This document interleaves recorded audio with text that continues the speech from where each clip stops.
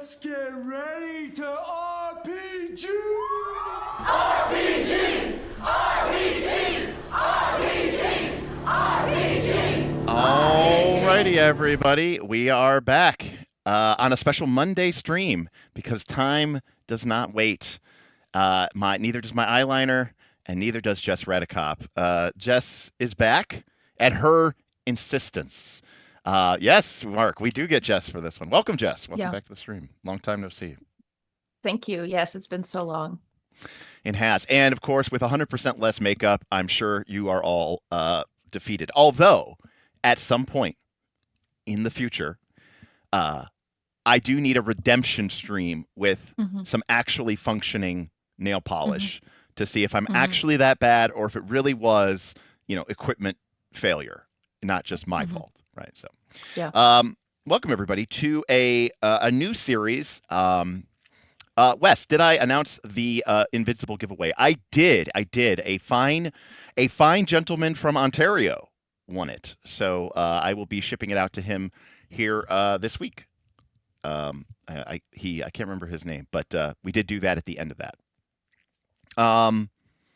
So we are here because, of a confluence of events. One is that as a community, so before we begin, let me just outline the basic premise here.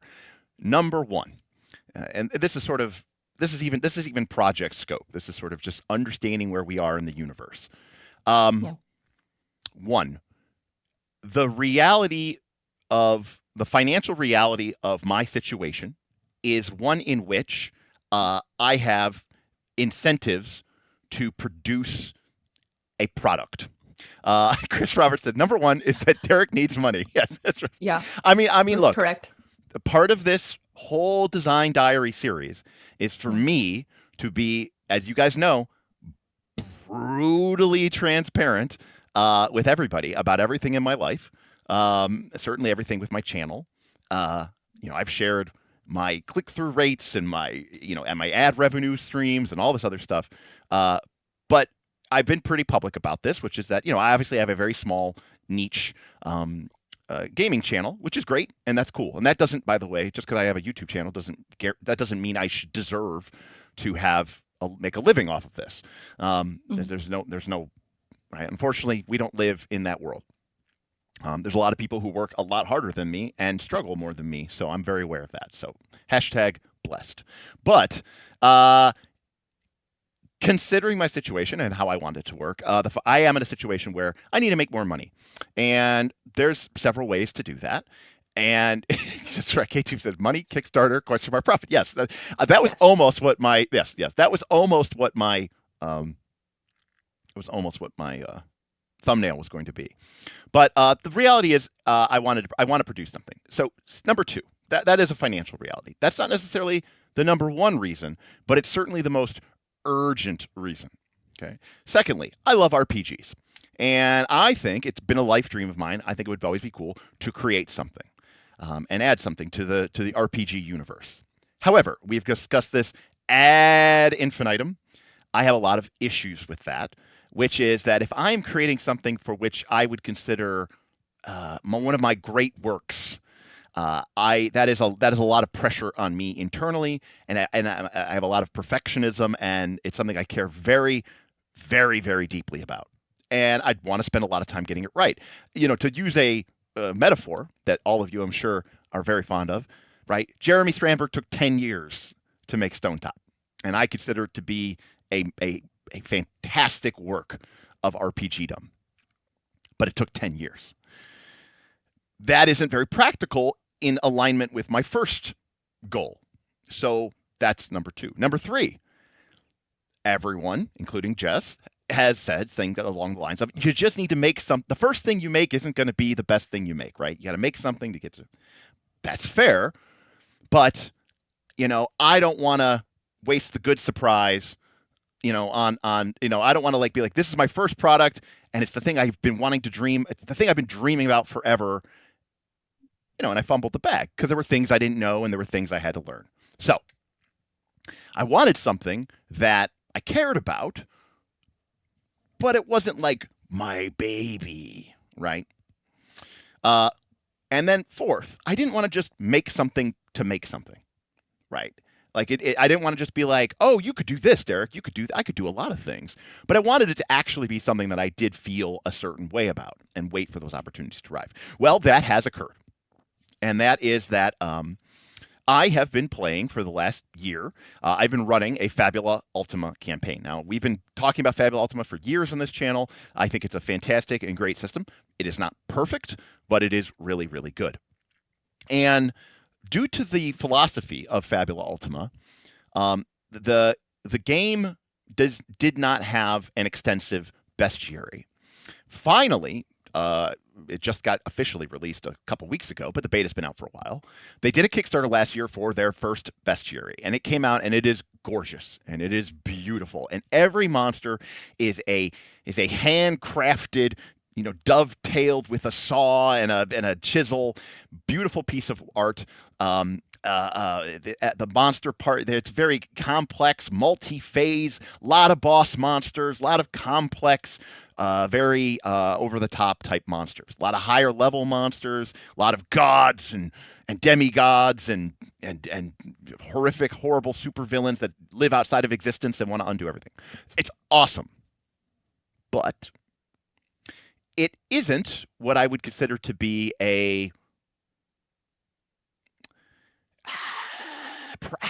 practical bestiary, right? Where you just need routine run-of-the-mill monsters.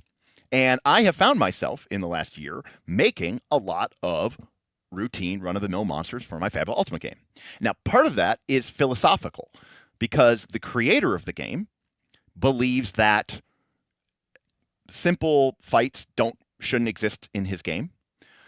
He believes that anything that isn't like a super high end, it'd be like saying for Pathfinder 2 players, anything that isn't a PL +3 or PL +4 encounter, you shouldn't waste your time on, right? You should just resolve it as like a victory point check, or just make a skill check. And, everybody roll your spell attack or your melee attack against a fixed DC, and we'll count up how many successes you get, and we'll assign that. And that'll be the victory. Because for him, the fights are all about the big boss fights. Mm-hmm. And I feel differently. I think Fabula Ultima is a fun game to just play, for lack of a better word, random encounters.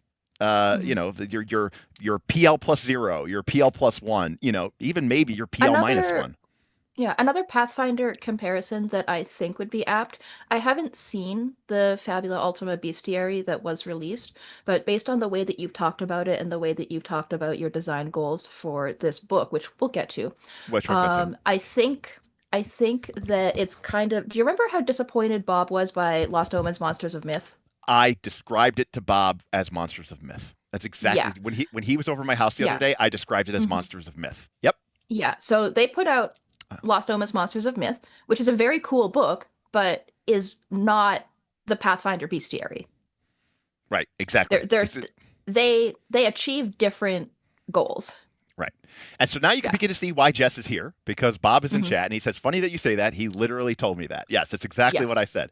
I said, my reaction to the Fabula Ultima Bestiary was very similar to the Monsters of Myth, where it's awesome, it's inspiring. You're like, wow, any one of these could be the basis for an entire campaign or an entire arc.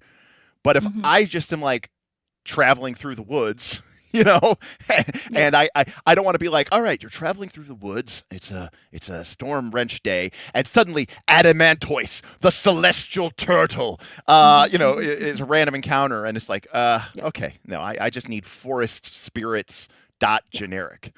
So that is kind of what that I have found myself needing. And we have a patron who is also a Foundry developer named Azure, who created a Fabula Ultima module where they put some of their monster designs in as a compendium in Fabula Ultima. And I quite literally, many people have told, when we realized that this Azure was Azure, we were like, I literally wouldn't have even gotten my game off the ground if it wasn't for you. Because just having because again, to inform people who may not know this, the creator of the game, and who I love very much, Emmanuel Galetto, actually says in their core book, the reason we didn't include, now there's a very short bestiary, It's very small in the core book. It's very simple. And the monsters are, I would almost say, too simple. And it's very sparse. But the creator in the core book writes that, the party zigged instead of zagging. I thought that they were going to go over the mountain pass and investigate the forest, the mountaintop city of the bird people, but instead they went into the valley and got into some shenanigans, and now they're dealing with the bandit queen. I tell the group, I don't have that prepped. Hey guys, take a 5-minute break. I'm going to completely stat out an entire encounter. And they actually write this in the core rulebook. I don't think that's possible. I just don't think that's in a realistic fashion. And I'm reasonably good at this stuff. Number one, granted, in the bestiary, and it's fantastic and it's great. It's going to be the bedrock of what we do here. He created a quick NPC method designed to quickly build an NPC. It is still, in my opinion, not quick. It's still building a monster. It's not quite maybe Pathfinder 2 levels, or certainly not Pathfinder 1 levels, but it is still a complex process. And furthermore, I'm also led to believe that the creator of the game is an unabashed, and I'm saying this as if I don't know, he has said it himself. He's one of those people who loves to make monsters. That's one of his favorite parts of prep. Some players really just love to build characters, and they have 3,700 unplayed characters in Path Builder. Well, he's like, I love to build monsters. Some of us don't. I would rather just have a fantastic compendium of monsters ready to go that fill all of the generic tropes that I can pull from. So that's the goal. That's what we're trying to create here. And that's why I'm trying to create it. It's so that we can, I can maybe get a little bit of money, that I can, get some momentum going on, living my publishing dreams. We can do something practical that I actually think there is a need for in the game space. It's not just a scheme or a ploy. And because also I think this will it's a great opportunity for me to develop, my skills without it being my precious magnum opus project. Mm-hmm. And 5, Jess is yelling at me pretty much every day. So there's that too. Well, if I may, yes. My role here is in fact just to yell at Derek. I'm here as a pseudo project manager. I have no project managerial experience. My qualifications on this project are that I have done freelance writing for bestiaries, so I have an understanding of what the overall process should look like from that specific part of the process. And so I have a certain ability to extrapolate what the entire process might look like, or what it would need to look like in order for the part of the process that I have participated in to function in the way that I have experienced it. We got a tip coming in. Yes. We got a $50 tip from Anonymous. I love that you are making a monster compendium because you don't like making monsters. Yes, that is actually correct, right? Because I understand that pain point, right? It's not something that when I'm trying to run Fabula Ultima, I'm thinking about, how am I going to... I think it's already enough for a lot of people, even for me, to be rolling with the punches of a group who could spend a Fabula point to, literally, it's called alter story, right? Capital A, capital S. The fact that as a GM, anytime the players roll doubles, 6 or higher doubles, and get a critical hit, it's not something easy like double damage. The players get an opportunity and could go in any direction they want. So that's a lot to keep on your plate. Creating monsters too. Mark tough. Hey, Mark, thank you. Keep yelling at him, Jess. Mark says to keep yelling at me, Jess. Thank you, Mark. There will be lots of time for that. I am sure there will be. Yes. I am here as chief monster creator enjoyer. Unlike Derek, creating monsters is my passion. And I am also here as a process observer. I have observed the process by which books are created from a very limited vantage point. And so I have an idea of what the process should look like. And I'm also here as a senior Derek Yeller adder. Right. Exactly. Yes.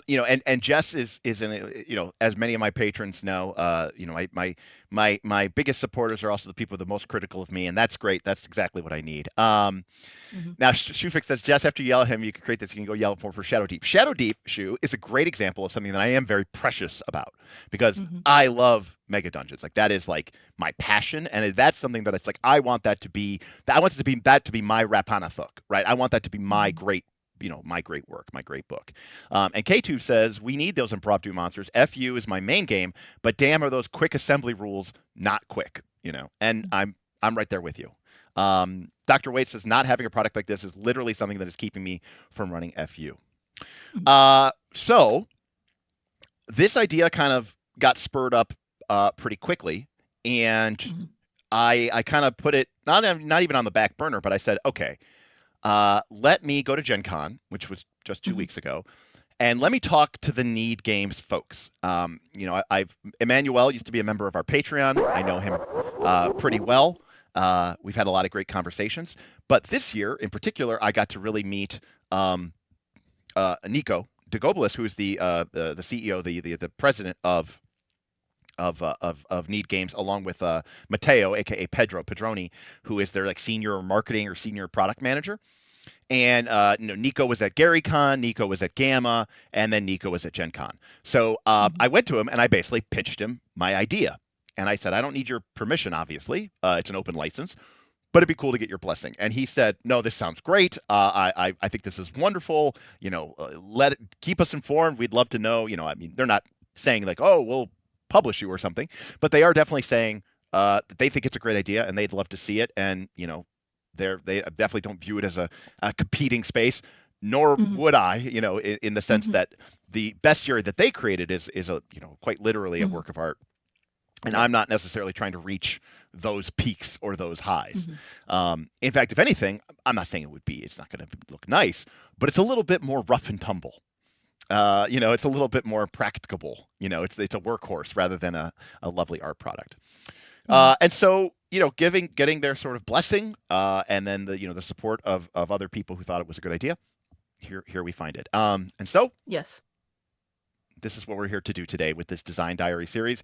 Number one, which is now I have laid out when we switch over to the whiteboard, I have laid out the checklist that Jess provided me with of what we're actually going to try to determine today and figure out the scope. Now, there's some other questions that have been popping up in chat, and I'm happy to discuss them. I don't want to get too off topic or too off tangent. Just as a note, we do have a super chat goal here of Channel Super Support Fund because, again, the tip goals are sort of more going for potential ancillary costs that may be involved with kicking this off before we kick the Kickstarter. And obviously I want to be very mindful of costs and cost overruns because I don't have a lot of discretionary income.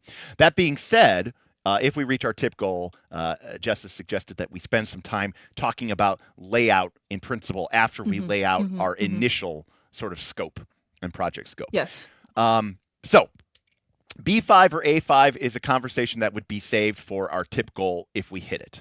And we can have that conversation. Paper, of course, is a huge conversation. So let's talk about, before we get into the actual numbers, why this project can even occur. I'm aware of my shortcomings.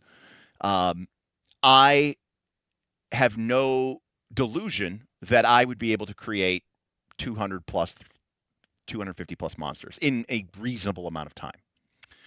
Part of the reason I want, or I'm allowing myself to entertain this project, is because, again, through a combination of factors, I have control issues, and if I was, say, making a dungeon, I can honestly say I'd be like, I want to design every floor and every room of that dungeon myself. For a bestiary, I'm not nearly so precious.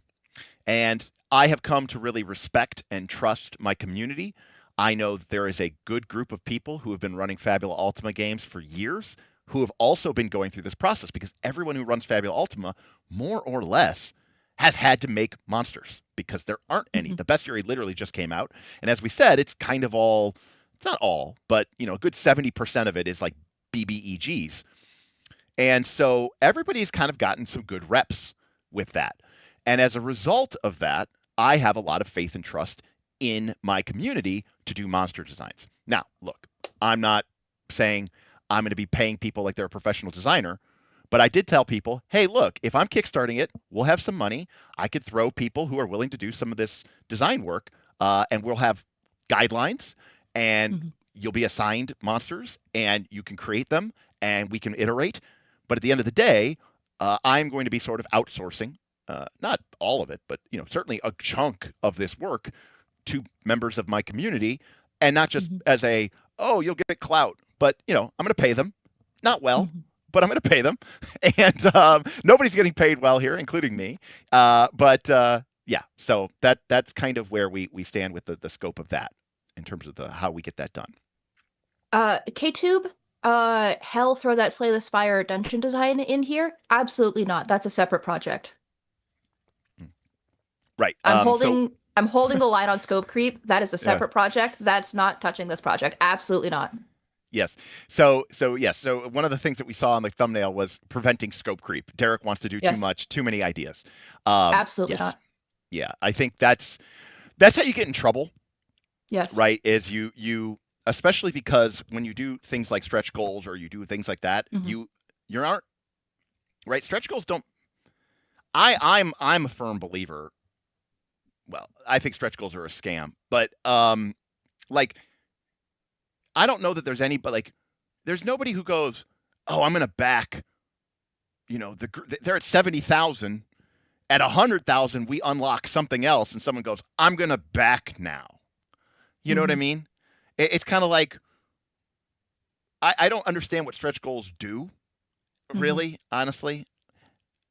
Yeah. Anyways, so yeah, one of the things though with stretch goals that people get in trouble for is you initially say, hey, we're going to create this one product, and then suddenly you get double the stuff, and then all of a sudden you're like, oh, now we have to create a book and a setting book and a monster book, and it's all part of the packages. So you're doing a lot more work, but you haven't increased anybody's pledges.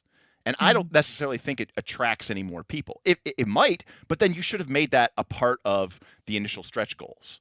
Now Cineva says you heard it here first. RFC is a scammer. No, RFC delivers. What I'm saying is RFC knows how the game is played, and RFC knows that those stretch goals, those were always going to be in the project, right? Like those were they scoped it as if that was going to happen, right? Yeah. Also, I have no project manager experience. I also have no running a crowdfunder experience. Right. Running a crowdfunder scares me. And while I will help Derek with the management of this project, the crowdfunder itself, I am like 10 feet away at all times. Right. Everything that I intend to do. Yeah. Well, crowdfunding is a separate issue entirely. Exactly. Suffice to say, I will not be doing anything that even remotely resembles what a traditional crowdfunding campaign looks like these days. Like for number one, my crowdfunding goal will be, and this is shocking, I know, the amount of money I need minus my costs to be able to actually produce the product. Now that alone is a, dramatic step because, you're like, yeah, but what if you say I need to make 50,000 to make this book happen? And what happens if you only get 40,000? Okay, well, then I'm not making the book, and nobody gets charged, and that's it. So you could see the problem. The problem is, if this was my baby, right, and this is the thing that I've dreamt about forever, then I might be tempted to be like, I'm going to make this book come hell or high water. I'm willing to eat a loss in order to produce this book. I'm not. I'm not, and I can't. It'd be awesome if I could, right? And to be clear, if I could, I would just make the book. I wouldn't even Kickstart. I would just make it and sell it, and that's it. Right. I'm not going to make it a goal of $200 and have it be like, funded in 30 seconds, over 45,000% funded. What up? That's right. Yeah. Tales from Elsewhere Game says, I was way too terrified to do the 10K goal when what I really needed was 30K. I don't have 20K burning a hole in my pocket. Neither do I. So I am not in a situation where I can, play that game, right? Okay. Another thing, which I think is actually a big deal, is if you're not familiar, Fabula Ultima, I'm sure most of you are, Fabula Ultima has a combat system that involves building encounters in a very loose fashion. I wouldn't go so far as to call it battle points or to call it a CR system, but typically for a quote-unquote easy fight, you pick one monster for every player in the group, and the level of the monster should be within 5 levels of the player character's level. And that's the monster creating rules, and that's considered a normal fight, an easy, normal fight. A hard fight would be one more monster and up to 10 levels. So it's a very loosey-goosey. I mean, imagine telling somebody that in, D&D. It's like, well, throw, I don't know, a CR5 to CR10, and you could throw 5 to 6 of them. And you're like, wait, 5 or 6 CR5s or 5 or 6 CR10s? Either. That's fine. That's just a hard fight. And the reason it can do that is because in this game, Fabula Ultima, when you die, you can choose to surrender or you can choose to sacrifice. In other words, when you go to 0 hit points, you don't die unless you want to. And that's actually an important point because it means that, now that's not to say that I don't think that these monsters should be highly reviewed and looked at and potentially even run, even if it's just through one combat to make sure that they work. But to be honest with you, the playtesting isn't as precious to me because if a monster is highly overtuned or highly undertuned, if you did that for, say, PF2, you might TPK a party and people would be rightfully like, yeah, this monster ruined my game, right? You're kind of, we say the math is tight. Those monsters have to be kind of right because the game really expects them to be so. But in Fabula Ultima, if you undercook or overcook a monster, the worst case scenario is that it's really tough and you kill everybody and, everybody sacrifices or everybody surrenders and, you're like, whoa, that was pretty awesome and that was cool. And maybe as a GM you go, I think that thing was a little busted. All right, I'll make their surrender, price a little bit less than I would have otherwise. Now, that doesn't mean we don't need to do a good job. But what I mean is that the pressure to deliver a mathematically perfect monster is much less than it would be otherwise. All right, take us to the whiteboard, Derek. All right. Going to the whiteboard. All right.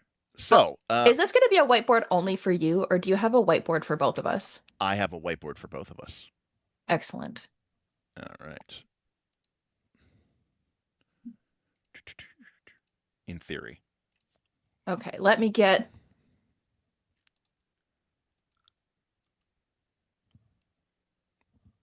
my tablet. Okay. Let me get yes, cable. it says that you are in it. Oh, very good, very good. Okay, great. This cable will do. Now you're getting real pros because we're both busting out tablets. Yeah.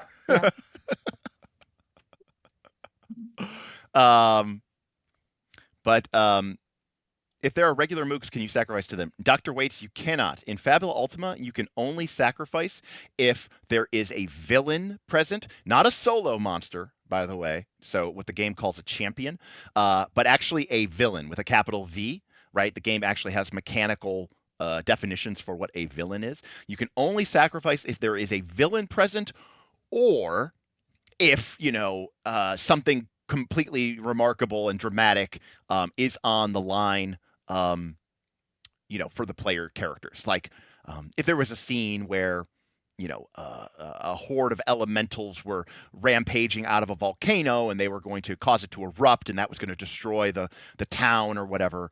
There may not be a villain present, but certainly the stakes are high and a character sacrificing themselves, is on the table. But if you have a random encounter in the woods against a bunch of bandits, no, you cannot sacrifice. Now, somebody said earlier in the Discord, they said they're like, oh, great, a Monday morning meeting. And I think Jess was talking to them about it. And I was like, 20% of the reason why I haven't gone and gotten a new job is specifically to avoid Monday morning meetings. The other 80% is because AI has made my job pointless and unhireable. But 20% of it is that Monday meetings. So, yes, I described this stream as my Monday business meeting. Yes.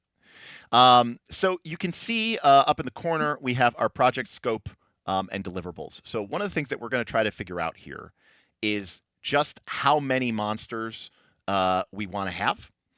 And how many pages that's going to be, how they are going to be organized, and how that's going to connect to the art. Because to be clear, right, the number of creatures, okay, is correlated to the amount of art, and both of these are going to be correlated to my cost. Right. So a big part for me is understanding what exactly this is going to, sort of involve and lay out. So that's one of the reasons why we really need to understand this. The other reason is that if we are outsourcing the creatures, and we are definitely going to be outsourcing the art to artists, then we also need to understand how many we have, so we can start thinking about how much work is that going to entail, how many people are going to need, and how are we going to figure all of that out. So that's kind of what we're really trying to figure out here. Now I do have a formula that we can apply, and of course you here in chat, you're part of this process. I mean, it's me and Jess, but at the end of the day, you're all also attending my business meeting. Right, you're all here in the meeting as well too. So this is all part of your meeting. And again, Yes. my goal here is to be, Jess said, do you want to have this, when do you want to have that meeting? And I said, blah, blah, blah, blah. And I said, well, we could do it just live. And she said, are you sure about that? And I said, yeah. You were kind of like, are you sure you want to, have that meeting, live? I said, yeah. I think it's valuable, not only to keep me accountable, but also to have you people, number one, see how the sausage is made.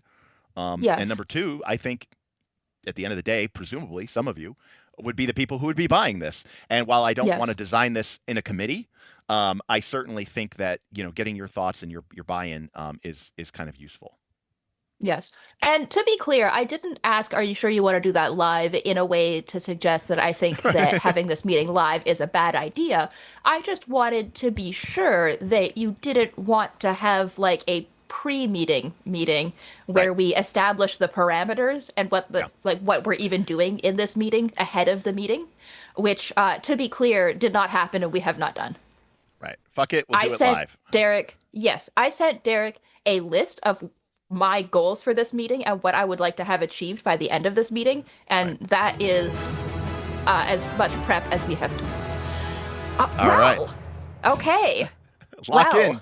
Lock in. $175 for the bestiary art fund. Scotty! Hot fire. Scotty F.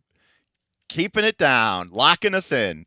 Scotty, thank you so much. One of our largest supporters recently. Scotty is definitely keeping me afloat. Scotty, thank you so much. There's going to be a lot of stuff, Scotty, that we're going to have to put together. Starters is going to be probably some initial samples from artists to sort of figure out what we want to do and maybe get some art treatments to figure out what's doable, and even the initial sort of outline. There may be software that needs to be bought. Jess needs to get Fabula Ultima bought for her so she can actually understand the game a little bit more. There's a lot of upfront costs, so I really appreciate you doing that. A lot, actually. So that means a lot to me, and I really appreciate you for doing that.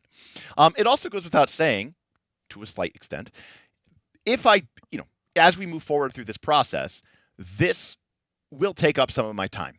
And I know I was just telling somebody the other day, I streamed last week. I streamed on Tuesday with Bob.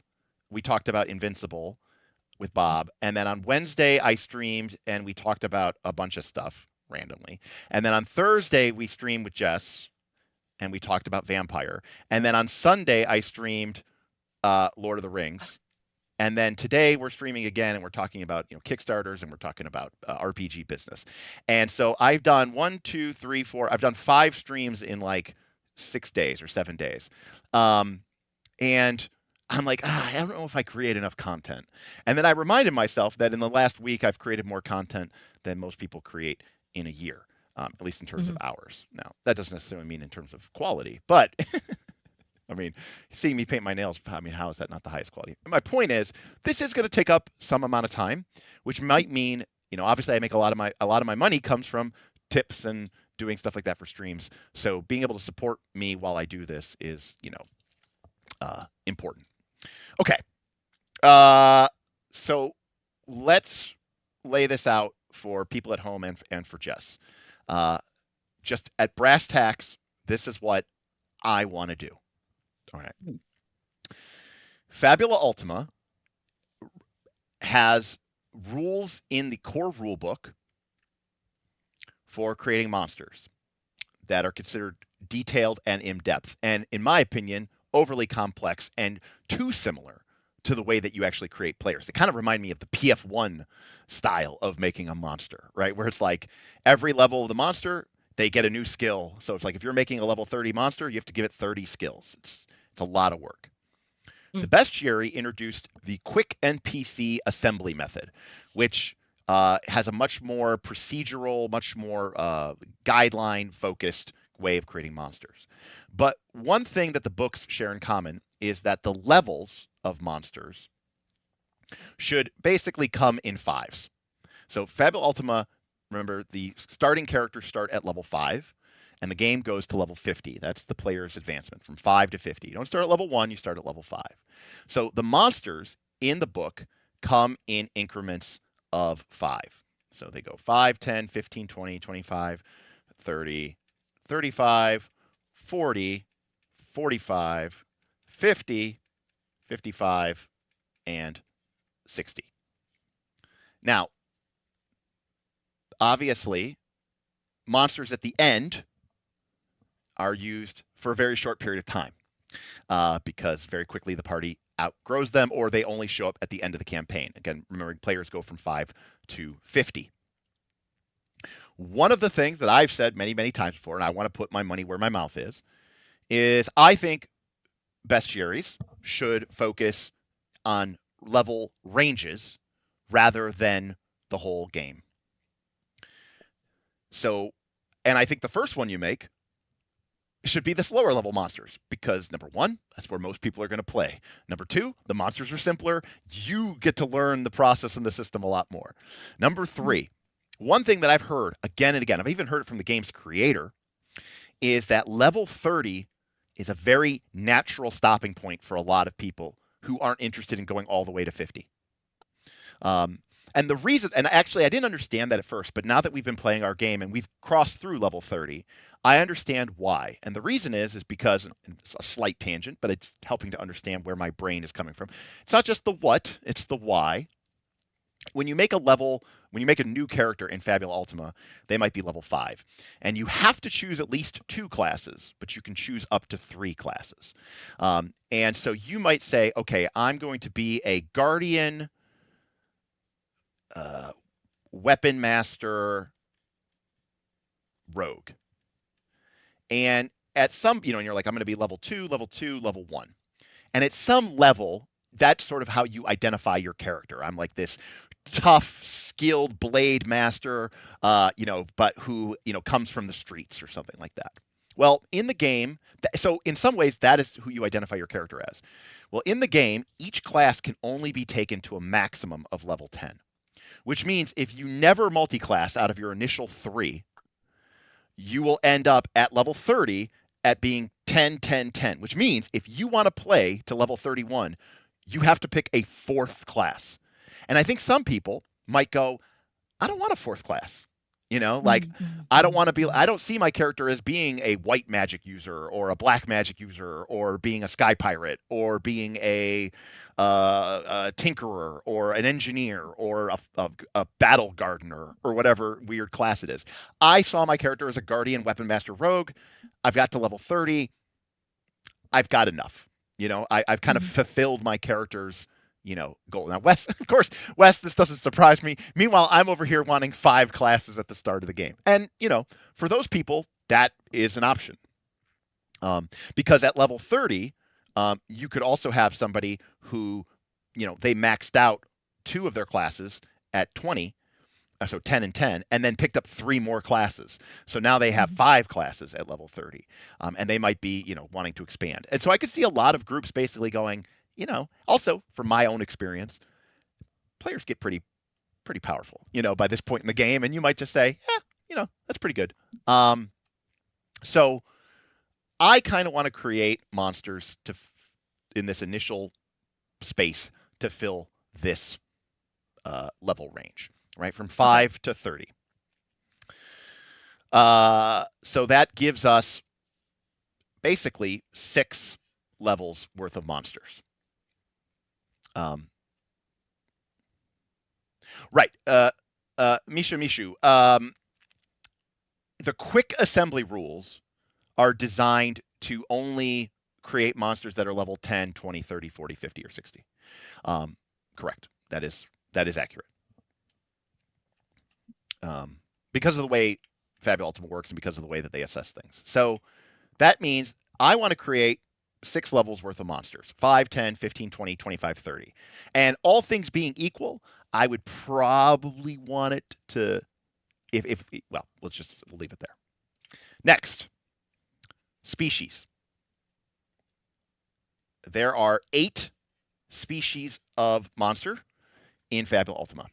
Humanoid, monster, beast, construct, angel, elemental, undead, and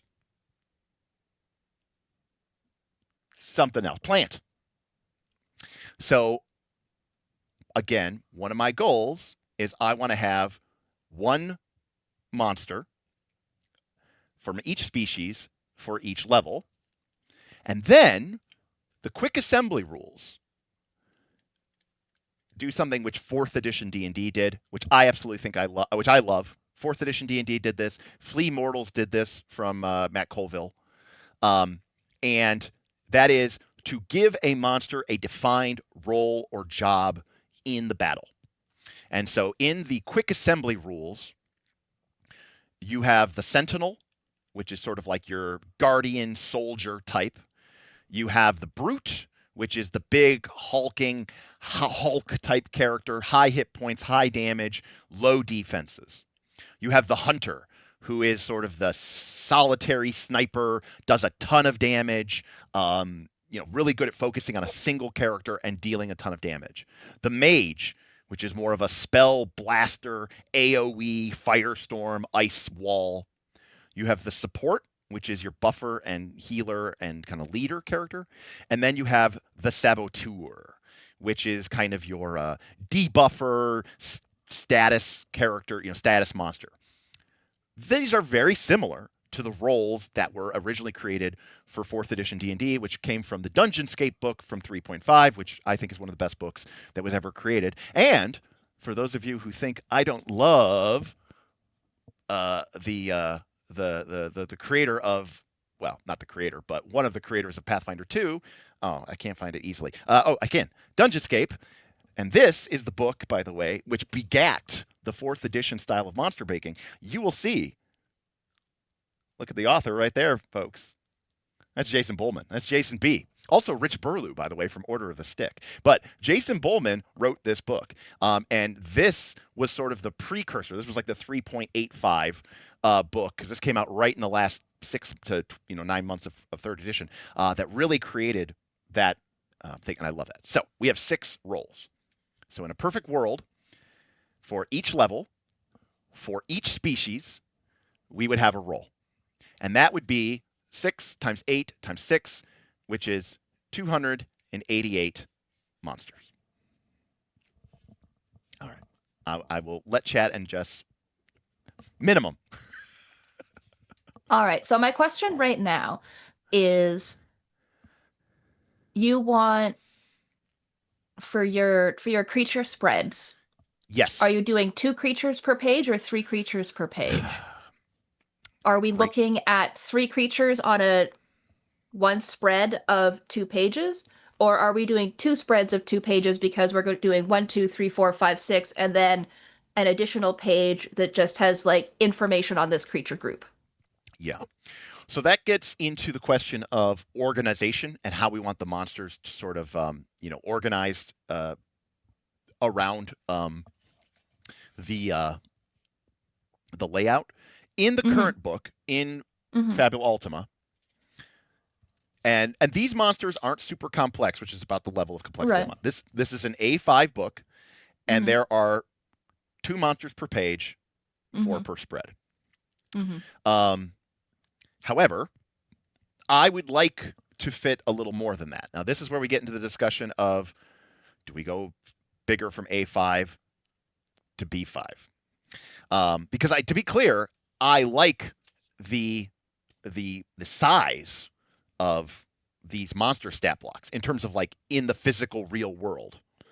B5 would just give me more room, and then it's going to give you more room, but the additional space that it gives you isn't going to be exclusively longer space. And a lot of what's going on with these stat blocks is not necessarily going to translate horizontally in a way that actually achieves very much for you. Because horizontally, what we've got going on with the sections, they're pretty much maxing out, and there's not, I don't know what we would add to any of these lines horizontally other than we could make like the basic attacks longer, or we could use a bigger font. So I am concerned about 3 per page. Well, okay, so there's a problem within a problem. The reason, not jokingly, but the reason why I called it Creature Compendium is because, number one, games are called Creature Compendium. It's not anything new. I don't know if it's up here. No, I don't see it. But the first bestiary I ever owned was the D&D Basic Creature Compendium, by the way. So that was the first bestiary I ever owned. It's sort of a red bordered soft cover Creature Compendium. But the reason why I had to call it Creature Compendium is because originally, folks, I just wanted this to be digital. Yes. Okay. The reason I wanted it to be digital is because I play on Foundry. I play on Project FU, and I wanted monsters for Foundry. And I said, but if I'm going to do that, I'll create a PDF.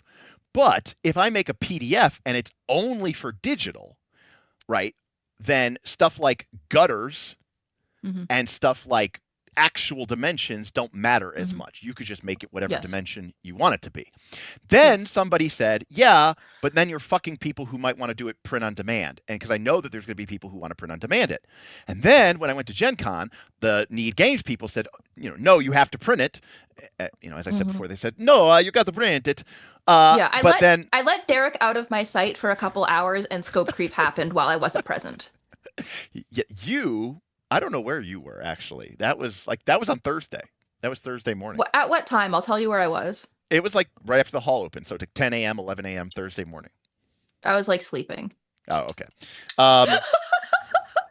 Well, there you go. I was eating breakfast. She was sleeping on the job, getting her favorite coffee, which apparently was closed or something. No, but the Need Games people said basically, one, they said you have to print it. Number two, they said if you don't print it, people will print it anyways, and then you're not keeping control of the printing process. And if you don't design it for printing, then people are going to print it. They said number three, they said you have to respect the tabletop. And I said that's they're talking to me, and they're like the digital. And then number four, and again they were being real with me. I'm being real with you. You can't make a lot of money if you just do it digital. Right. You can maybe cover your expenses, and again, it's the reality. Okay. It's the reality of the game, people. Okay. Which is, it may not make a lot of sense, but if you buy a PDF from someone for $35 or you buy a book from someone for $70 or $65, okay, they are actually making more money on the book. I know people think, PDF is infinite profit. It is anything but. So, So basically, unless I want, to make a couple $1,000, which would be cool, but wouldn't meaningfully change my financial situation. The reality is I kind of have to print. Yeah. Scotty says, I see this quite a bit in Shadow Dark and Okay. suspect it can be similar here. Keeping closely to the layout of the Fabula Ultima books will draw people in. That might be a good starting point. I agree with that. Yeah. And I think that our base assumption should be that we are doing 2 creatures per page. Yeah. Chris blames me for the decision to make printed books. I accept this. I Well, was okay. not watching Derek. I didn't realize I needed to be watching Derek at all times at Gen Con. I realize that now. I accept my blame. I accept my responsibility. That's on me. Zen Bullet says, wait, could we use the extra space for like bigger art and faction info? Yeah. Bigger art, maybe, but the plan is Yeah. to do like pixel art, so I don't Yeah. know what we'll gain necessarily by having a larger space. It's possible that the larger dimensions horizontally would give us compared to the way that the Fabula Ultima book just has a square, we could do like a rectangle. Right. That's a possibility in making use of all of that space. But as far as faction info is concerned, I think this is the main thing that we would gain if we are sticking to 2 per page and then having 2 2-page spreads where the first page of every section is a page of like lore and faction info and everything for the creatures that are in this section. So it'll be 1 full page of like faction info opposite 2 creatures, and then the next 2 pages are the other 2 creatures of that section. So I think that is the way that we would, if we wanted to have faction info, that is the way that we would get it in there. Yeah, so let me not keep hitting open for some reason. I'm obsessed with things being open. Apparently they really hate A5. They're like, everything must be A4. Okay, here we go. So let me just do something really quick for you folks, so you guys can see what's up. Okay, scale this. Hold on a second. Perfect. Okay, scale. Okay. So, this is an example, and I'm posting this to the whiteboard. This is an example of. Actually, that's terrible because the whiteboard is black. Duh. Or the whiteboard is white. Sorry. Let me pick red. Here we go. Okay. So this is an example of an A5 page on a B5 page with true pixel representation. And that Okay, is yeah. So that is an example of what you would see. Yeah. You could see now again. Remember, you can obviously see that the monsters. There's this big, gutter thing at the top of the page. And yes, that is the actual top of the page. That's not leaking onto the other page. And so, and you can obviously see, so you have this space on top and you have this space to the side. Yeah. So there is a lot of real estate difference between A5 and B5. Yeah, but not the amount that we would need. Like No, but okay, but now let's talk. So this is where we have to sort of shift, our thought process into one of my goals, okay, which is a kind of a secondary goal, which is usability. Now, to be clear, and I should say this as table usability, and maybe you could also just call it OCD, but in my mind, in my dreams, in my hopes, and I don't know if this is possible. So I mean, I accept what this is. This is a problem. But for starters, let's be clear. Making it A5 will not piss anyone off because that is what the book is. Now, completely anecdotal, I went to the official Fabula Ultima Discord, and I said, hey, informal poll, what would you guys, are you guys, because I know this is a big deal with the OSR people and all sorts of stuff. What if a book wasn't the dimensions of A5? And I even highlighted, by the way, a fantastic bit of a quote from Emmanuel Galetto from his own Discord, where he said, and I quote, he says,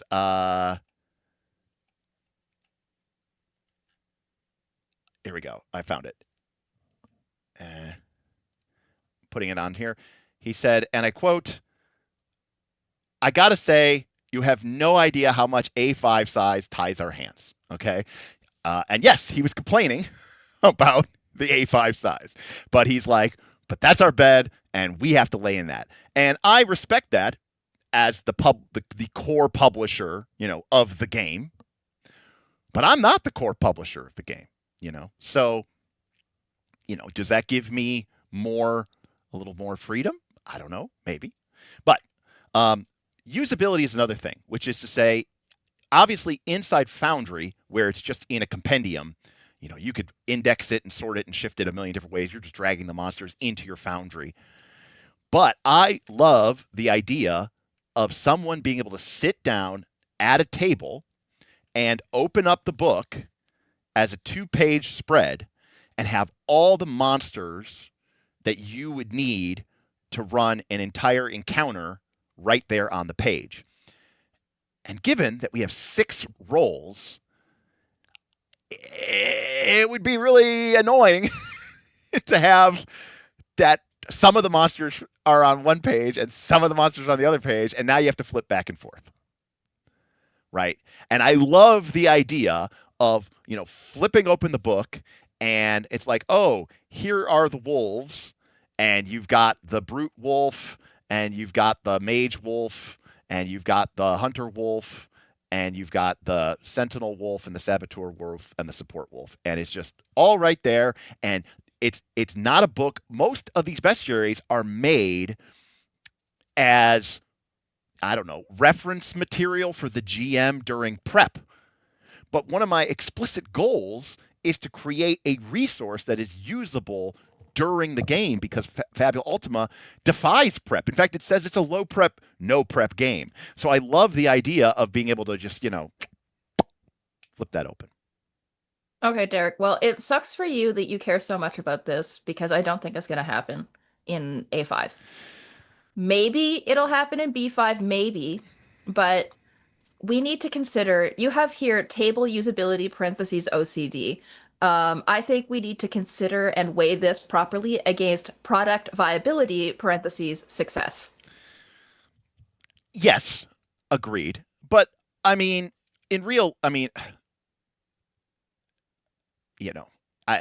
thing is, Derek, wait, what? Yes. You don't even want to make a print book.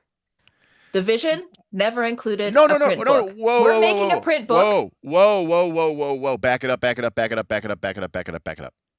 Okay, I'm backed up. My vision, I am all about table-based play.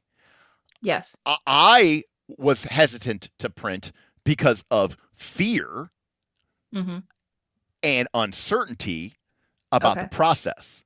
But at the end of the day, my true goal is to have something that people could use at the table. What I will say is technically scope creep. Yes.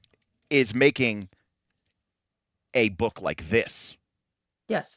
Because my goal would be to have a physical product that is spiral bound. Yes. Cheap, more like a workbook. Yes. And lay flat. Yes. So that it's literally designed to be used at the table. Not an art book, something that is practicable. Yes. And so table usability is my number one goal. Yes. So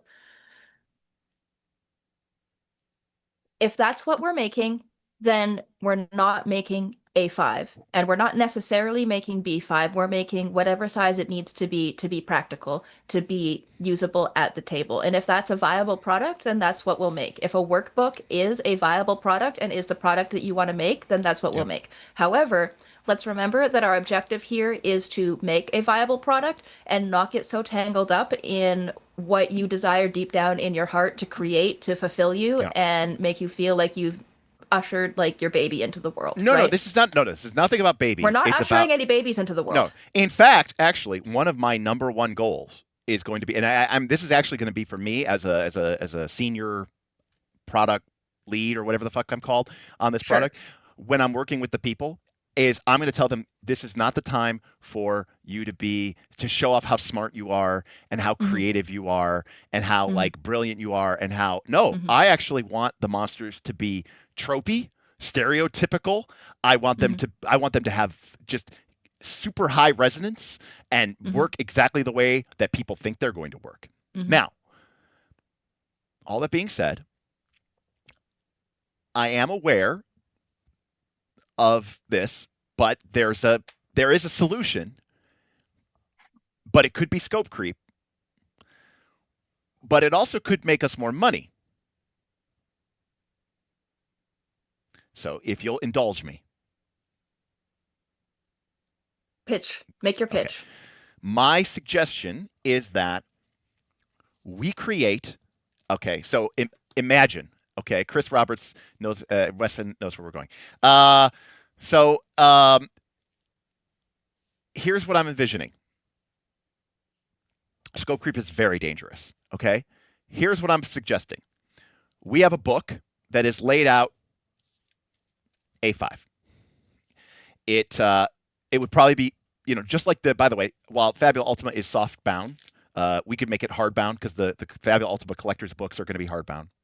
It would be laid out in a very, I don't want to say traditional fashion, but it'll be laid out like a more traditional bestiary, which is to say, you would enter into the wolves section, and the wolves section might take up, I don't know, 3 spreads, and it might have some information about about what are wolves and common tactics, and it could have include a different thing, 2 stat blocks per page.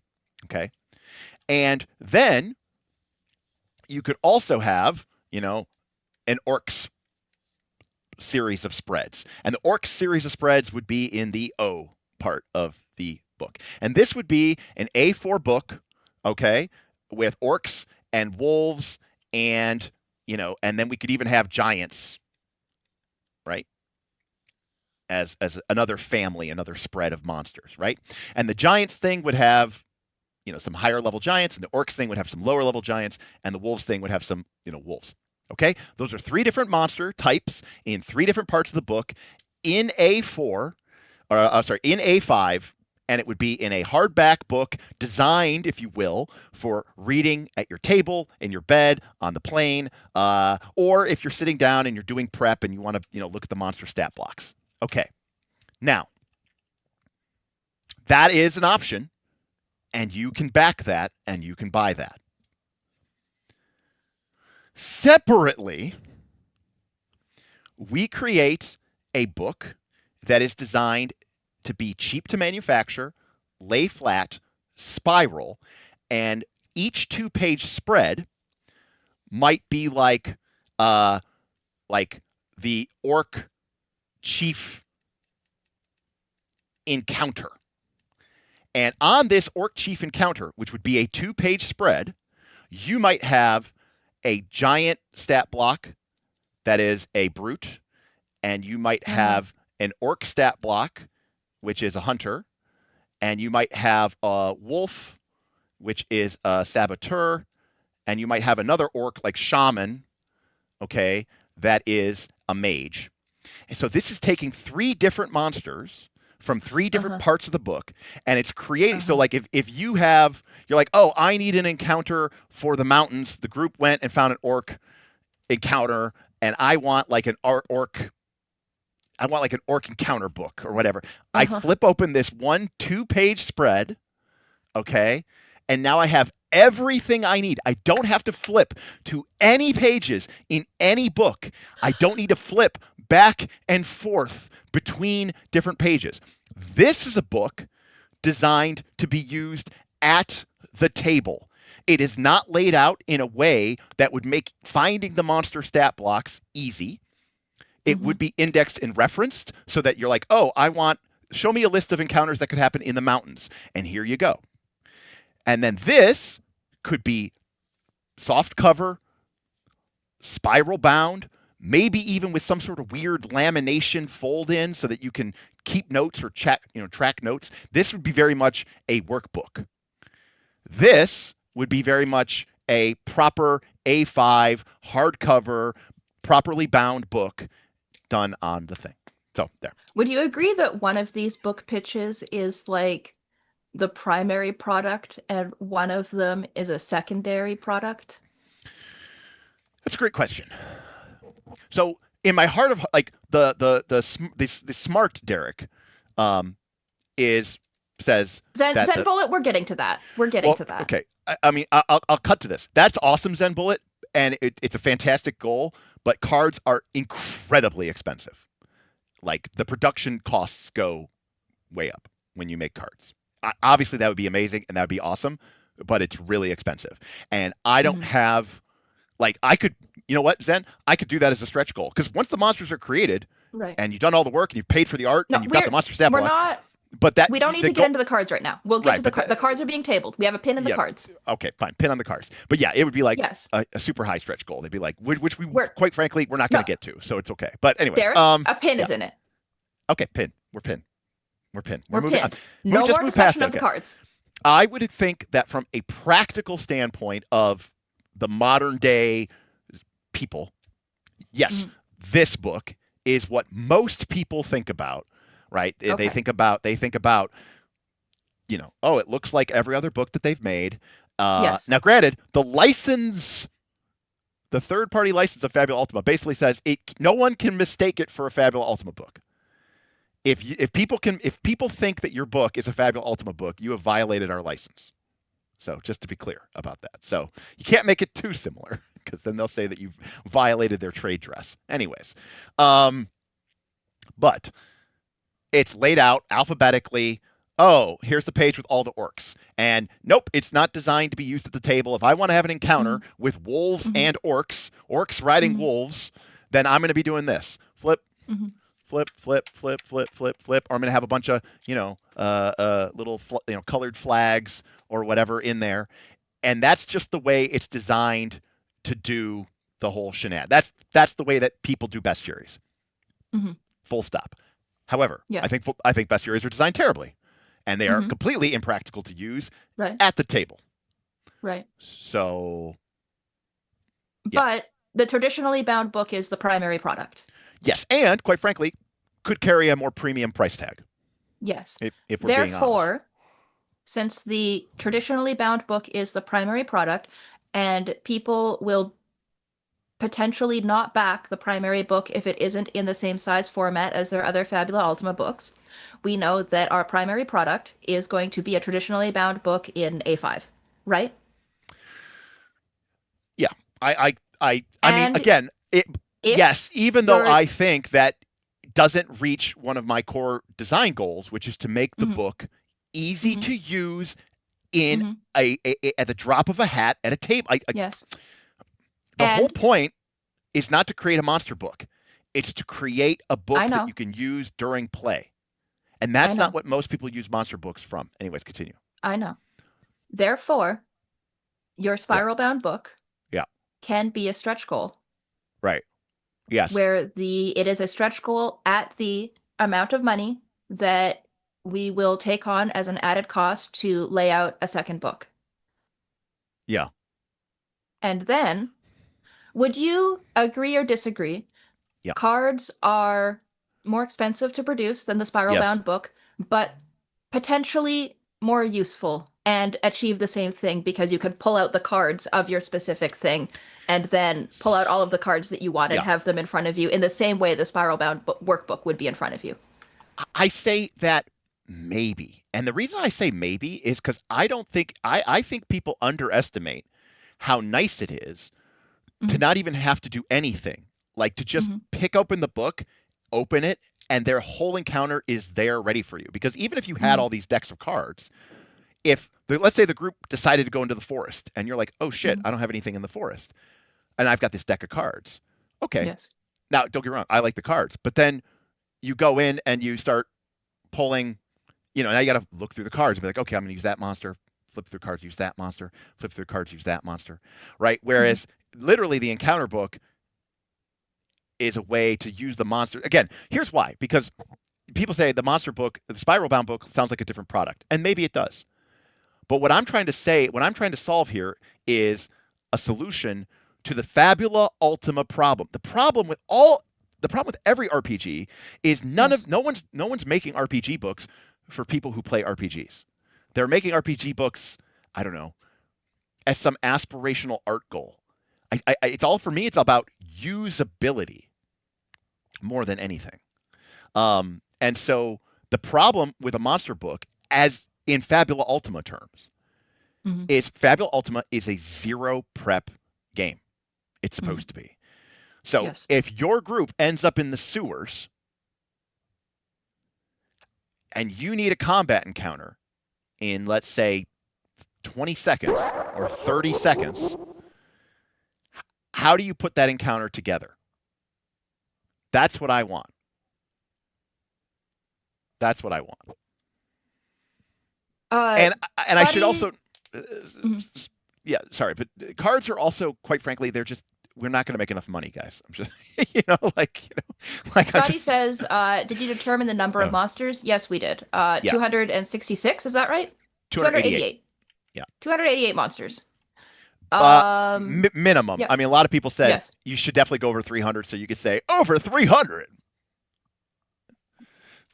Believe it or not, even I as a marketing person, believe that is actually true.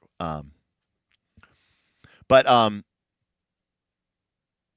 does it mean to be useful table? And what does it really mean to be useful at a table? For me, a heavily indexed and hyperlinked PDF is that. Sure, but even then, you're still like, and again, maybe I don't know how you do and how you do your things at your table. But like, if you're running this out of a PDF, if this arcane lantern became slowed, how are you marking that in your PDF? Like, how are you marking that this creature's, defense went from 9 to 7 because it became slowed, right? Like, how are you marking that it got poisoned? How are you marking? You can like pen tool write on PDFs. Okay, depending great. on what program you have your PDF opened in. Potentially, but I don't know how many people are doing that. And then even then, what if the other monster is on page whatever of the PDF and you're flipping? Again, I think a lot of people think of monster books and I think they think of prep. They think of prep. They think of like, I'm looking at these monsters before the session. I think that there's an extreme amount of value to having this. Also, in terms of digital, I mean, it'll be in a PDF. I mean, at that point, yeah. I mean, if it doesn't have an index, if it's not well indexed, what the hell are you even doing? I mean, that's a whole separate issue. I mean, if the book is well laid out well, then that's not a problem. So again, the problem here is, it's not enough for me to just make a book of monsters. I mean, I could do that, I suppose. That's technically MVP, minimum viable product. Here's a book of monsters. That's what everybody else does. But every time I see a book of monsters, I go, great, I can't use it. Because that's not the way I run my games. I want monsters that make it easy for me to run a no prep game.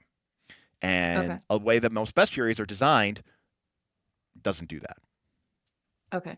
Let's talk about the way that we're organizing the monsters within the book, because I want to return to this conversation of, are there 2 monsters per page or 3 monsters per page? Because we haven't fully resolved this, but I don't think we're going to fully resolve that until we break off of this and talk about how the monsters are organized within the book. Because we have a couple of options, and I think that the way that you want to have your spiral bound book organized, where they are arranged by like environment or grouped. No. Because you were saying you said you want your spiral bound book to be an encounter in front of you, right? Yes. And I think that is how our bestiary should be arranged. I don't think that all of the, like, if we're going to have wolves of every level, I don't think we should have a wolf section where all of the different levels of wolves are grouped together. I think that each wolf should be in its respective encounter that it belongs to. Well, that was the That was the big debate. We did a poll Mhm. a couple months ago about Yes. how would you want this to be laid out, which is by faction or Mhm. by uh, species, essentially. Yes. Okay, so so this gets to this is also part of our art idea. Yes. So 288 monsters, Yes. one of each role minimum, one of each species, one of each level. But the idea that I have is that this is by the way, this is a 4th editionism. It's also a Monster Manual 4, a Monster Manual 5 ism from D&D 3rd edition, which is instead of having one page dedicated to one monster, there is no such thing as a solitary monster. Mm-hmm. Every monster is part of a family. And these families would be very, traditional type creatures. Okay. So, for example, you might have the skeleton. And instead of having one stat block for skeleton, we would have a section for skeletons.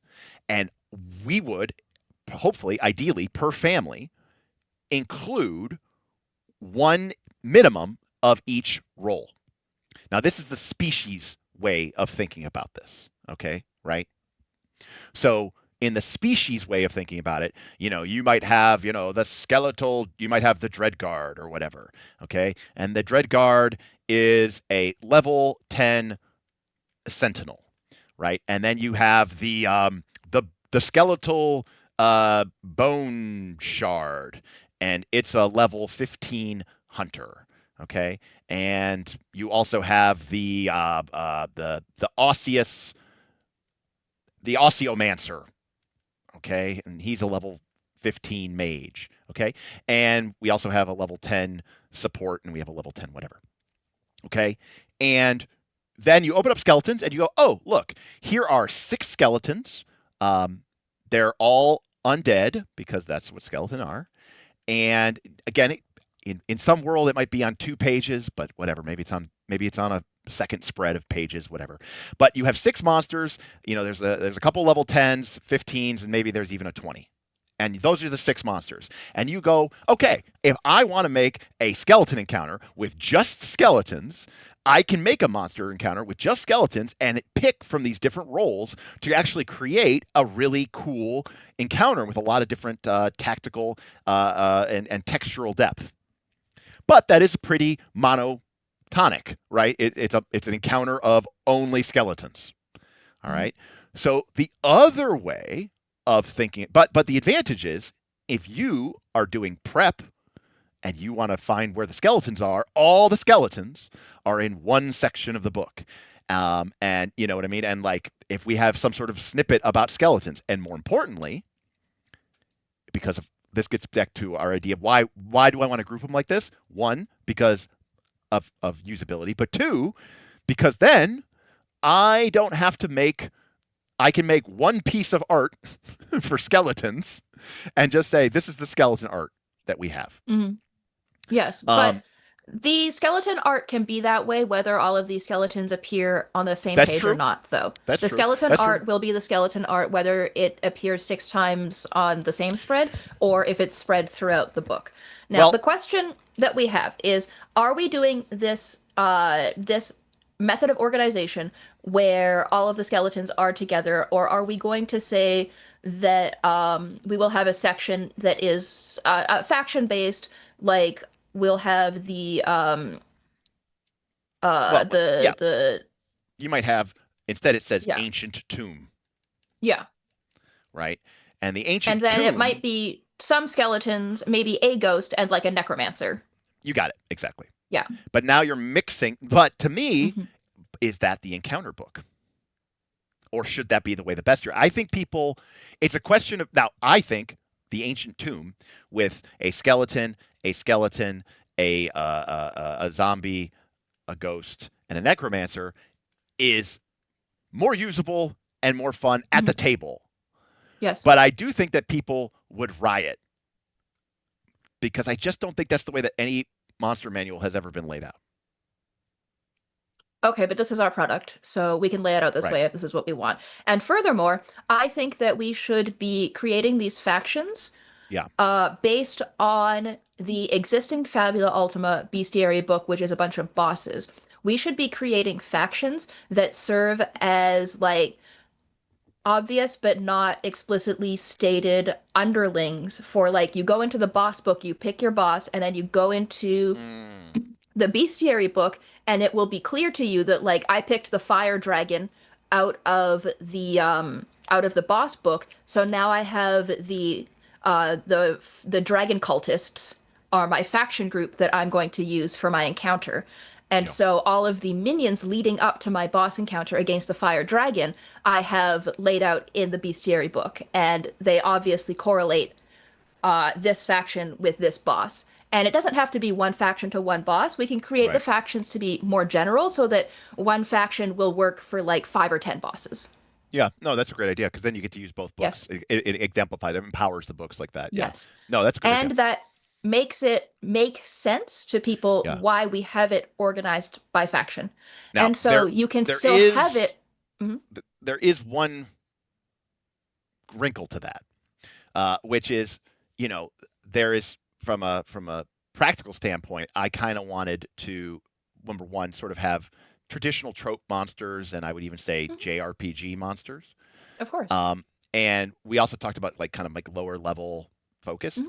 The monsters in the bestiary tend to be like a lot of like living shards of memory of gods from an ancient world from 1,000 years ago. They're all very weird and abstract. Like Okay. it would like I agree with you if there was like it's like, oh, the big boss monster, it's like, oh, there's a big dragon, oh, and then there's a big giant, and then there's a big this, but the monsters in the bestiary tend to be very weird. No, it's not a problem. Okay. Yeah, they're weird. I don't They know need- how else to describe They it. need less weird underlings. If you are a fragment of a memory, you need someone to like go pick up your DoorDash order. Right. Like, and that's not going to be another fragment of a memory. You're the fragment of a memory. Your underling, like your butler, is not going to be another memory fragment. Your butler is going to be like, I don't know, a psionic ooze. Yeah. Yeah. Yeah. Yeah. But the other problem is that by the way, just as an example, just to kind of point this out here, the bestiary, the actual official bestiary, includes a section for skeletons. Mhm. And they include, in their skeleton sections, there is the Gaso de Kuru, which is a giant skeleton with a head piece and 2 arm pieces, which are separate monsters. And it's a multi-part phased monster that is a giant where you have the left arm and the right arm, and then the head piece that has this like attack pattern routine, and it has these layers of armor, and then it goes into this ever phase, and then it uses its ultimate point because it's a villain. And so this is my example of why I said like, yeah, I don't, that's not a skeleton to me. You know what I mean? Yeah. Like that's a really complex boss. That being said, yes, it would be really cool to have things that could support this profile. Yes. Yes. So yeah. So I think that's actually really cool.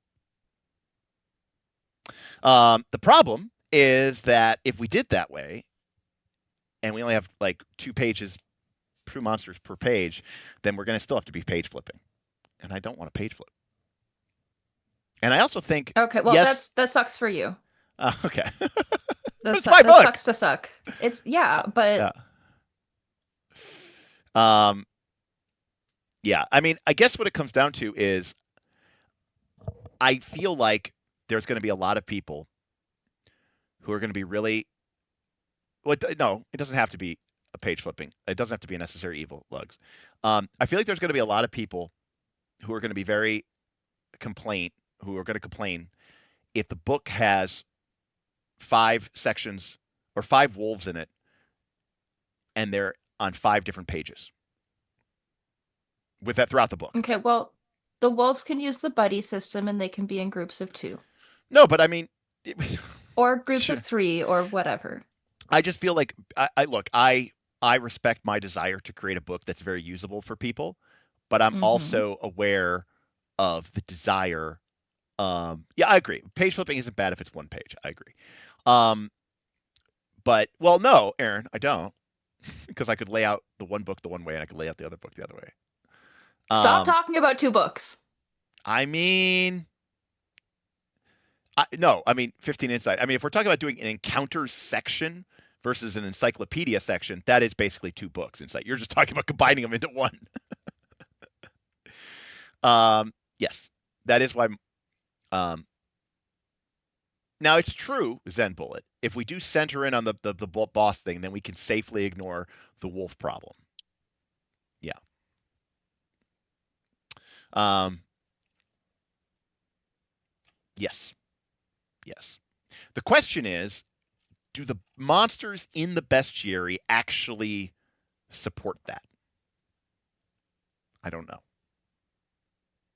Well, I don't have the bestiaries. You have the Right. bestiary, so Right. And I don't know it, by I don't know it by like, the back of my, by the back of my hand. The other problem, okay. well, maybe Well, not other problem, but is with your approach. mhm. I'm being devil's advocate to my own idea here. Is it is designed to support low prep, no prep play, and not everybody is going to be using the bosses from that book, and they might still be like, Okay, yeah, the party went into an ancient tomb. I want an ancient tomb. I want to sure. put together an undead encounter or whatever. So we'll make sure that some of our factions function as like ancient Yeah, tomb faction. right. Because Like there's no yeah, way that these factions are going to be created in a way that doesn't result in a like necromancer sure. and undead kind of style faction. We would We hope. can make sure that we are serving both masters. We would hope. Yeah. So, Well, no, I'm saying definitively this is doable. uh, okay. Okay. Make it B5 and wirebound instead of spiral. What the fuck is wirebound? Um, Stop trying to distract Derek with different kinds of binding. This is right. not this is not a meeting about bookbinding. We are not talking about the binding of the book right now. This meeting, we're putting a pin in bookbinding. We're not talking about it right now. So Zen, I only know my experiences as I have lived them, and for me, it's less about bosses and villains. It's more about like the group is traveling on the overworld in a way that I didn't expect, and I need an encounter. The group ended up taking a job for Don Giovannis, the space mobster, and now they're going into the industrial undersewer of an ancient or of a crumbling space port. And I need some sort of space sewer encounter. It's not always necessarily this very convenient, like, oh, it's tied to, you know, this ongoing threat. I'm trying to use this boss as a plot point. Sometimes it's quite literally just, you know, shit went sideways. Now, the monster families do serve as an encounter maker for Psych, but only if you are okay with, making, you know, uh, a monster of an encounter that only has one type of monsters. If you do it like that, Mhm, and Marxism isn't mhm, wrong. If we design, mhm. if we lay it out faction based, we're really making a book of encounters, Yes. not a monster compendium. It just so happens that every monster in it is new. Yeah. Does that is that bad? Is that a problem? Should all monster books necessarily be laid out alphabetical by species? Is that a defining trait of monster books? Okay, well, let's consider that we're creating a Fabula Ultima book, and Fabula Ultima is meant to evoke the aesthetic of a JRPG. If you are traveling on the overworld of a JRPG and you have a random encounter, is your random encounter necessarily always going to be 100% slimes, or will it be a mixture of like Oh, it would definitely be a mixture. slimes? Exactly. And that is why we should be curating it as a mixture because the source material is a mixture. And so, in order if you are doing Fabula Ultima and evoking the aesthetic of a JRPG game in your Fabula Ultima game, you're not going to have an encounter that's 100% kobolds. You will have an encounter that is a mixture because those are the kinds of encounters that you would have in the aesthetic that you are reaching for. Right. Yes. I understand that, but would the audience? If they're playing Fabula Ultima, then this is what they want. Yes. Well, no, if they're playing Fabula Ultima correctly. But I wonder how Okay. many people are playing it correctly. Okay, so the thing that you have in your heart is that you want to make a product for people who play Fabula Ultima incorrectly. Well, I'm trying to reach people where they are because this isn't my baby. If it was my baby, Okay. I would go full Luke Crane and I would say, "Fuck you. This is the way I think it should be done. It's the right way to do it. You're doing it wrong. You're having fun wrong, and you should do it my way. And if you don't like doing it my way, get fucked." Right. But I'm trying to compromise here. You know, I'm trying to be like, look, I want to create a product that's going to help people run their Fabula Ultima game. Yes. And I've seen online a number of times that people have struggled with the fact that there's not a copious amount of monsters available that are kind of just routine. Yes. Yes, G Helmet. I want my Fabula Ultima encounters to look like one that we would see in Final Fantasy IV. Absolutely. Yes.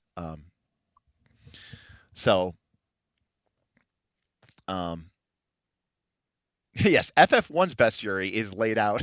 It's true. It's not laid out alphabetical order. It's just laid out in the order in which you would encounter them. So, like, you know, trolls are, you know, middle of the book because you encounter them in the middle of the game. Imps are at the very beginning because you encounter them first. Well, that's the thing, Marcus. Part of my vision for this book is to create something that is going to be maximally useful for the largest number of people, but isn't just, you know, rubber stamping the way that that the way that it's always been done. Right? Bestiaries, the way they've always been done, has been laid out alphabetical, you know, A to Z. Orcs are in this part of the book, you know, Bandersnatches are in this part of the book. Full stop. Okay, so we call it an encounter compendium. Moving on.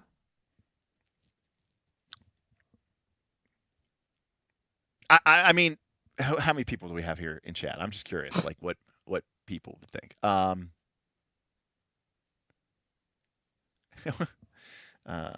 don't even have. Oh, here we go. All right, we got 85 people here, so I will do a poll. Oh my god. I'm still a live streamer. Yeah, fine. Do your poll. Thank you. I know you guys appreciate the poll. All right.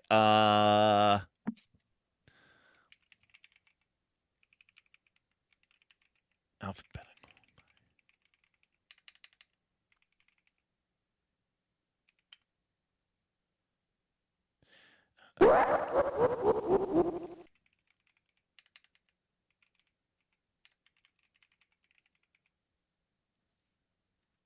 Vin wants them organized by environment. Yeah, I could see that. No, he's wrong. I mean, why is that wrong? I could see that. I don't think that's because they should wrong. be organized by faction. Period. End of story. I could also see a point to be made where you lay them out by species. So we say those can all be this lists in the back. You know how like D&D books would have lists in the back, the indexes where they list creatures by like the plane that they appear in and the environment that they appear in and blah blah blah blah blah. All of that can be indexes in the back. All right, we got a poll. One is for alphabetical by species. 2 is faction based. 3 is environment based. 4 is something else. Now, agreed the species could be infinite. All right, fair enough. Scotty, explain yourself. What is your number for something else? Explain yourself to me. Yes, you can't vote number 4 and then not explain it, Scotty. Yeah. To be clear, on the Discord, I think faction based did win. Just saying. So I would expect it to. Now that is truer to my vision because I want that.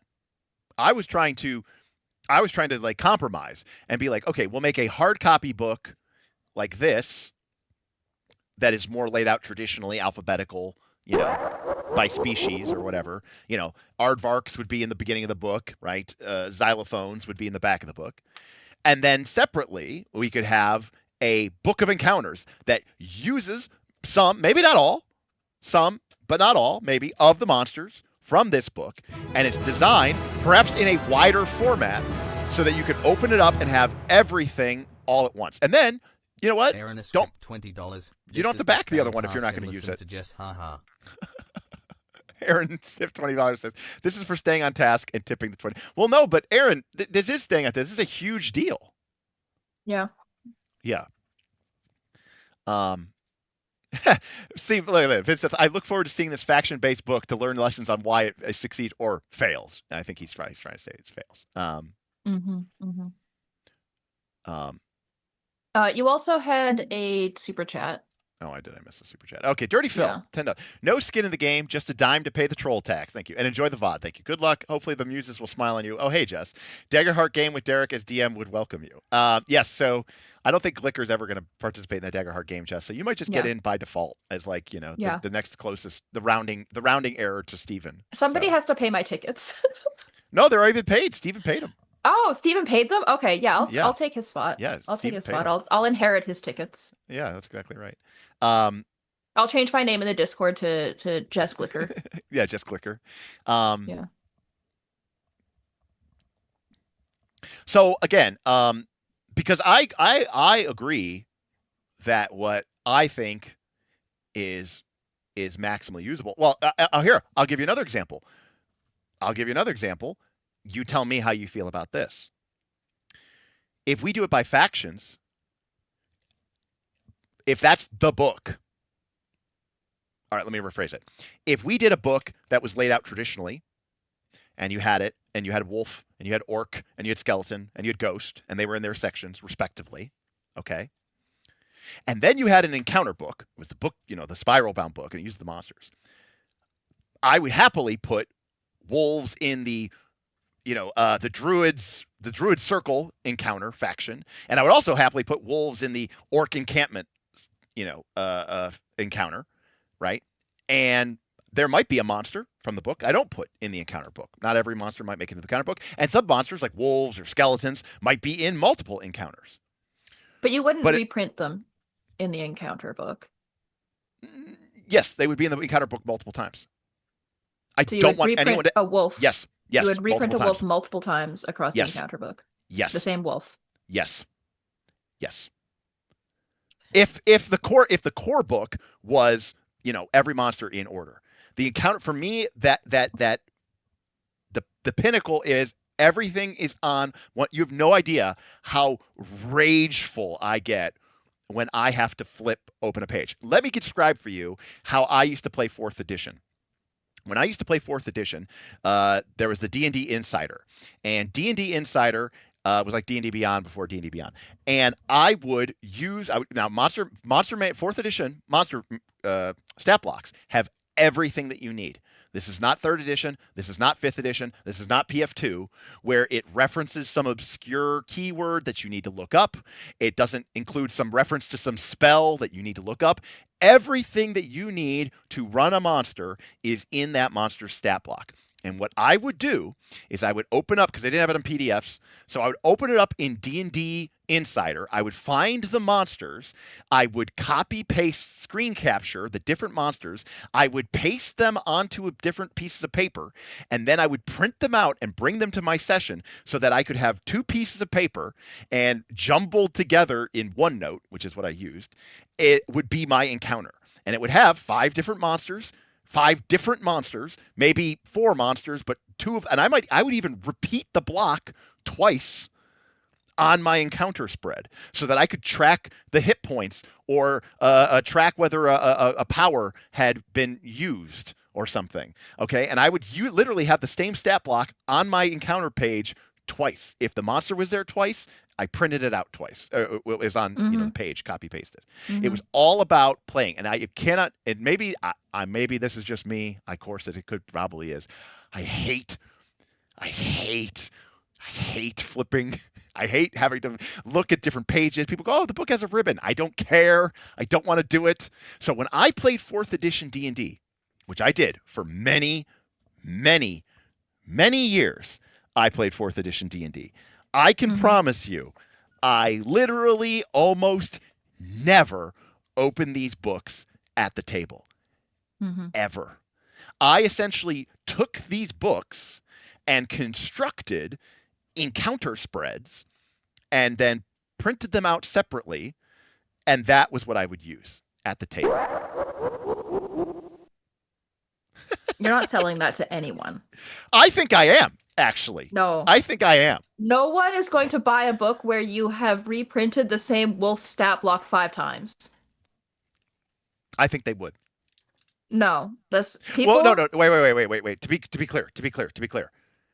I would only do that if that was the secondary book.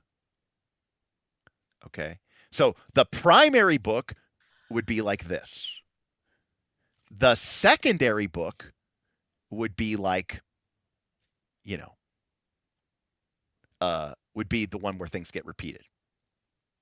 If it was the only book, if the only book was a book of factions, then no, I would not repeat the skeleton. It means that the skeleton Dreadguard would only ever be in one page ever, right? I'm sorry, the Bone Shard, the skeleton, or the Osiomancer. The Osiomancer would only be in one encounter ever. Even though I think it might be cool to put the Osiomancer into multiple different encounters or multiple different factions.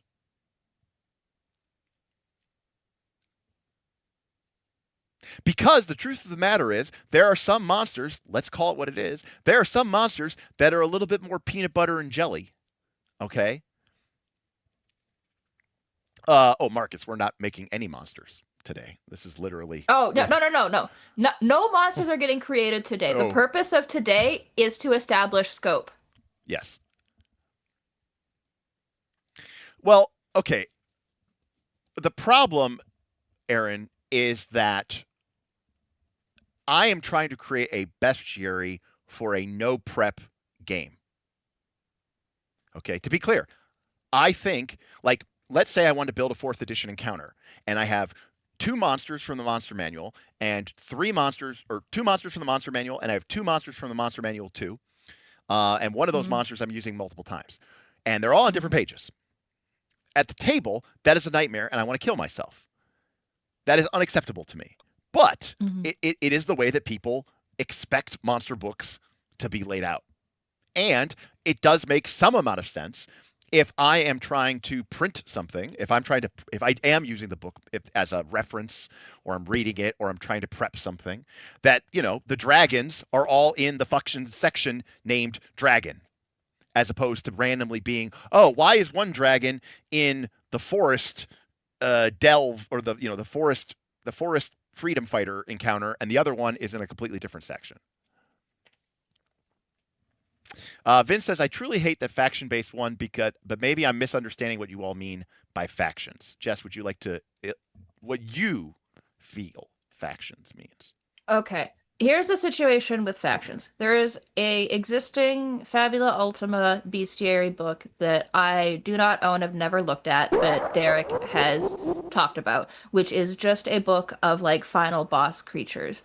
I think because we are creating a book that is going to not overlap at all with that book, but will support the use of that book, our objective should be to create groupings of creatures that function as henchpersons and encounters that build up in a campaign where you are using that final boss. So you would choose your boss from the book, and maybe your final boss in the book is like a fire dragon or whatever. And then you would open up our product and you would see like the fire cultists section, and you would be able to pull encounters out of the fire cultists to use them for any fire-based final boss in a way that makes coherent thematic sense in your game. And not all of the fire creatures in the fire cultist category, they don't all need to be fire elementals, and they don't all need to be wizards who specialize in fire spells, and they don't all need to be little rocky magma guys, but they can be a mixture of all of those things that kind of make coherent sense to put into an encounter together. Like if you were walking around in the lair of the fire boss in a JRPG and you had a random encounter, that random encounter would be like one fire mage, two fire elementals, and a rocky magma guy. Correct. I need to do this quickly, otherwise I'm going to get demonetized. Don't start playing. Don't start playing. Okay, good. I opened up my thing. Okay. So, okay. I'm trying to show this here in a way that makes sense. Let me show you Foundry. Unfortunately, I can't share this with you, Jess. You'll just have to, I guess, look on the screen if you're not watching. Okay, so on the right of the page is a grouping. The group went into a dungeon that was called the Verdant Library. Okay, and the Verdant Library was, this was the Verdant Library. It was a, oh, we're in a fight. Yes, I don't care about your thing. So this was the Verdant Library. It was a, okay, thank you. I don't know why you're doing that. The Verdant Library was a Slay the Spire style dungeon where the group went through, and they were this crumbling ruin that was overwhelmed and whatever with plants. Okay, for the Verdant Library, I have a folder full of monsters, which include things like, and then, well, we also had different scenes for fighting. Okay, and in the Verdant Library, we had things like, let's see here, go to actors, go to fire. We had things like Assassin Vines and Dryad Archer and Dryad Mage. And we had things like Shambling Mound, and we had things like Toxic Shroom, and we had things like Treant, and we had things like Mandragora. Okay, and that's, you know, fundamentally these would be different species families. Like you could imagine, we could do a whole spiel of dryads, right? We could have Dryad Archer, Dryad Mage, Dryad Knight, Dryad this, Dryad that. Okay, and then I also had these plant-based monsters. So we had like Assassin Vine, Shambling Mount, right? I'm just using classic 3.5 monsters, right? Assassin Mound, Treant, right? And I don't exactly remember what. I don't know why this guy's mini is so small, but you know, the Treant might have been the Shambling Mound might have been a brute, and the Treant was probably a sentinel, and the Assassin Vine was probably like a saboteur, or maybe it was a hunter. I don't remember what it was. Actually, we can look it up. It was a brute. Okay. So, anyways, point is, these would be in different species or different families of like species-based family, but they all went into my Verdant Library folder so that I could make Verdant Library encounters, ultimately so that they could fight this Rafflesia, this shimmering plant lady villain boss who was the final boss of the dungeon. Okay, so they were all supporting her thematically. Her faction, if you will, the Verdant Library faction. That is how I have been building my, encounters. Okay. Similarly, now let me show you an example of where this is very different. Okay. So if I go to the last dungeon that we did, was the Ancient Dragon Lair. Okay, and they were fighting, you guessed it, the Ancient Dragon. And we had established that there was, and this occurred during the group's adventure through this great forest. Okay, and during the course of going through this great forest, the group discovered this battle or whatever, this dragon cave. Okay, and the group went into it. However, because of it being this narrative game, where a bunch of crazy shit happens and Ultima points are spent and bullshit is made up and people spend Fabula points. We established that Aaron is a Viera, which is a race from Final Fantasy. They're bunny people with bunny ears. I had created a 6-pack of Viera. Okay, there was a Viera Blade Master, a Viera Green Mage, a Viera Hunter, a Viera Life Singer, a Viera Nightshade, and a Viera Ward Lancer. And yes, that's 6 roles. Okay, the Hunter was the Hunter, the Green Mage was a Mage, the Blade Master was a Brute, the Ward Lancer was a Sentinel, the Nightshade was a Saboteur, and the Life Singer was support. But, so you could think of it, I picked one family, the Viera, and I made 6 of them. But through some random bullshit, we had established that one tribe of Viera had become like the Na'vi from the 3rd Avatar movie and became like worshippers of ash and destruction, and actually viewed the dragon as like a living god of destruction and viewed it as like nature's purification of the unworthy. And they had basically become, kind of like cultic psychopaths who worship the dragon. I took that Viera family and I added it to the Dragon's Lair encounter, which was normally full of the shit that Jess was talking about. Magma snakes and salamander brute creatures. Okay, that was what was quote unquote supposed to be in there. Those were the monsters that were supposed to be in the Dragon Lair. But the group, through the random bullshit that happened, ended up bringing these Viera in. And doing this in Foundry was really easy. And I would love to be able to figure out the best way to try to represent that at the table. And that's all I'm saying. Is like, from a usability perspective, if this stuff was all available, and I get print locks us in to a certain extent, but I'm trying to sort of replicate that level of flexibility and that level of convenience, because, like you could see these guys, the art, I didn't change the art. This is actually the art from Azur's elves, actually. They just had long ears, so I pretended they were bunny ears. These people, I didn't redo the art that Azure provided. They're supposed to be flaming apocalyptic ash cultists. I just used the same art. And so again, I'm trying to figure out how do I replicate that level. Okay, so Chad has been saying that they think that everything that we've been saying about the way that I want to do it is actually environment based and not faction based. So all of this hemming and hawing about whether we're calling it environment or faction or whatever is ultimately irrelevant. We are making an encounter book. Okay. So if you make an encounter book, mm-hmm. I would agree. If it's just an encounter book, okay. So we've talked about this.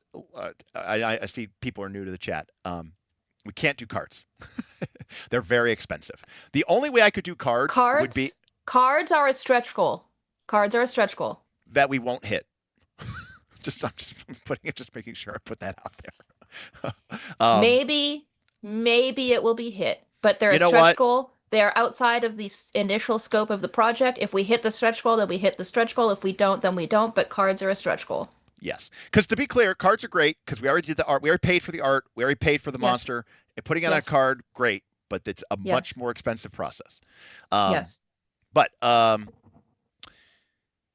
yes, that's fine as long as you all agree that in this book of encounters, because if that's the only book that you're buying, then monsters can never be repeated. Because that would be lame. Because then you're literally paying for it. Now, granted, people do this in adventures all the time. But the problem is when they do it in adventures, what do? They go, Orc Brute. See page 5. Right. And then so they're basically telling you, flip the fucking page, right? Yes. So you could do that. You could do that. I'm just thinking maximum usability. And McNancy, I agree. And if I had $1 million, I would just print it on cards and not give a shit. But I don't. And also, I'm not some 195,000 sub YouTuber. I'm not Neon Odyssey. I'm not Legends of Adventures. I'm not Critical Role, Daring to Impress. Doing cards is really expensive. And we're not dismissing cards. I'm not dismissing cards. We want to do cards. But the reality is that cards are a stretch goal.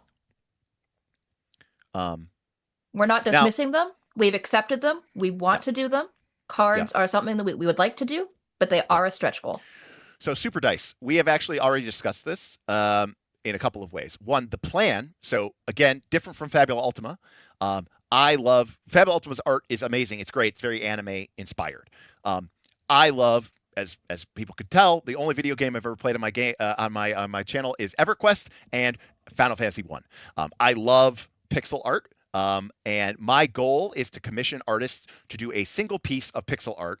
And just like those original NES JRPG creators, my plan is to commission one piece of pixel art and then get the files. And then I am capable of doing this because I am actually really good at Photoshop, is I'm going to use lookup tables. They're called LUTs, along with a couple of different tweaks and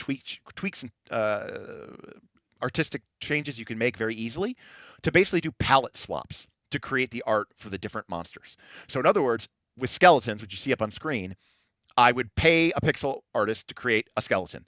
And then I would maybe, change the pixel art to be very dark and gray and purple. And that's our Oseomancer.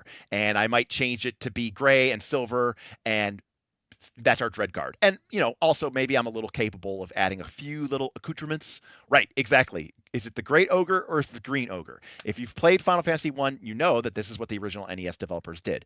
The pixel art for the ghoul, the ghast, and the zombie were all the same. They just, changed the pixel palette.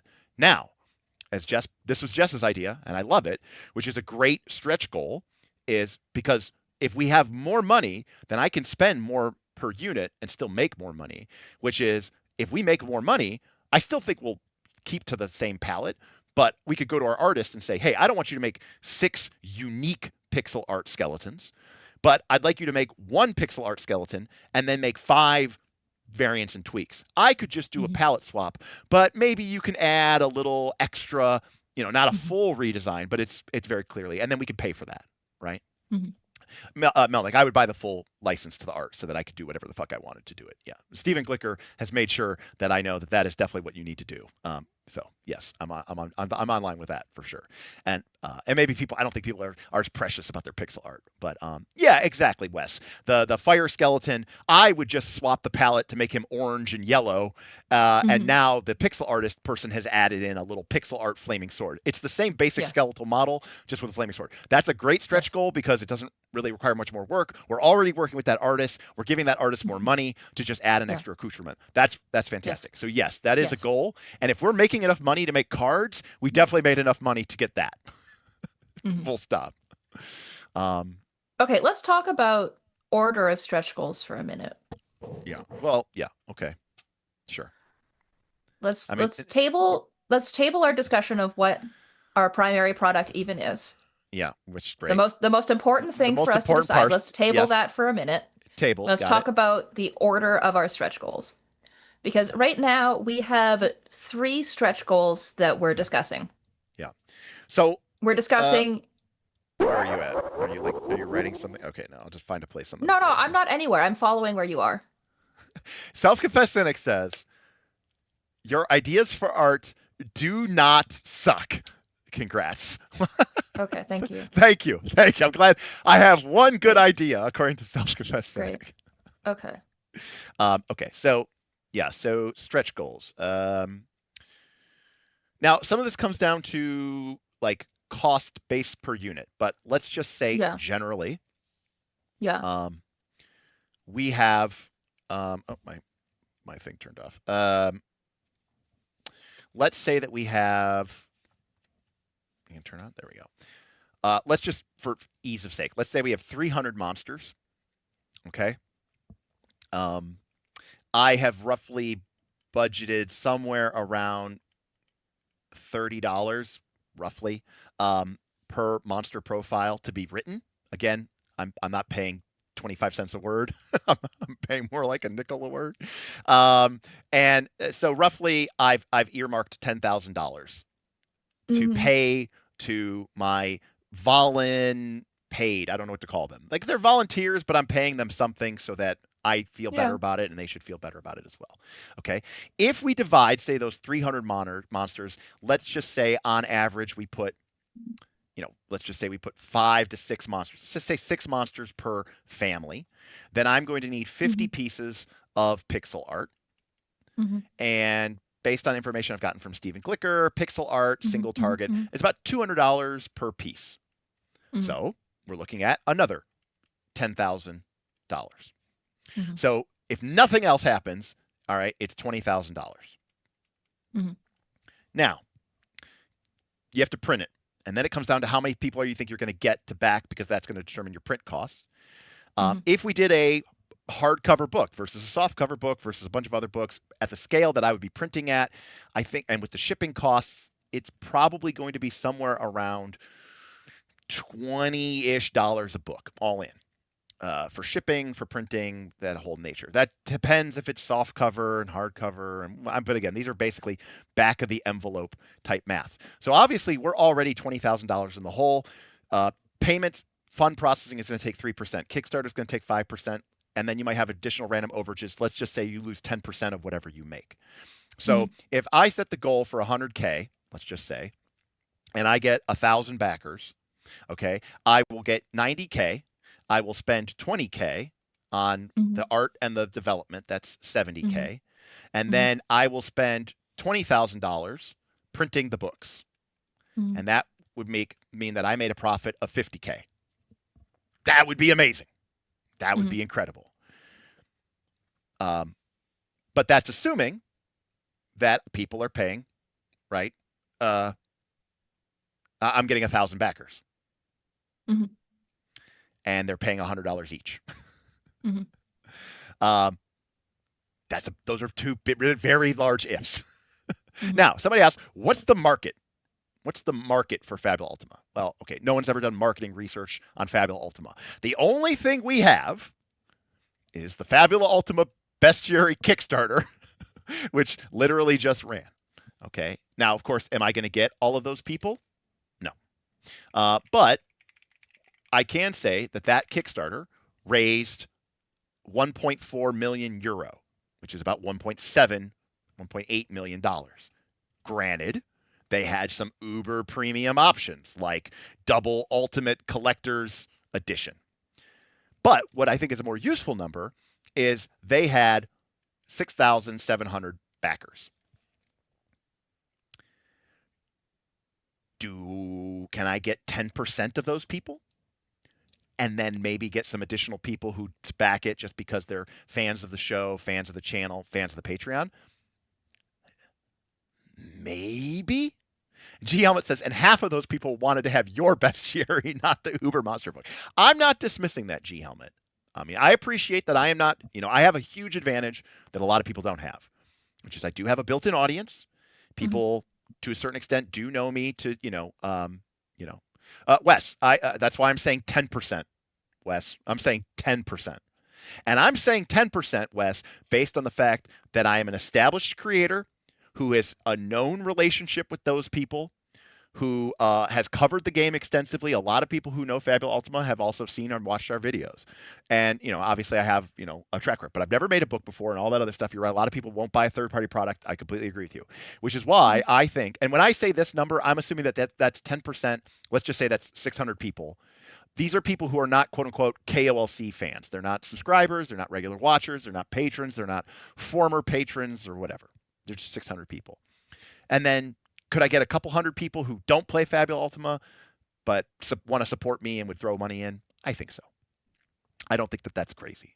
So I don't think $1,000 or 1,000 people at $100. What are you getting for $100? Bestiary? An A5 hardcover? Are people really going to pay that? Probably not. So what would happen if it was $60? Well, now that becomes 60K. And then, payment processing and all that other stuff knocks that down to 54K. And then I take off the 20K because that's a fixed cost. The artist and the fixed, that leaves me with 30K. And then my printing cost is still 220,000. And now I've only made 10K. 50K would be enough for me to be like, wow, that's like enough for me to live on it for a year. 10K is like, cool. I can go to Vegas and maybe or Disney World with Disneyland with Jess and Steven and not feel bad. That's a huge difference. And in terms of, do I have money for a stretch goal? Well, the answer is no. And by the way, any stretch goal that I do, when I was at that 50K level, that's assuming I got 1,000 backers at $100 each, all that stretch goal is coming out of my profit. Mm-hmm. I'm paying for you to get more stuff, and I will have less money. I mean, I'm not trying to make that sound like diabolical, but that's just the way it is. So if that $100 got you a book, but because of the stretch goals, it's now getting you art on every page, or unique art for every monster, or quasi-unique art for every monster. If it gets you cards, if it gets you the bonus book, that's all great. But I am essentially, to a certain extent, paying that out of my profit. Now, is it worth it if we get more people because of the stretch goals? Yes, but also, is that really how stretch goals work? Do people look at a Kickstarter that's at 50K and at 100K you get cards and they think, I'm going to back because maybe we'll get to 100K? No. And in fact, I also know from a lot of Kickstarters that a lot of people back wanting to get to the stretch goals, and when they don't get to the stretch goals, they cancel their pledge. Mm-hmm. So then you think you've made this, the Kickstarter ends, and then you lose all those people. Imagine having to tell people you have to roll back the stretch goals that you did hit. Nobody does that because it would be terrible for your PR. So you know what you end up doing? Eating that cost. Mm-hmm. There are risks. Which, by the way, when that happens, then sometimes the creators disappear and they never print the book and they take your money and they run away. You never see them again. I'm just trying to make sure that everybody is aware of the when we talk about stretch goals. So, okay, yeah. Here's the thing. Yeah. Some of the stretch goals will automatically integrate into the book. Like changes to the art will just automatically integrate into the book. Vin, I'm getting to that. Can you, Vin, just hold on for a minute. I wrote them down. You say, oh, we haven't even listed. I've been writing them down. We're going to talk about it. Calm down. Okay, anyway. So art changes will be automatically integrated into the book. However, something like cards does not have to just automatically go out to everyone. Every crowdfunder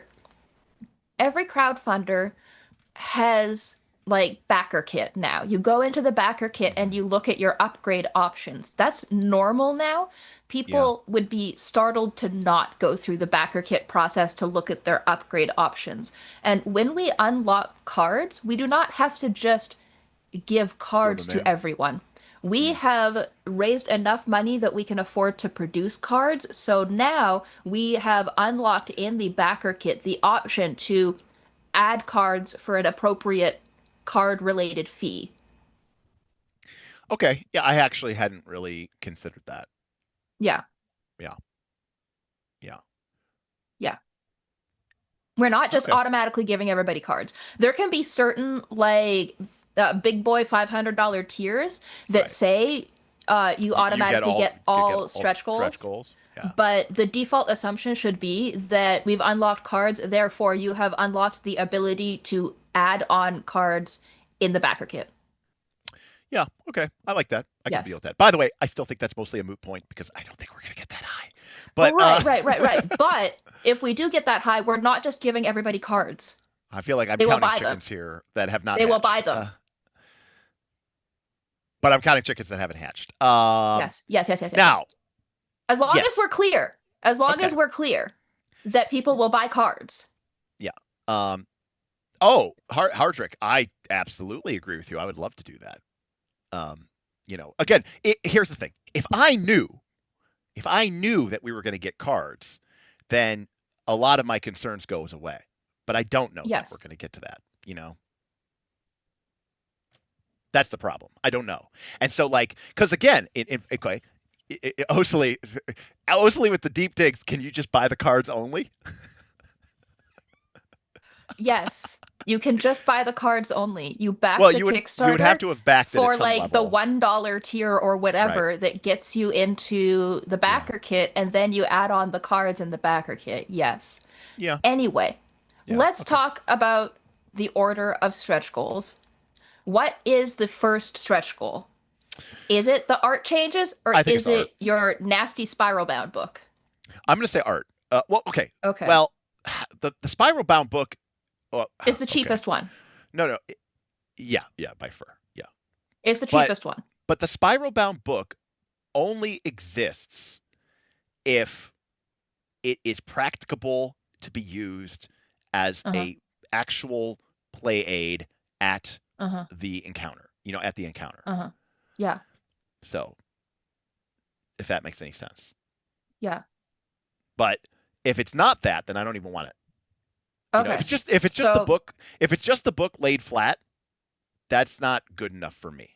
Okay, right? so we're Now- erasing your Nasty Boy book. Okay. Now, that being said, Okay. if we do unlock the cards and there's some sort of now if we had some sort of folder, right, that you could Yeah. put the Put your cards into cards in. to build encounters. Yes. And that way it's like a card carrying, and then you could actually store them as an encounter. Yes. And then you could build But your you said own you didn't want encounters. that. Because when I asked you if the cards would meet what you... No, listen to me. When I asked you if you wanted if the cards... God damn it. Why did this happen to me? What happened? The Zoom window got full screened and Escape isn't getting it out of full screen. Oh my God. So it's not my fault. Okay. No, you have done nothing. I have done something on my computer. I've definitely done nothing. That's for sure. Scotty says, maybe make the spiral bound a POD on Lulu or something. Well, okay. So the advantage. Okay, here's the problem. The problem with the cards. The problem with the cards is by themselves, the cards do not solve the problem. The cards do not solve the problem of I need an encounter with a bunch of evil aligned forest druid people. Right now. I love the idea of knowing I have this spiral bound book that I could just open up to a single spread, and I've got 3 or 4 stat box that I can just use. Because even with the cards and even with the binder or whatever, unless you have that encounter pre-built for you, you're going to have to You're going to have to still build it yourself. You're going to have to think, oh, what monsters should I put in and what level are they and will they work together? Is that thematic? I have to search through my deck and find that card, search through this deck and find that card, and search through my deck and find that card. And don't get me wrong, that's pretty cool. But that doesn't solve that immediacy problem of just being able to just go straight to the book, open it up, and be like, here's an underground cavern encounter. Here is a dark forest encounter. Here is a fiery mountain summit encounter. Here is a city guard encounter. Here is a evil necromancer's lair encounter. Right. That is, right. That's the core I think problem.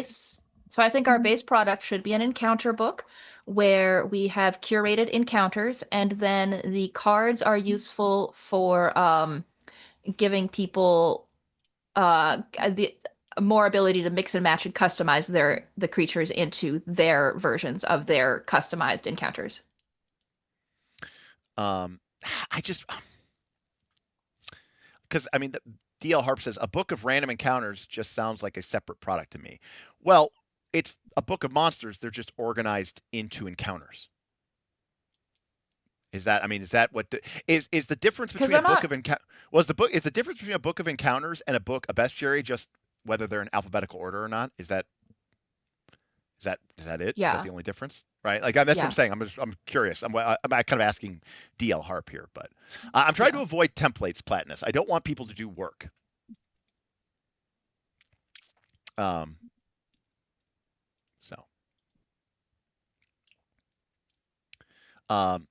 Yeah, I don't know. Now I'm torn because if we had the cards, no, that doesn't solve my issue.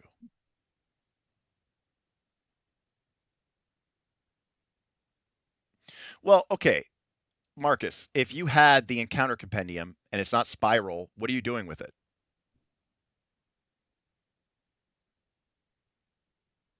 Okay, here's a question.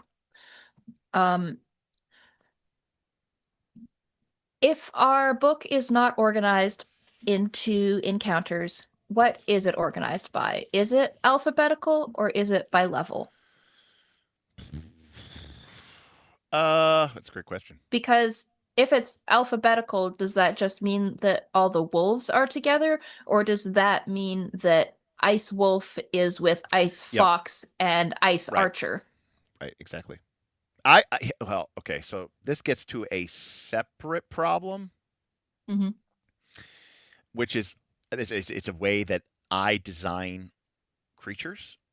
Mm-hmm. It gets back to points of resonance, Mm-hmm. which is I like for creatures of the same type to Yes. share some sort of mechanical connection between this, Yes.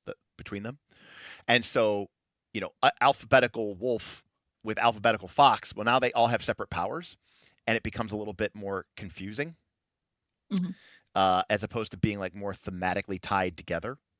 But Mm-hmm. it wouldn't be, well, that's just it. It wouldn't be wolf ice. It defeats the whole purpose, especially since we're trying to like thematically tie these things together. Again, I'm very much inspired by the 4th edition DM. Yes, Lollipop. I mean exactly like the 4th edition goblins. Thank you. With the shared family powers. Correct. All goblins in 4th edition were shifty. They all had this, or something like that. It was called sneaky or shifty or something. They all had that power added to them. All gnolls had this, I don't know, blood frenzy power that was all added to them. I like this idea that within a family, you would kind of share some mechanical DNA.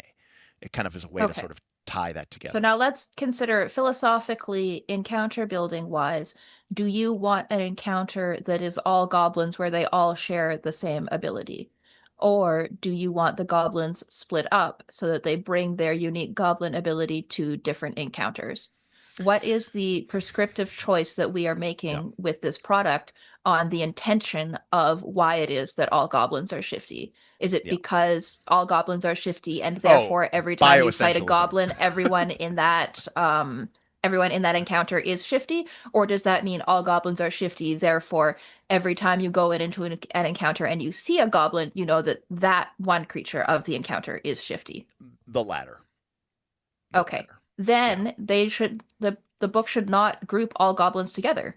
If the intention isn't that you build a goblin encounter where everyone in the encounter is shifty, then what's the point? What's the benefit to the user to grouping all of the goblins together? They're not intended to be used together. Yes. The reason for it is because I have a sneaking suspicion that a lot of people like DL Harp would be like, what the fuck is this? If it's not laid out that way. If you can't go to the goblin section of the book and see, oh, here are all the goblins, I think a lot of people are going to have a problem with that. I agree it's not useful. I don't think it is useful. It's not useful because you're never, what are you going to do? Open up the encounter and be like, here's 5 different goblins. I don't think, maybe some people might occasionally do that encounter, but I think most of the time you're going to be mix and matching from different pages and whatever. I think that's the way that it would be. But that's the way 4th edition was laid out. That's the way every other book ever created is laid out. And this is a situation where I'm actually trying to be somewhat reasonable and acknowledge that what I want is not necessarily what the prospective audiences would want. Right, but we solve this by calling it an encounter book. But I think that people would be less likely to buy an encounter book than a bestiary or compendium. And there is a financial component about this that I have to acknowledge. Mm-hmm. Especially if I want to reach people. We'll call it Bestiary Encounter Compendium. I guess my question is, because people are like saying this is a separate product, this is a separate product, this is a separate product. And it is to a certain extent. But to make my book, what I want is a book of encounters. But to make that book, you need a bestiary. Because the monsters in the bestiary aren't good enough. They don't work for what I want. So it's really a situation where the book I actually want to make is the Book of Encounters, available on a 2-page spread. Maybe even some asinine-ass, horrible fucking format like Wild Sea, which is like this like weird landscape format. It's crazy. spiral bound so that it lays flat with, I don't know, fucking flippable, book flaps that have, whatever. That's what I want. I want this workbook. But to do that workbook, I need the monsters. Because the monsters don't exist that I want to put into my encounter workbook. But I could just make the encounter workbook. So self-confessing, this is, by the way, what MCDM just did. They had a bestiary, and now they're making the book of encounters. You just have to do the work. Well, no, I see it as the same work. I mean, you're just using the monsters that you just made, and then you're putting them into another book. So I guess the question is that scope creep? If it's 2 books, yes. Because it would be 2 books. Here's the other thing.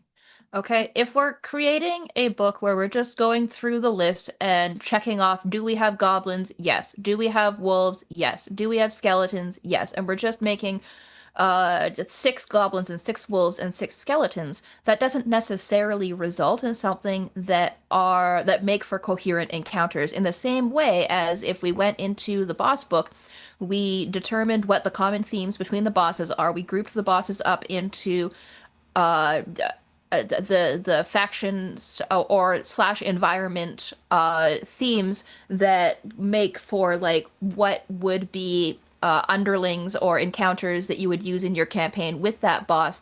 And then we design with the objective of, we're going to put 6 wolves somewhere in this book, but we'll figure out which of the bosses they match with best and make sure that we are creating coherent encounters. Those are 2 different approaches that will give 2 different results. And one of those results will be a book of coherent encounters, and the other result will be a book of a smattering of goblins and a smattering of wolves and whatevers. Right. And I guess what I'm saying is, I feel like what the audience needs is a book of coherent encounters. Yeah. But what the audience wants, what the audience wants is a book with just a smattering of goblins and a smattering of wolves and a smattering of trolls. But I think that that's what if we tie it to the existing bestiary book and we make it clear that this is a supplement to the existing Fabula Ultima bestiary, which is just a book of bosses, then the use case becomes clear. That's fair. I love that idea. I am doubtful that we will be able to create a truly compelling product based on that notion, because the bestiary is really weird. Right, really weird. But it is really it's weird. fine if it's weird, because we just need to make underlings that you would see in your campaign where you are building up to that weird creature. You don't fight the weird guys to build up to the weird guy. Yeah. You build up in weirdness. I also feel like if there's anything that people are likely to prep, because Emmanuel even said, we made the bestiary more as a way to teach people how to make their own villains. Mm-hmm. So, and to show you what's possible within the game space. So I think there's this idea that, you are still building your own villain rather than, But both books are for book. people who don't want to build their own creatures. It's not about not wanting to build your own creatures. It's about literally not having the time to, because... Right, sure, fine. Yes, I guess technically a villain could just appear out of the middle of nowhere, ephemerically, dynamically in the middle of a session, but that is much less likely, right? I think villains are probably more that, you sort of, build up to it. Again, if this bestiary was Derek Monsters of Myth, I would agree with you.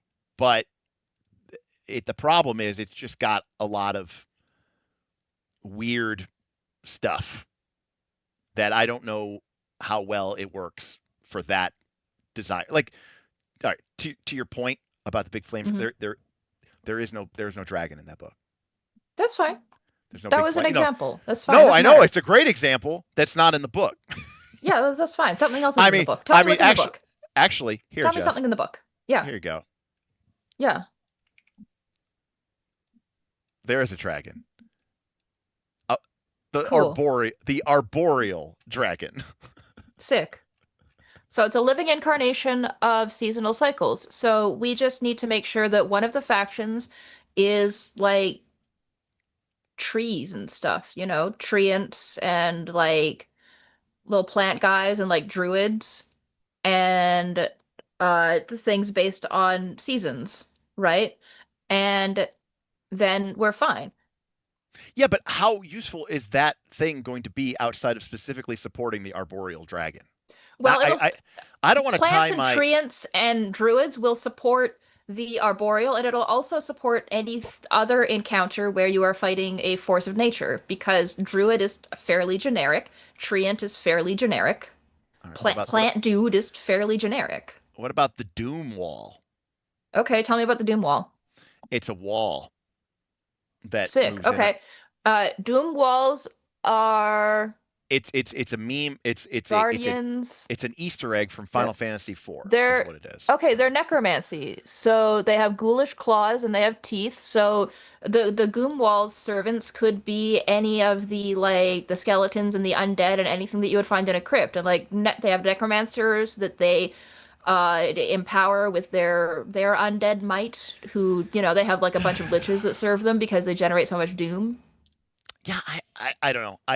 I see that more as like as a bonus rather than a essential. Like, I think it's fine to create a monster or an encounter and say this would work great with the arboreal dragon, or even just design the encounters with those in mind. But I think I want to create something that's more practical for people who are actually doing their own thing.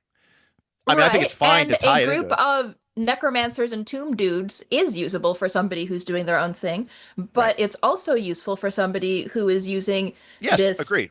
boss book and wants something that supports the Doom Wall. Right. No, I agree. It doesn't have to be exclusively for the boss. I guess the problem I'm running into is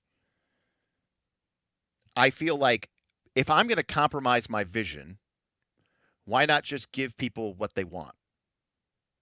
That's where I guess I'm at. Because the thing that they need is something that will pair well with the bestiary that they already have. But they don't buy the thing that they need. They buy the thing that they want. And at a certain point in time, I need them to buy it. Uh-huh. And again, if this was my precious baby and child, I would be like, whatever, I don't care. I'll lose all my money and I'll burn down my house. Which is why I'm not doing that project, because I would. But so I'm kind of just like, this is a situation where it's like, I feel like the random generic Fabula Ultima person is going to open up their compendium and be like, oh, sick, it's in alphabetical order, and here's a section on giants, and here's a section on orcs, and here's a section on trolls, and here's a section on jellies, and here's a section on, I don't know, crazy horses or something, dryads or whatever. And it's just there, and you open it up and you're like, oh, cool, look, 5 or 6 monsters, that are for dry. Here's what we're going to do. Listen, here's what we're going to do. We're going to write up the creatures that work for the encounters, okay? We're going to start figuring out what goes together to make the Tomb Dudes faction group that has skeletons and ghouls and necromancers and by the way, and whatever. By the way, I'm also a little frustrated because now if I put Skeletal Dude with the Doom Wall faction, that means that the Skeletal Dude can't be in another faction because we can't reprint the monster. Because we're going to have 6 skeletons total. Right? Scattered throughout the book. We're going to make 6 skeletons, one skeleton of each. Yeah, I don't know. I feel like that's just. We're going to make 6 skeletons, one skeleton of each of your. How am I the traditionalist here? How am I the traditionalist? We're going to make 6 skeletons, one skeleton for each of your role, and they will be in all of the encounters that all of the skeletons go in. They go into the Doom Dudes and like wherever else it is that skeletons belong. No, I definitely do and not. We will lay them out. Okay. We will lay it out encounter based, right? I do not. And then we will do a couple factions laid out encounter based and a couple remixing them back into alphabetical order, and then you will do a little bit of market research to figure out which of these two, when you actually have it in front of you, are people who play Fabula Ultima upsetted by the encounter. Yeah, I think that's the only thing, you know. Haldred says, yeah, because now I'm flipping to necromancy theme, not skeletons. Yeah, right. What? Market research? Well, the problem with the market research is the Fabula Ultima people also tend to be really like, they say they're really like, you know, they're like, come on, man, it's all about expression and do what you want and freedom to express. But I don't know that they're actually going to buy that. No, I mean, I think you're right, Jess. I think what we need to do is actually, you know, put out what this would look like and then Make ask people what they would make rather like prefer. 30 pages of content or whatever. Right. Focus in on some faction groups that are remixing the same kinds of creatures Right. and look at how it looks laid out in both Yeah. formats. And if some of the families, when they're done into alphabetical, are like a little bit incomplete, then who cares? If the skeleton section is only 2 pages or only 1 page in our test file, who cares? It's a test file, right? Yeah. Yeah. We're just Yeah. using No. it for market research. So if we only have Yeah. 3 skeletons, that's fine. We only have three Right. skeletons. Right. Yeah. I And mean, we I will guess. look at, yeah. I mean, actually, this is probably a better question. Okay. Let's see here. And I'm just these are, I don't know, call it faction, call it environment. Vin says in the chat, grouping by theme, start of section, it says supports the following monsters from the bestiary. Yes, that's exactly what I want.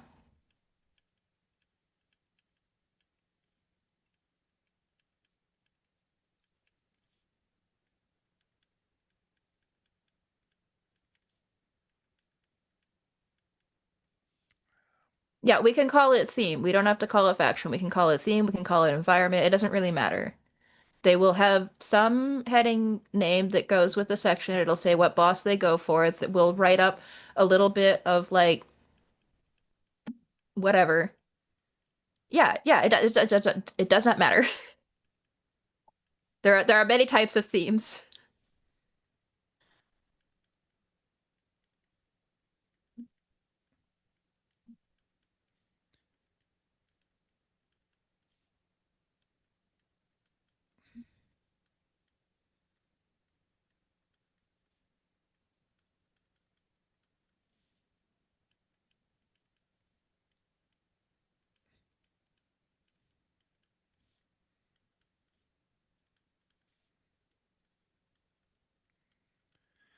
Okay.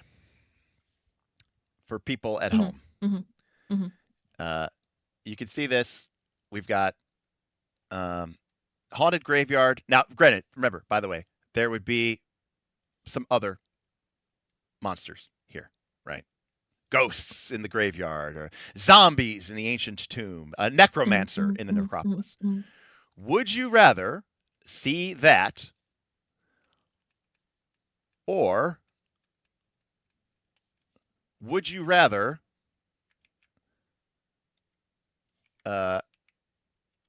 see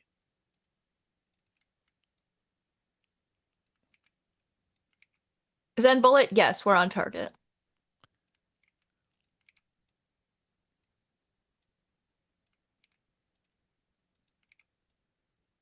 that in your book? This is what it really comes down to. And there would be, you know, I don't know, there'd be some, you know, there'd be a ghost, and I don't know, maybe there'd be like a necro plant fungus thing, and then the ancient tomb might have a zombie, and you know, the crumbling necrolisments could have a necromancer, and it could even have like a dark construct, you know, some sort of like obsidian sphinx type creature. Okay. Right, so you've got skeletal mages and a necromancer and some sort of dark construct, obsidian sphinx creature, you know, very much like thing. And the ancient tomb would have the skeletal hunter and the skeletal brute, and it would have a zombie, and it could also have a ghoul, and it could also have some sort of, I don't know, demonic, you know, some sort of demon creature. And the haunted graveyard could have skeletons and a ghost, and it could have a necromantic plant thing, like the blood fern or something like that, and what else could be an ancient graveyard? I don't know, I don't know, crazy old Ivan. I don't know, some some crazy caretaker. Okay, so those are the three options. Skeleton. We're looking focused just here on skeletons. Okay, which is in one book. There's 6 skeletons in the book. They cover all roles: Sentinel, Support, Hunter, Brute, Mage, Saboteur. They cover a level range, right? 10 to 20, with most of them being 15. Okay, and in one book, they are in 3 different kind of pre-made encounters.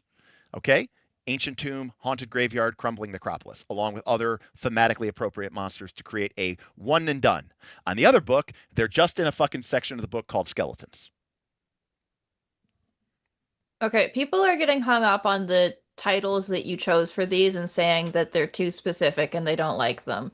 They're saying that they don't want to be prescribed that this encounter can only take place in a crumbling necropolis. Like, obviously, all of You're right. these You're right. are You know what? are You're necro right. dude encounters. Here we go. Encounter 2B, Encounter 2A, and Encounter 2C. There you go. Is that better? Is that what you want? Okay, listen.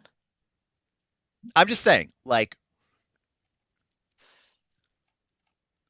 now the difference is now again, I know what you're thinking. You're thinking I'm sitting down to play the game, and right, and I'm going to prep a game, and I want to know where all the skeletons are. I want to open up the skeleton section and look in the book and get this. And guess what? That would be very ideal for that. But what I'm trying to say is that that's not how Fabula Ultima works. Okay?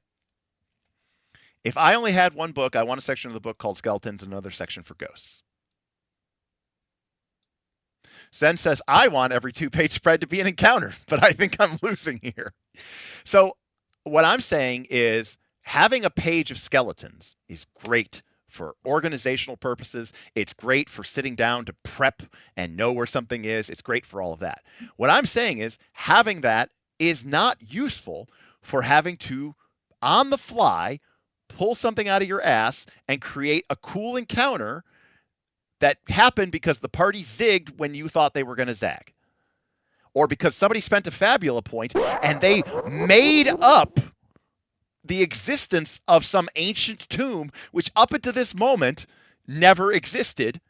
Okay, I sat down one night. I thought the Empire was going to attack Tim's fire temple, and they were going to be a big fight with the Empire. I prepped a bunch of Imperial stat blocks. Okay, the Empire's kind of like techno mage people, and then the party started bullshitting, spent some Fabula points, and they were like, oh, what if there's some sort of ancient complex beneath the fire temple where you can undergo the trial of fire, and Tim, as the Fire King, can go into the depths, conquer the fire champion, and become the new fire champion and require... And I was like, they were making all of this up, and I had to pull all of this out of my ass on the fly during the session because it just didn't existed.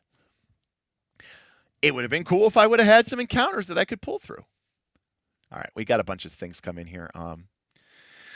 Okay, so Boothby says, if I only had one book. Boothby, Self-Confessed Cynic says, if I only had one book. Boothby said, that said, I want both books. Scotty F says, would you be willing to do the skeletons in the book and then a sample encounters appendix that lists the monsters and refers to the page number? I know it's not ideal, but it may be a compromise. It is a compromise because neither person is happy. At least the encounter is made. In fact, Fabula Ultima already does this. In their bestiary, in the back of the book, they have something that they call formations. Okay? This is a Fabula Ultima formation. This is at the back of their bestiary book. Okay?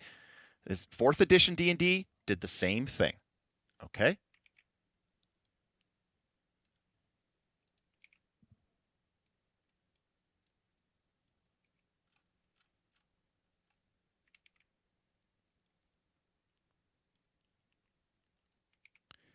So Fabula Ultima has this concept.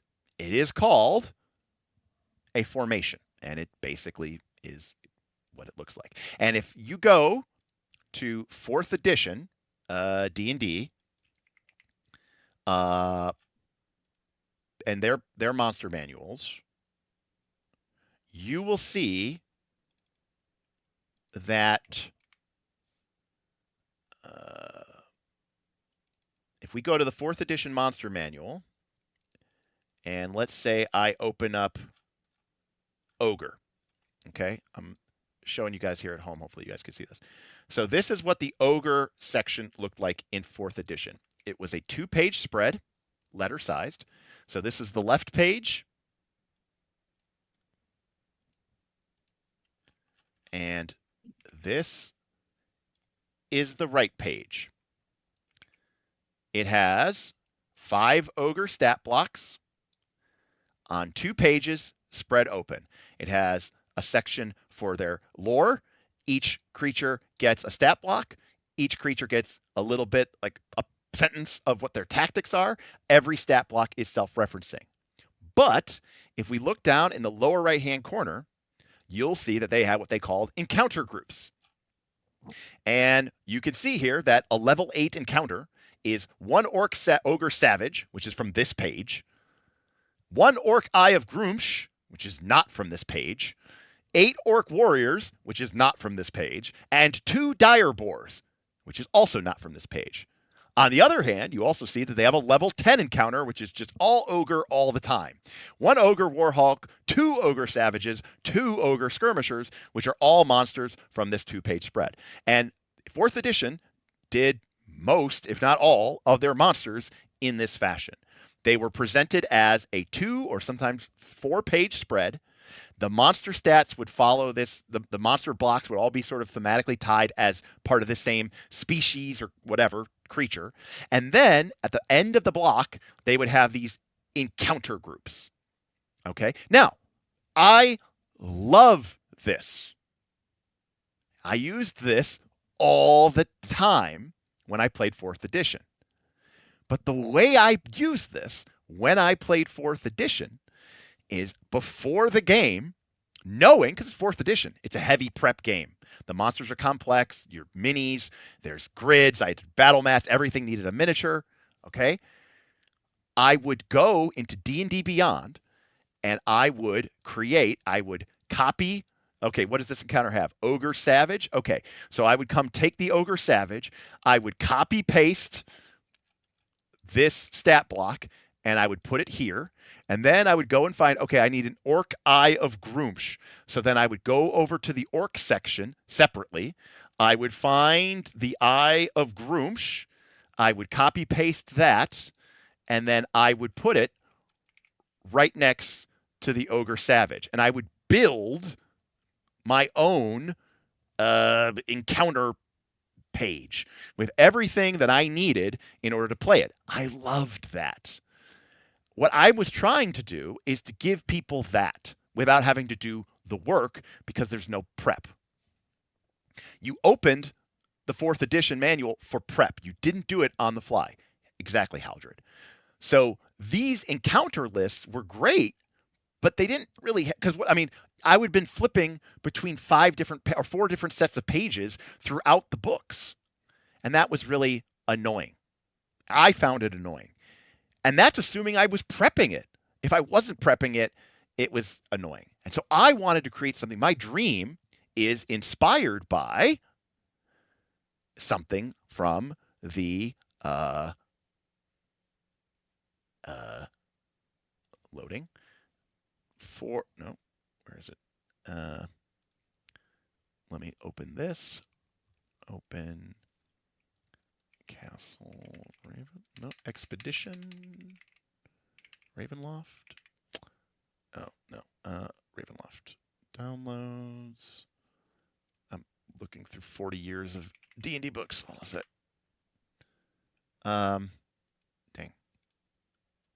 Dang.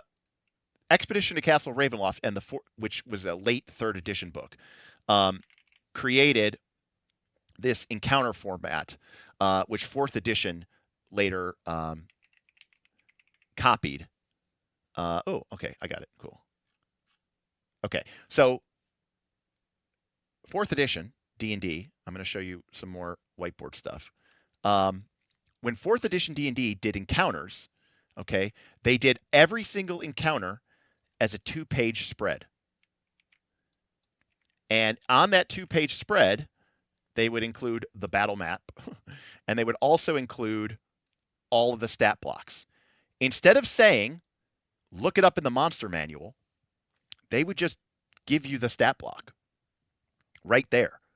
In fact, when you had a 4th edition adventure, you didn't need your monster manual because the 4th edition encounter had everything that you needed because it had the stat block from the monster manual. You didn't need to open up your monster manual ever.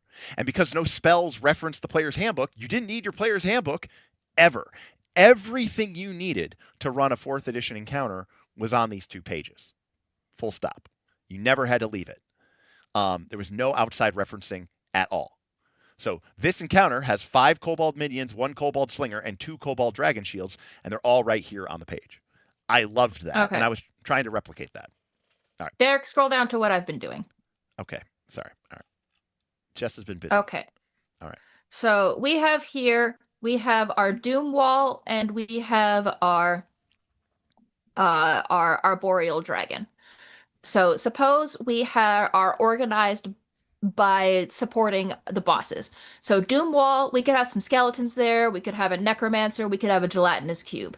Arboreal Dragon, we could have treants, we could have druids, we could also have an ooze that we write that is like a rot ooze that like goes around the forest floor and does like rot things. Yep. Now, we could organize by theme to support the bosses, or we could just organize by ooze section. You have your black ooze, you have your ice ooze, you have your rot ooze, you have your eye ooze, and you have your gelatinous cube. Yeah, and I feel like people are going to more fuck with the one on the right. Right, but this is more what we're talking about. It's not just here are 3 different encounters of undead dudes where skeletons are, and are you in a tomb or are you in a mausoleum or are you just in a cemetery, right? Like we're looking at. Well, it's the same. Yeah, I mean, it's the same way that this page from 4th edition, this 2-page spread of ogres. Now, unless you want to have an encounter, which is just ogres. Right? This page isn't doing you any good. Now, to be clear, exactly, they do give an example of an encounter, which is just 100% ogres. And I'm not going to lie to you, folks. When I played 4th edition, and sometimes things did go off, it wasn't completely on rails. Sometimes things did go off the encounter. I'm going to lie to you. A lot of times when the group did go off the rails and I didn't have anything prepped, you know what I did? I just used whatever was on the page because I didn't want to flip through pages anyway. So a lot of times it was like, okay, well, you guys are fighting gnolls. Okay, we're going to fight nothing but gnolls because I'm not flipping through pages. And, in other words, if an encounter happened in 4th edition and it was random and unplanned, low prep, no prep, which of these 2 encounters on the screen do you think I used? The one that involved me flipping to 4 different sections in the book? And I say 5 because I happen to know that the Orc Eye of Grumsh and the Orc Warriors are on different page spreads of the Orc spread. So technically it's on 5 different. You have to go to the Orc, and then the Orc, and then the Orc, and then the Direboars. Do you think I should pick the one that required me to have to flip through 1,000 different pages? Or do you think I picked this one, the one on the bottom, that everything that I needed was just right here on these 2-page spreads? Yes, I picked that one.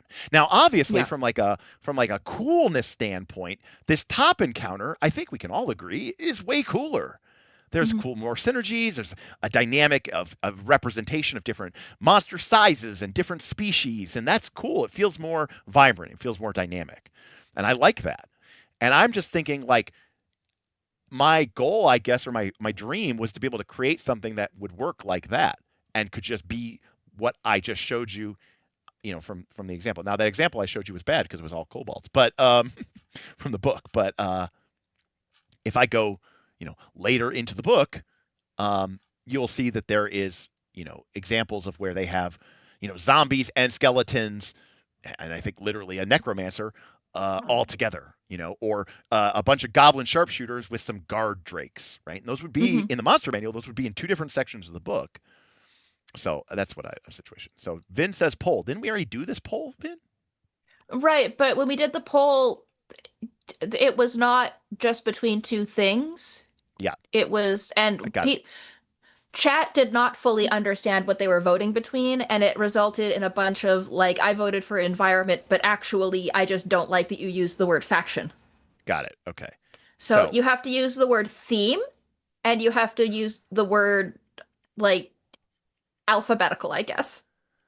theme or I don't know, biology? Is it species? I don't know. How would you describe this? If the one on the left is theme, yeah. Yeah, you know what? I'll say theme or trad. Thank you, Vin. Mm-hmm. Okay. Yeah, theme or trad. Okay, so everybody sees this on the screen. We got theme or trad. Theme or trad. Type is a good one too, by the way, Osily. Monster Family is also. Yeah. Now that, Bean Boy, that's tight by Sprite. Yeah. It's by the monster Sprite, you know. Boothby says, Derek, ignore the chat. This is why we don't have resonance in PF2. I know, buddy. I know. All right. Monster organization and basically the philosophy of how they are even being constructed. Yes. Because in this example that I gave of the Doom Wall and the Arboreal dragon, Right. the only reason Rot Ooze exists is to put an ooze into Arboreal Dragon. If Correct. Arboreal Dragon were not there taking up an ooze slot so that I could have a creature family in common between Doom Wall and Arboreal Dragon, which are pretty different creatures. I'm gonna say, like, not a lot of creature family overlap, in my opinion, between those two creatures. We would never have looked at the oozes and said, oh yeah, Rot Ooze needs to exist, right? Right. I agree. I actually completely agree with you.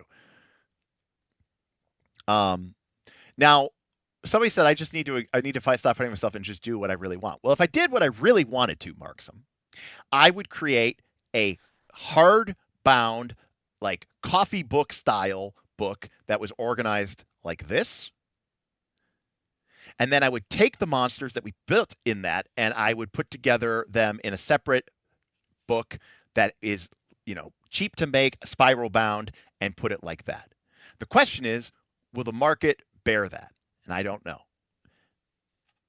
Also, Huldred, I've been pushing for broader themes. That way I can pick the theme of my boss and I could find time or void. Yes, the themes in the book would not be Doom Wall and Arboreal Dragon. They would be, the themes would, I would go through the bestiary book, which still I have not seen. I've seen these two creatures and that's it.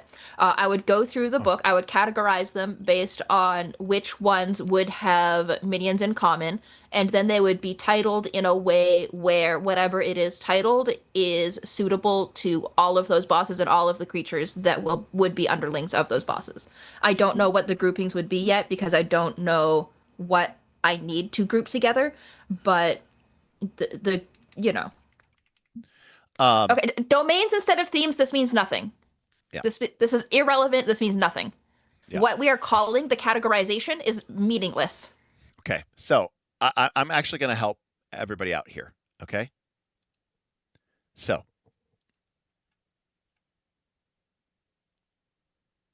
I'm going to help everybody out here. This showing on screen is an example of the traditional way of organizing monsters. Ogres, we've got 1, 2, 3, 4, 5 stat blocks of ogres. You can see that they're all roughly around level 10, 11, 12. Okay, brutes, skirmishers, minions. Not every rule, not every type. I would love to see it, filled in for my purposes. Okay, so that's one way of looking at the things. Now, separately, I'm going to take you to a book that was released by 4th edition at the end, a monster manual. It's called Monster Manual. It's called the it's called the Monster Vault, not the Monster Manual. It's called the Monster Vault. It's called Monster Vault: Threats to the Nentir Vale. Okay? And here is an example of threats to the Nentir Vale. So, if I pull up the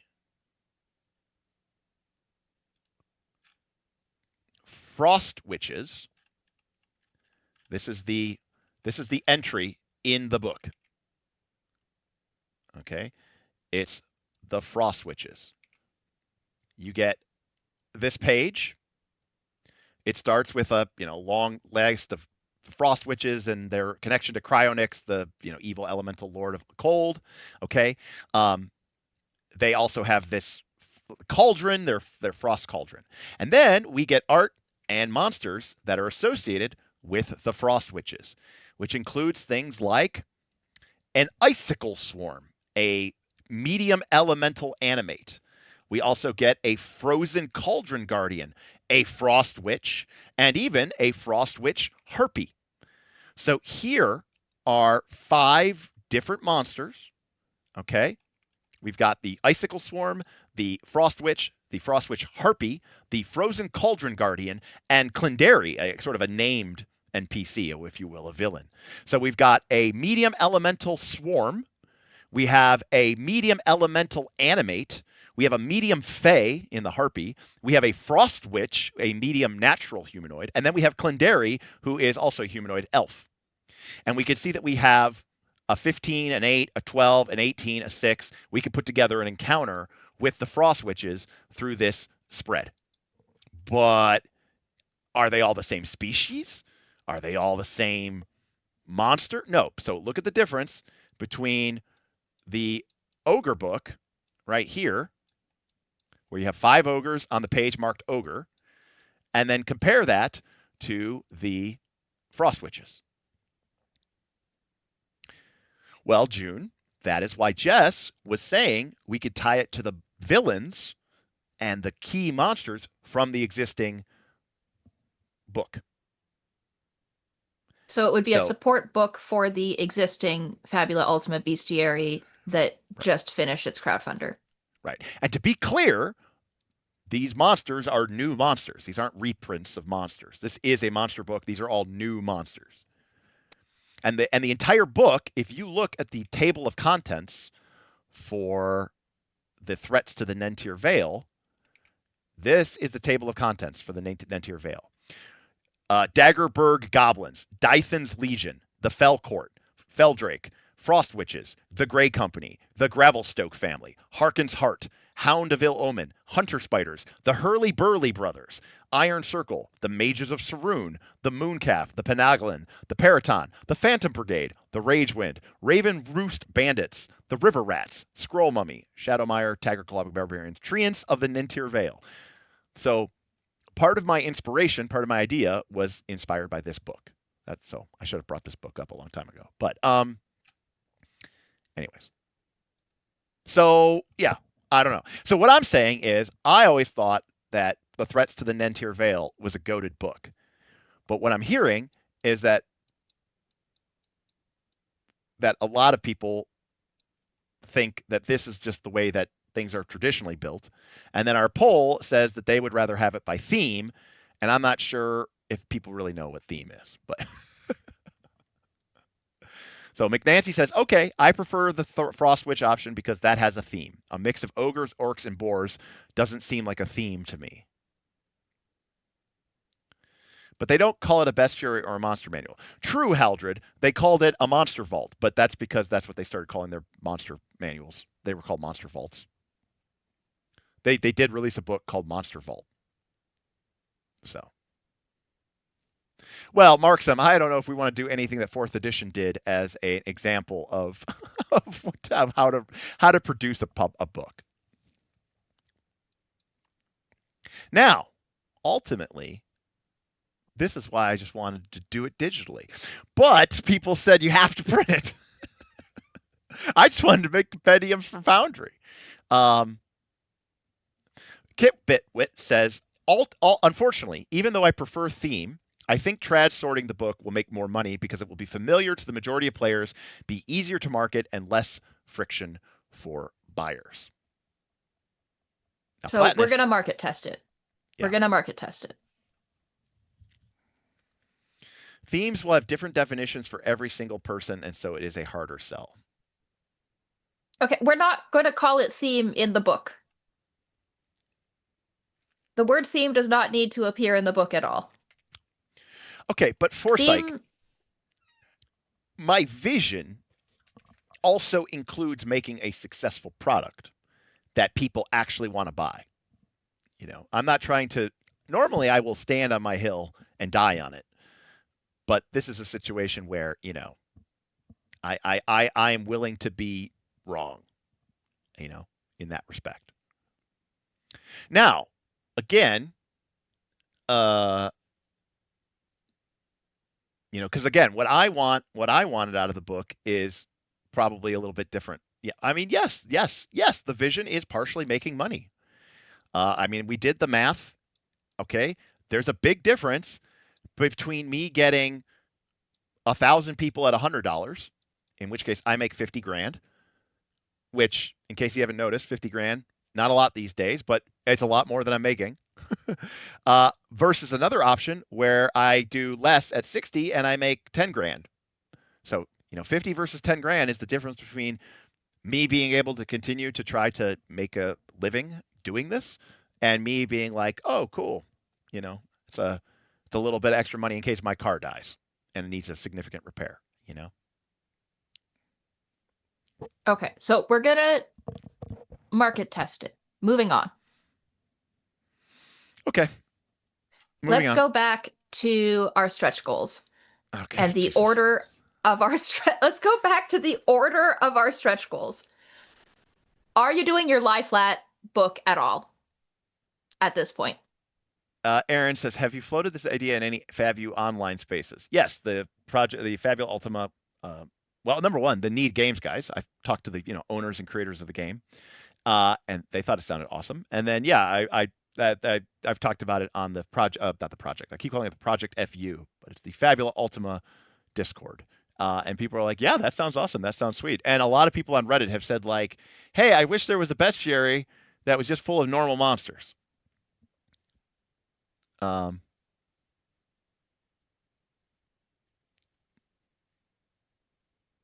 Anyway, are you doing your spiral bound companion book still, or are we nixing that at this point?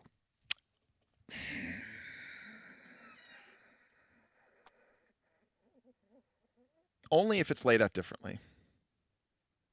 Okay.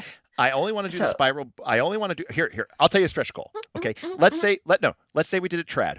We did it trad. Yeah. We did it laid out. We laid it out trad. Yeah. Yeah. A for aardvarks, Z for zebras. Yes. A stretch goal, which by the way, people could purchase if they wanted to print it out on their own. Mm-hmm. But we would lay out the monsters we would take the monsters that we've already developed and we would lay them out into pre-built encounters. And we could just do that as a stretch goal if we make enough money. Okay. So what is the first stretch goal? Is it the the increased modifications to sprites? I mean, I personally think that would be nicer. Okay. So that's stretch goal number 1. Yeah, because to be clear, if what I'm saying about the spiral bound is instead of it being something that we make, it's just us taking the monsters and laying them out, and then it's a PDF, and then you can print it on demand or do it yourself or get it printed by Lulu or whoever, then the cost to me to do that is the cost of me taking the monster books and laying it out separately. So it's like encounter PDFs, yeah. Maybe that's actually the best option. Also, how much nicer is Jess's handwriting than mine, people? Okay, so stretch goals. First, art varieties. 2, encounter PDFs. 3, cards. And roughly speaking, now, okay, so let's talk about, is there any room for actual scale creep? In other words, like adding some extra monsters. I don't think there should be. Okay. I don't think there should be. Yeah. Just because, I mean, in terms of scale, right? If we're talking about going, let's just round up to 288 to 300. The difference between 300 and 350 is 50 extra monsters, and in that case, you're going to get some duplicates, right? And so it's not necessarily essential, but at the same time, I also feel like there's also this idea of there's certain things that I want to fill in. But yes, to be clear, it is not an art book. Super Dice is correct. The book at base funding isn't going to have a ton of art, so the value isn't there as something to flip through. That being said, Super Dice, people still like flipping through books. I mean, it's a thing people like doing. Extra monsters next book. Okay, I'll buy that, Markson. Yeah. You know what? I'll buy that. Yeah. I'll buy that. I'll buy it. I'll buy it. I'll buy that. Yeah, because if we think about it, if we go, no, Jess is right. I'm going to listen to Jess here. This one. Where did we put it originally? Oh, here we go. If we go back to our original level, I wish I could ping. Can I ping Jess? No, I can't ping. No, but, I'm following you. I'm following you. Okay. Oh, right. My cursor. If we go back to this is like the level distribution. Honestly, what you probably need is something like that in terms of the distribution of monsters. And so what that means is that for this first book, right? So that's what the game actually needs. And then for this first book, what we can do is like this many monsters. And then the second book can be like that many monsters. And that way the overlap is there at the 25 and 30 level. Something like that. Yeah. And that way, theoretically, fundamentally, you shouldn't have to like actually use that. So yeah. So basically, yes, Haldred, a bell-shaped curve with a kurtosis, as we say, to the left. Yes, correct. Or skew. Right. So this is, I may have not done a good enough job, but this is a skewed left bell curve.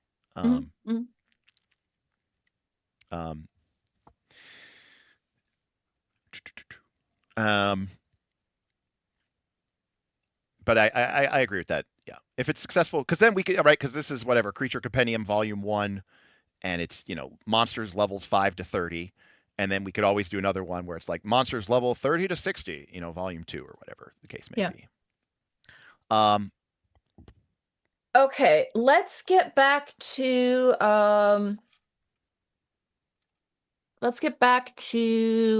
how many creatures are on each page. Well, if we stick with the traditionalist view and it's A5, it's got to be 2. Yeah. Yeah. And you still want creature families to be 6 creatures. Minimum. Right? Because if we go over 288, something's going to need to get some extra creatures, But yes, ideally, I would like every monster to have, or every family to have one representation. I guess it doesn't technically need to have everything, but I mean, like you could have one that has 4 and it's lacking 2 of the roles. But it depends on how like structurally perfect you want it to be, or do you want it to be a little bit more, loosey goosey, I don't understand. No. Okay. I'm assuming at this point that Zen Bullet, that the core book has absolutely nothing to do for the encounter. It would have to do with, that would be for the stretch goal. The stretch goal would be, we will lay out the monsters in a way that lets you, and that at that point it's print on demand. It could be fucking B5 or A4, or it could even be fucking laid out like where the fuck is it? Terrible book that doesn't fit on the shelf. You'd think I'd be able to find it because it's so terrible, but here it is. A book like the Wild Sea. It's just imagine this spiral bound, right? Look how much extra real estate you got. It's the same height, but it's literally almost 2 of them, right? And then you could just lay it out. But if we're not printing it, if it's just like a print on demand, or it's an option for people or whatever like that, we're gonna go traditional. We're gonna go. I'm gonna create the most. I hate even saying it. I'm gonna create the most trad normie version of the book. It's gonna be the same shape and factor as the other Fabula Ultima books. It's going to be laid out alphabetical by species, the way that a bestiary is laid out. It will be useless for my vision. Yeah. But anyway, it might help us get to the stretch goal, which would be my vision. Yes. Okay. Anyway. Okay. So we're doing 2 creatures per page, and we want at least 6 creatures per family. So we have a 2-page spread, and then we have an additional page. Are you wanting to I see what you're saying. Start the new family on the odd page, or are you wanting to add another page of monsters, or add a page that talks about this creature family, the abilities they have in common, what using them and their common ability in an encounter means, why you would add them to an encounter, sample encounters, and that kind of information?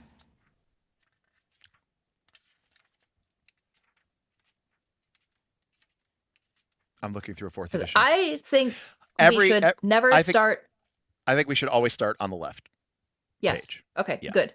Yeah. So do you want 2 additional creatures, or do you want a page of supplemental information that is like discussing the creature family, discussing the unique ability that all creatures of this creature family have, discussing using them encounters, and having some sample encounters that you would have to flip through the page to find? Well, I guess it could be.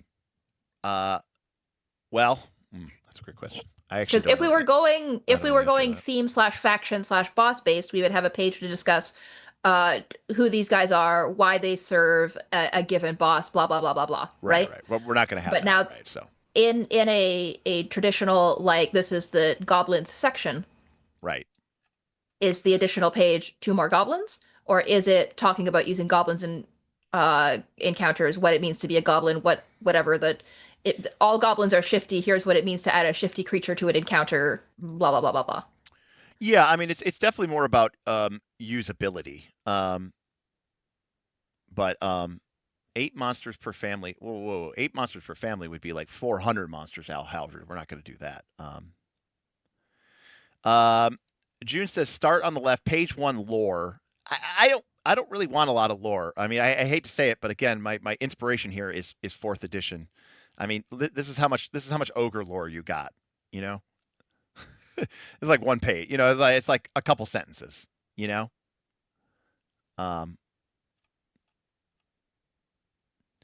Well, okay, so as far as tactics go, this is where we're going to take a page from the actual bestiary. So for people who don't know this, in Fabula Ultima, you roll randomly, and most monsters have a pre-built routine, and you don't actually make any decisions. Okay, stop addressing chat and address my question. Okay, what was your question? Oh, my question. What are we using this page for? You're assuming it's going off the page.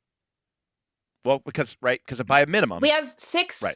We have 6 creatures. Right. We have 2 creatures per page. Right, exactly. And we're not starting a new creature family on the right page. Therefore, every creature family has a right page. So what are we using it for?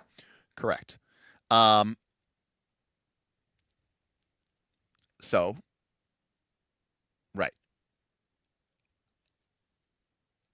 We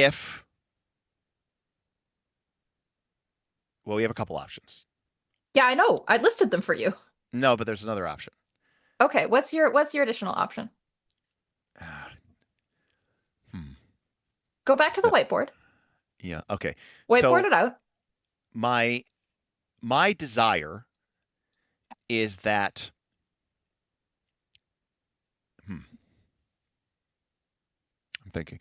So my desire is that for plant at level 10, there is a sentinel, a brute, a hunter, a mage, a support, and a saboteur. But all 6 of those don't have to be necessarily part of the same family. Not every family needs to be exactly 6. because some families are going to count. They're going to span over multiple levels, which means there could be families that might only have 4 monsters. And there might be some families that have like 8 monsters or even like 9 monsters, especially if it's more, look, I mean, we all play RPGs, right? Like there probably should be a lot of, I don't know, giants because people tend to use a lot of giants, right? Whereas if it's some, if it's a Paizo book, it's got to be some weird tentacle monster that somehow has a culture and also wears a backpack and uses wands, right? Like, but there's also monsters. It's like, do I need 6? I don't know, mimics? Probably not.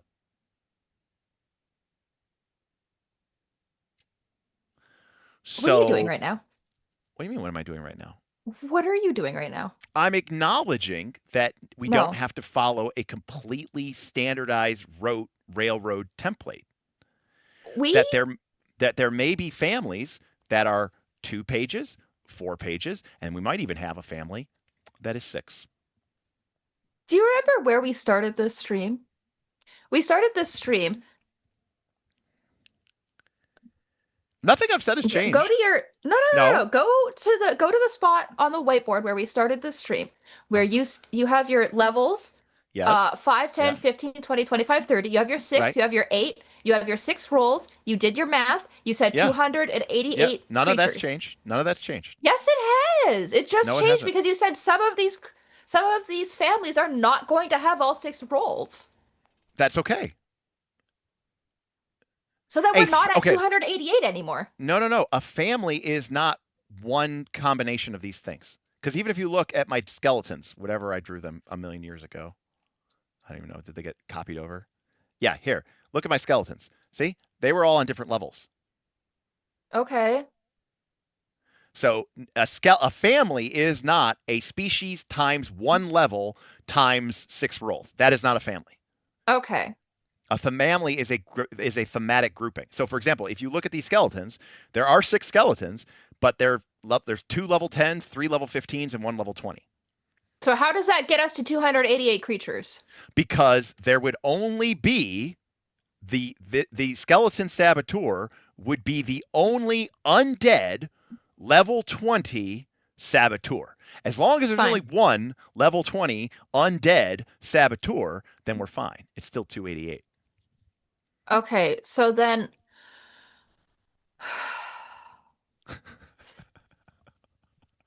how are we? Are you we're regretting? back to Wait, not. here, wait. We're back to not knowing how this bestiary is organized. I just want to show you. Just remember, you're just working for really nice microphones and cameras. We're back. Shut up. We're back to not knowing how many creatures. No, sorry, we're back to not knowing how this bestiary is even organized, because you cannot do the bestiary organized by creature family and then have a family that is not a full spread. You cannot have a family of 9 creatures, because then you have a blank space at the end of one of those pages where there's no creature because you're organizing by family. Well, you need to come to terms with the fact that organizing by family means that families or one of those monsters is now an elite or a champion, and therefore has more abilities. And that takes up more space. That takes up one of our 288 slots. That's okay. Then that's a different species that doesn't have its combination of level species roll. No, it's fine. It worked out fine.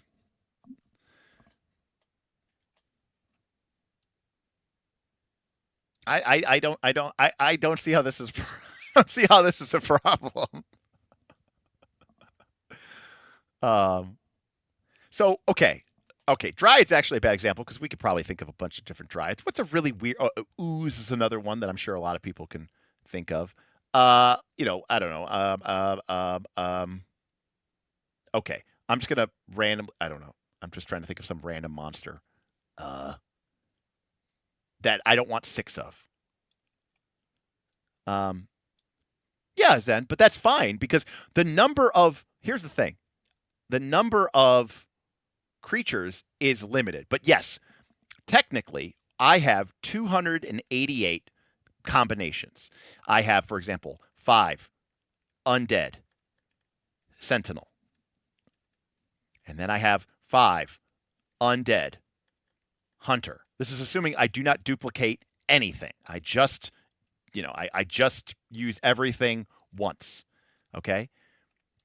Yeah, like for example, I don't know, maybe Ooze doesn't need a healer. That might be a good example. Of course it does. No. Ooze is a monster. That's a species. Yeah. Monster needs a healer. Monster needs a healer at level 15. It doesn't have to be a mimic. What? Why is okay? Oozes and mimics are different things. Mimics don't necessarily need a healer, but oozes we absolutely need the ooze that crawls inside of your orifices and heals you from the inside. Yes. Is this just a personal this is not like a numerical thing. This is just your personal opinion. No, I'm just saying we need a healer ooze. Okay. I'm putting my foot down on the ooze that crawls inside of you. Okay, fine. Okay, fine. Yeah. Okay. All right. So maybe there's a saboteur ooze. Or sorry, maybe there's a support ooze. Maybe there's not a sentinel ooze, the heavily armored ooze. Maybe that doesn't make any sense, okay? Of course it makes sense. Oh, Jesus. Okay.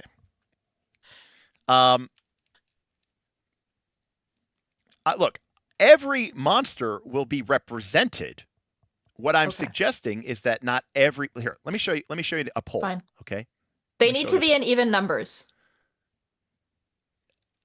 Because our layout is 2 per page, they need to be in even numbers. Okay, watch.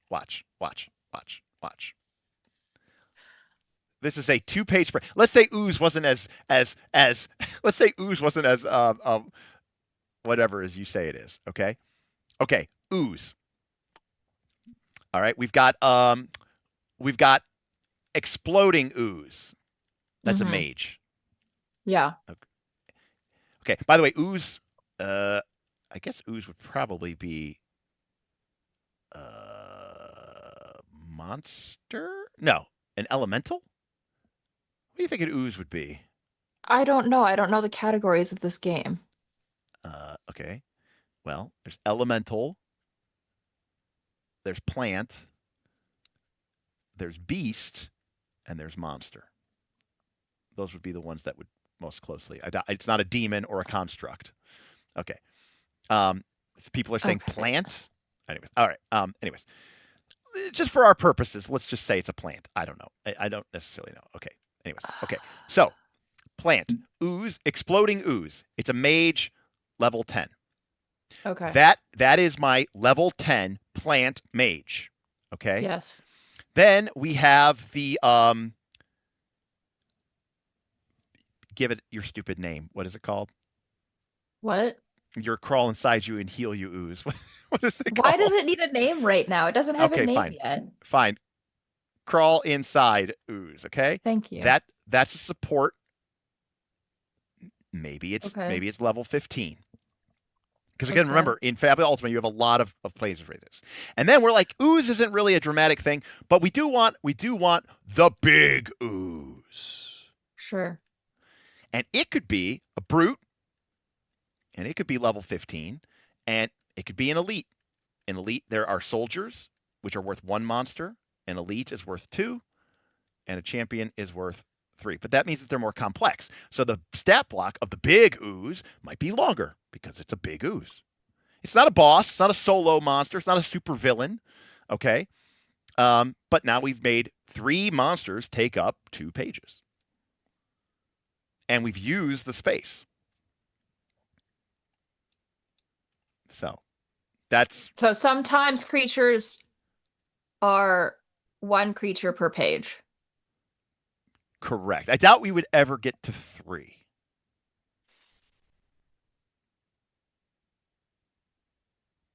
You look so disappointed. Lollipop says some oozes in Fabula Ultima are monsters and some are elemental. Well, you'll love to see that kind of consistency. It does change. So what does that mean? What does that mean for our book? It does change the page counts then. That is correct. Yes. Okay. So in order to have an outline, we need to know how many elites you want in this book. That's a great question. I don't want too many, but I'm sure that I do want some. You have to decide. So, what do you need to think about in order to decide this? To be clear, this is trad layout because your encounter layout would need flipping this way. Right, exactly. This is trad layout. This is ooze. Yes, correct. Yes, we are, I think, at this time resigned to doing the layout that nobody likes. Correct. Layout is Yes. always a pain. Layout is always a pain. Zipper fist. Because elite doesn't really mean elite.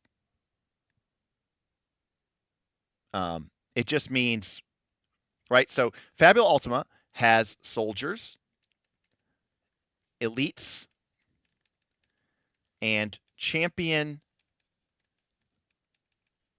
X, where X is the number of monsters that monster is worth. Elites are just worth 2 monsters. And all that basically means is if you had 5 PCs in your party, they need to fight 5 soldiers worth of monsters.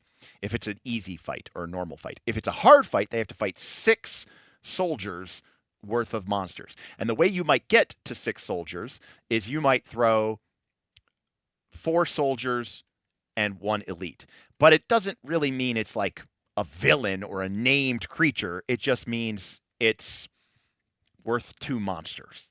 That's all. No, I don't, because that doesn't exist, Mac and Nancy, and I don't want to create new rules for the game. Okay. Back to how many elites you want. Right. I just wanted to show something to the chat. Here's our ogres, chat. Ogres, they actually do have ogre minions. And then over here, you have a level 8 brute. And next to it, you have a level 11 elite brute. Yeah, elite doesn't mean boss. Correct. Elite doesn't mean boss. Stupid question. What about, instead of number of monsters per family or whatever, you do number of pages per family? Yeah, we could do it that way too. No, we need to know how many creatures we need. Right. But also too, I mean, if we go over 288, I'm not actually like really mad about that. So. But there's no way for us to solicit the number of creatures that we need for the book without knowing how many creatures we're soliciting. And we can't build out a timeline and figure out how long all of this is going to take without knowing how much material we are working through. Well, yeah. I mean, okay, how do we do that? You're going to decide right now how many elites are in here. 3, 6, 18. Chat asks, is 1 elite per family too much or too little? I think it's too much. Not every family needs an elite. So I would say, I don't know, probably like, now we're talking Zen Bullet. That is how I would do things. Now to be clear, so back it up. Zen, I'm already doing that. Number one, remember Derek likes bottom-up design. One of the hallmarks of this is not the great designer search where I'm going to just have my random patrons submit me monsters. That's not going to be the way it is. I'm going to have 288 monsters spread out. They are going to be pre-allocated into families. I am going to pick the families, and then you are going to get assigned, be like, you're designing 2 of the harpy monsters. And you're getting the harpy mage and the harpy hunter. Harpy, we've already decided harpy is one of our monsters. You're designing a harpy. I don't want, no one person will ever be responsible for every monster in a family. I want to have at least 2 people designing monsters for every family, just so there's some back and forth there. So, yeah, insight. I really like 10% elites. So 20, 28, 30, something like that. Somewhere in that neighborhood. Well, we need to make sure that whatever number you pick doesn't fuck up our page count. So it needs to be I don't know that an math. even number, I think. John says, I think hardcore. Yeah, what if we do it the opposite way, Jess? What if when we run into a problem, we just upgrade a monster to an elite? That's probably easier. Like we could shoot for roughly 30, and then if we need to tweak, like if we're like, this monster, okay, whatever, we'll just upgrade one of the, like we have an extra page, okay, add an elite, or we need to kill a page, just take off elite. No, it's 28 is the number. Okay. So, Marksum, the monsters are already very scalable easily within Fabula Ultima, so I'm not really worried about that. Also, Marksum, in Fabula Ultima, something like a level 20 monster could be used from as early as level 10 to as late as level 25. So you're already talking about a monster being able to be used for a massive amount of the game, literally 15 out of the 45 levels of the game. Because you start at 5, you go to 50. So already, any basically monster that's in the middle of the range is going to be usable for 33% of the game. I'm not really worried about scaling the monster so much. G Helmet has messaged me like 18 times and wants me to take a look at how they have set things up.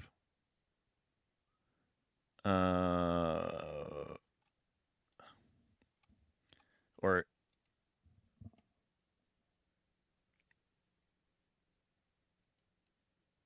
you're not like sending me a virus, are you? No, I'm just kidding.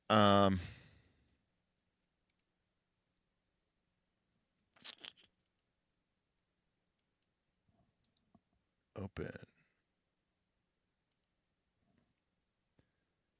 What am I looking at? The character sheet? What am I looking at here?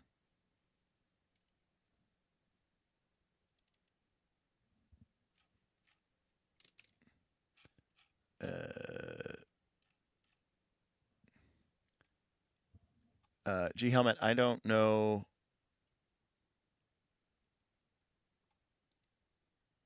Okay, what am I looking at here? Oh, for the scaling?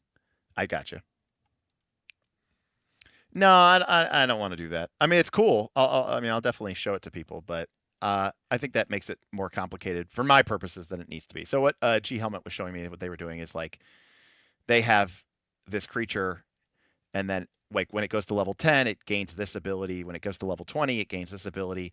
I think that's just I personally don't need or want monsters to be scalable to any level. That's just actually personally for me. Personally, I don't necessarily want that. I mean, that might be you, and that's a total design decision, but I don't actually want that.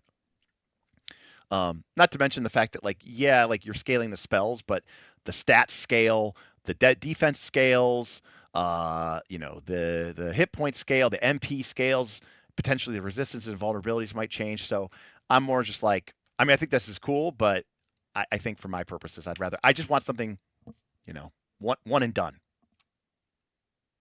But yeah.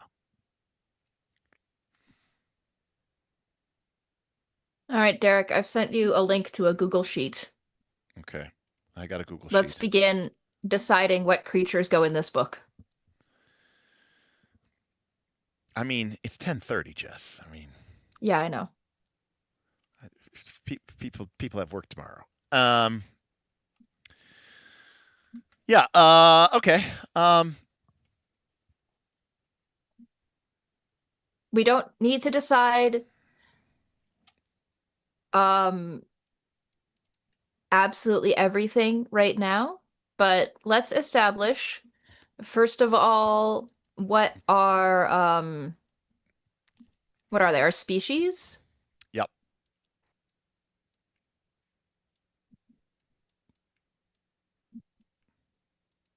God. Here it is. Here it is. Okay. Let's get our species down.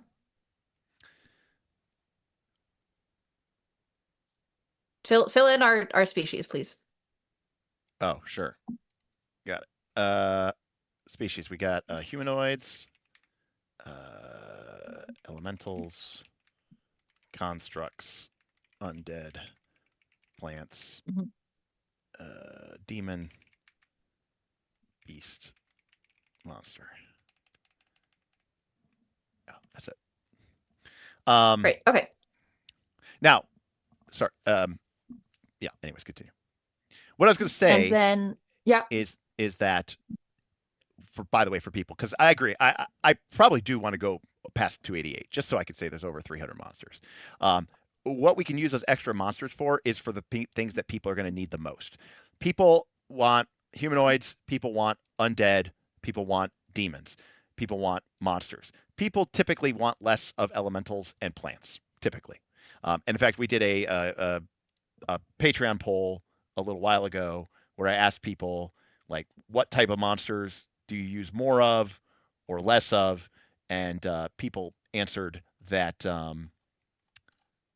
plant and elemental and construct, but plant overwhelmingly were the ones that were the least useful. So, if we do end up going over monsters, it would, we could probably put it into, again, things like humanoid, undead, demon, monster, the traditional. Mm-hmm. Okay, now, out of these broad categories, which ones do you know for a fact there are creature families? Like, what creature families do you know for sure for all of these species that you want? Like, what do you know for sure that you want in humanoids? Yeah, great question. I have a list somewhere.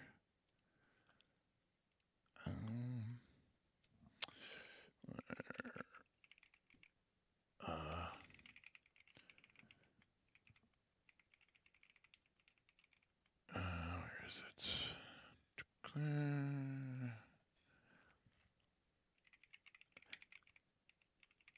Now, I will admit, this is an area that is not fully developed because, I have my JRPG preferences, but, they aren't necessarily the ones that are completely indicated. And there's sort of a tension between traditional fantasy, aka D&D, and JRPG. But in Farms, Haldred says goblins, trumpet players, pirates. So you're not wrong though. Goblins for humanoids for sure. I like pirates. That's a good one. You would put pirates as a humanoid group. You wouldn't have like a goblin pirate and a human pirate or a elf pirate. Pirates would be a group of humanoids. Yeah, that's how I would do it. Okay. Again, because because there's no like, if somebody really wanted to do that, I suppose they could, but species and race mean a lot less than they do in other games. Like, technically, the only thing that you get for being a humanoid is technically in the game you use equipment. That's the only defining trait. There's like nothing else that really defines it. And I'm one of those people who I'm totally fine with. I don't. Goblin is a monster. It doesn't need to be a pirate. It's just a goblin. Like, I'm being a little bit, it's the same thing, by the way, with like, maybe pirates, well, super dice, except maybe you shouldn't use equipment. Exactly. Super dice. I'm not gonna, they can use equipment, but I'm not going to use equipment. Only problem is super dice. I don't know if I can actually do that. You're right, Zen Bullet. And that's why pirates will all have some sort of like nautical theme. I'd rather tie it together like that. I'm not getting into it. This is how you end up in 3rd edition with templates, by the way. Or having every class or every monster technically be a species and need to be given classes. But anyways. Okay. Moving on from pirates. I don't know if it's, again, I'm just spitballing. If it's too different or similar from pirates, sort of a bandits, outlaw type of humanoids. Knights. Dwarves, elves,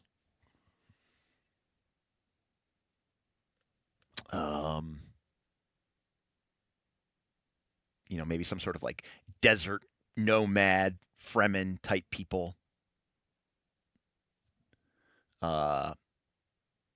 We could do like a barbarians type people, nobles. Chat's got some pretty good ideas here.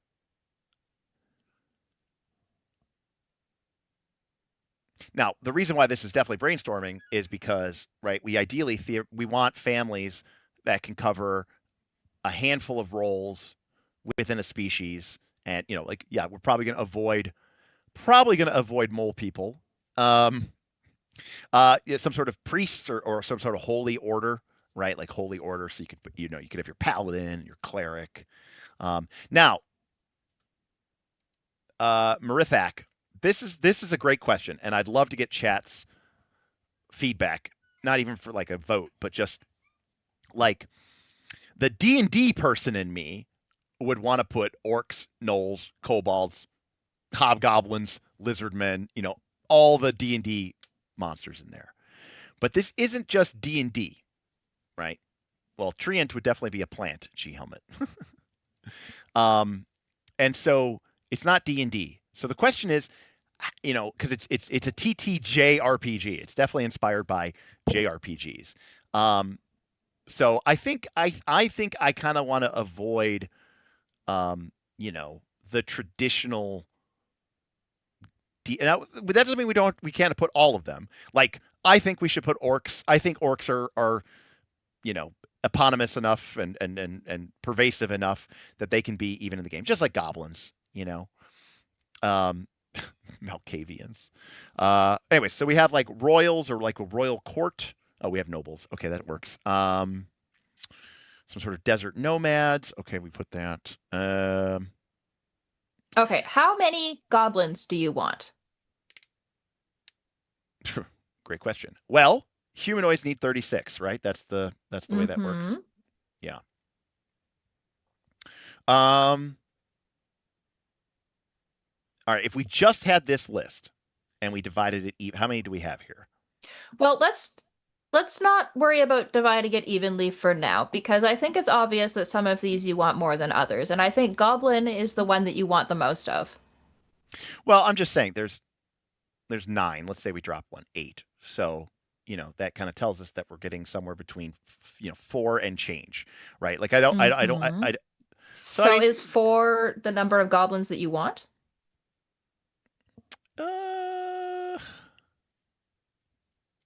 Well, or do you want more goblins than that? Well, what I'm saying is I think we should start with all of them having 4, and then we can add to get to 36, if that makes sense. Okay. And we can, and if we really need to, if we really want to put more goblins,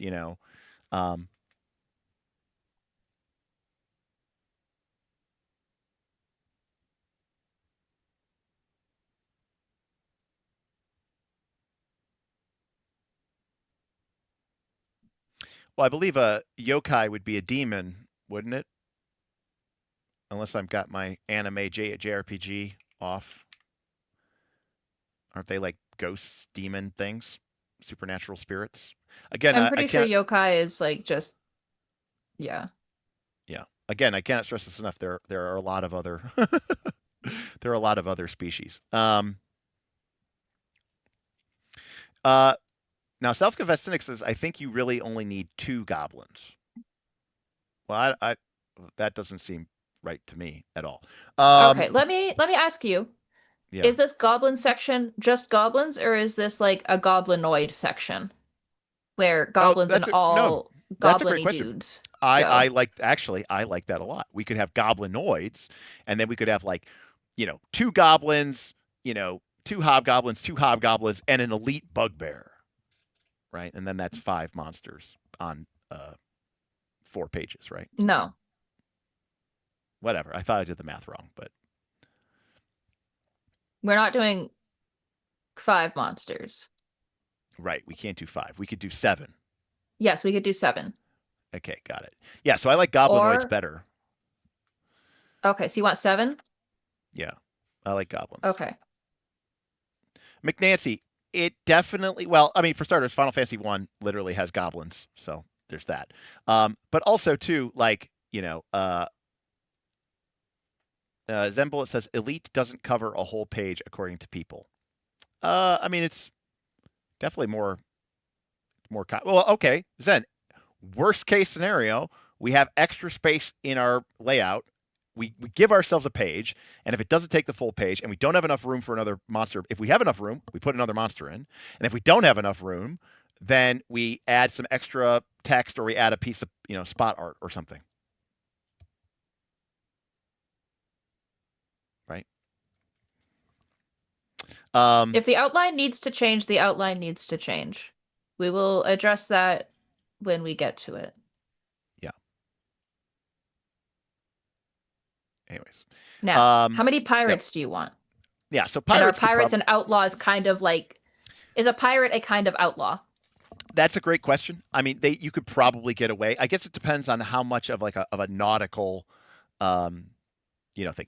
Hardrick, yes, it is extra cost, but also Hardrick, it's also pixel art, and it's not a huge cost, right? So, it's not the end of the world. If we have to do that 4 or 5 or 6 times throughout the course of the entire project, that's going to cost me, $1,000. That's not the end of the world, and I don't mind doing that potentially, especially if we reach our stretch goal. So.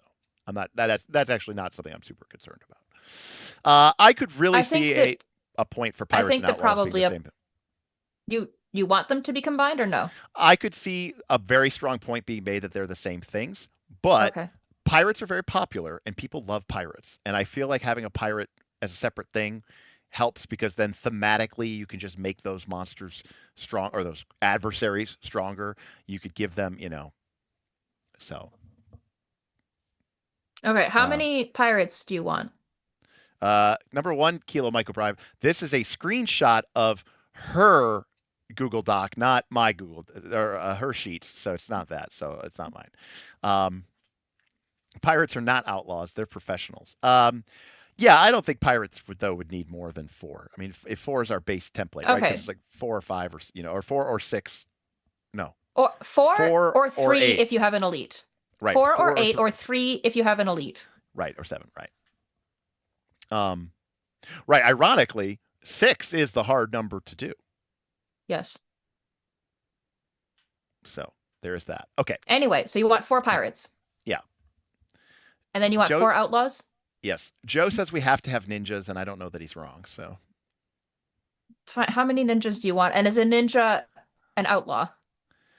No, because you have to think about it like thematically. They would have be also to remember too, like for example, I'm gonna steal over this here, right? For example, like the ninjas might have a saboteur and the outlaws might have, a hunter.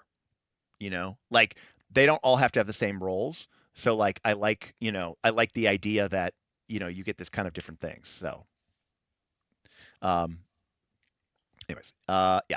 Okay. I like Okay. I like 4 ninjas. 4 ninjas. Yeah. Nice. Okay. Now, who else in here is getting combined? Great question. Well, so one of the things I was trying to do with the elves and the dwarves and the desert nomads was to create some like environmental templating. So you're like, okay, I'm in the desert. I need desert humanoids. And since we don't have like templates like we did in like 3rd edition, it's kind of nice to just have like, I would probably really avoid that Woodland Fellowship. That's actually something I really want to try to avoid with a few exceptions. But yeah, unless it's like an extended, like obviously if a family has more than 6 Woodland Fellowship, it's going to have to repeat a role. That goes without saying. So, now, yeah, I think nobles and knights. Nobles and knights. Yes. Yeah. I agree with that. But what are we calling them? I don't know. Forces of order. I don't. Something. Yeah, okay. I agree with that. I don't know what the actual name would be called, but. And how many of them are there? The kingdom, the good kingdom. I think that's one where we could. No, spellcasters do not take up more real estate. Yeah, I guess we could just make it nobility since knights by definition are sort of part of the nobility, right? Yeah, I like Kingdom of Order, but that's just me. That's probably one that I think we could probably push to. Huh. Wow, that is actually annoying.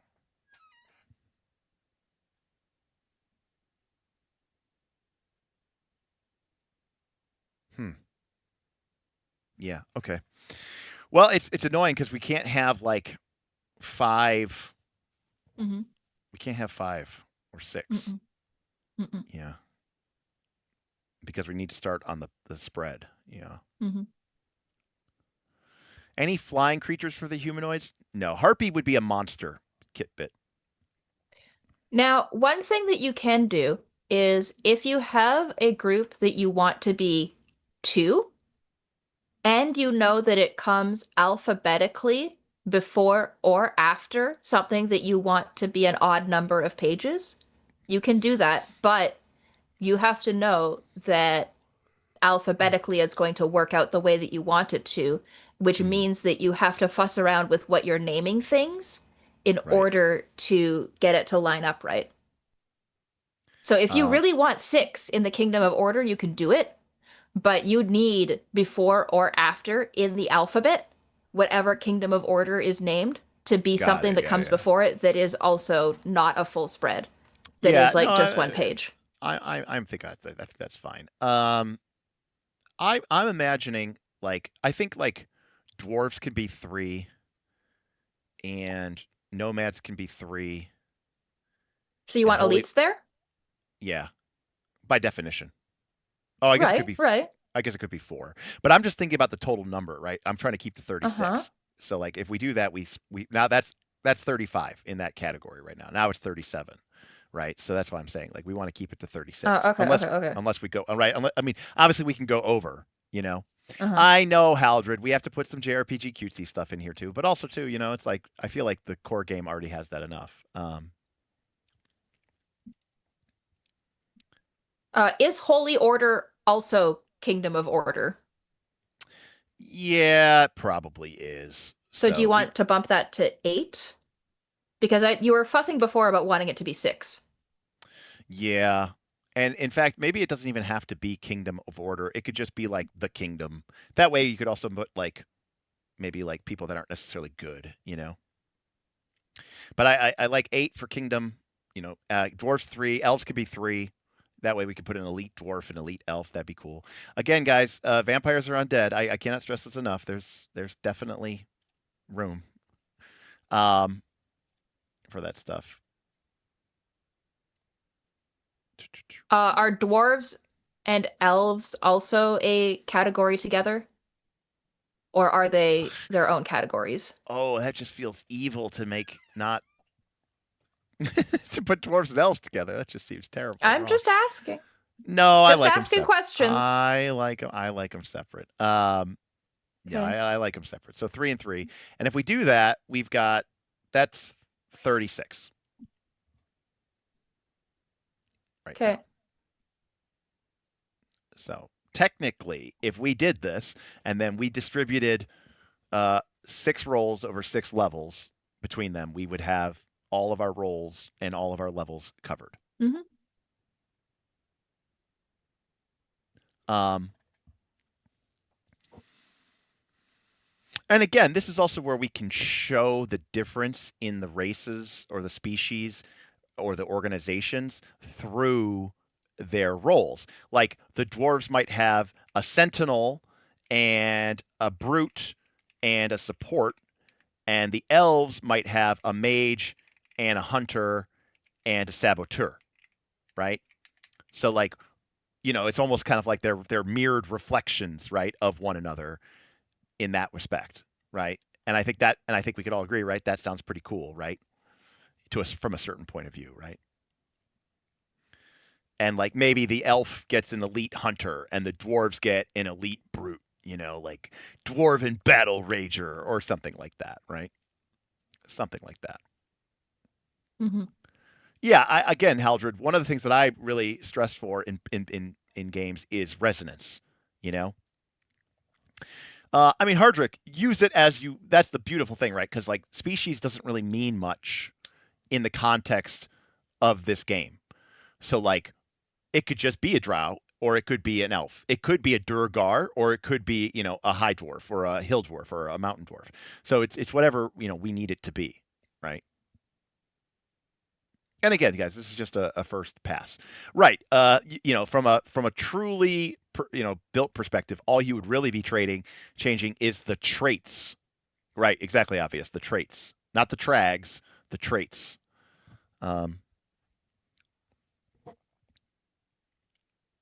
Right, and this is Kami Turtle. This is where you get into that idea of that encounter, which is now part of our stretch goal, where you would build an encounter with a couple dwarves and a construct and maybe an elemental, right? So you've got 2 dwarfs, 2 constructs, and an elemental. That's 5 monsters as a hard encounter for a level, 25 characters, or an easy encounter for level 30 characters or something like that, right? And now you've got this cool encounter with different species, with different abilities, combining in a tonally consistent way. Whereas, as you said, okay,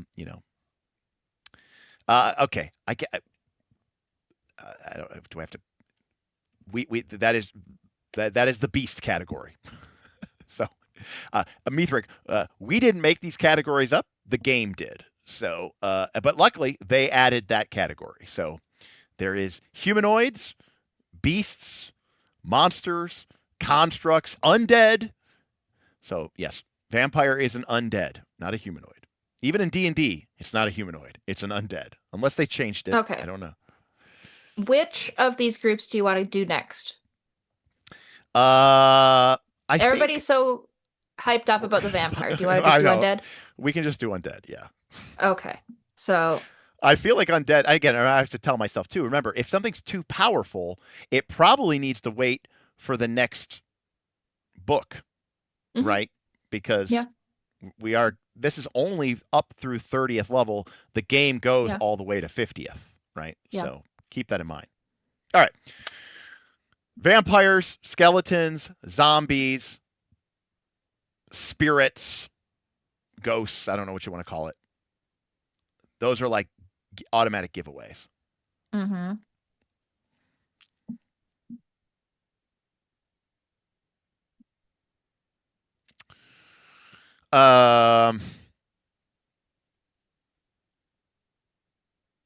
Some sort of incorporeal undead. That's not a ghost or a spirit. Yeah, I guess that's true. Well, yeah, maybe spirits just gets a bunch. I don't know. Okay. Mummies. You know what? Let me bring up the Final Fantasy 1 sprite sheet. Yeah. That should be my real. Mm-hmm. That should be my resource. You need the floating head with the bat wings. Yeah, the Doomwing. That's a demon. It's already in the game. Okay. Okay. Okay. Yes, we have vampire. I think he's trolling us at this point. Okay. Jesus Christ. But what about vampire? What about vampire though? You know what's interesting? Woodland Fellowship. They don't really have a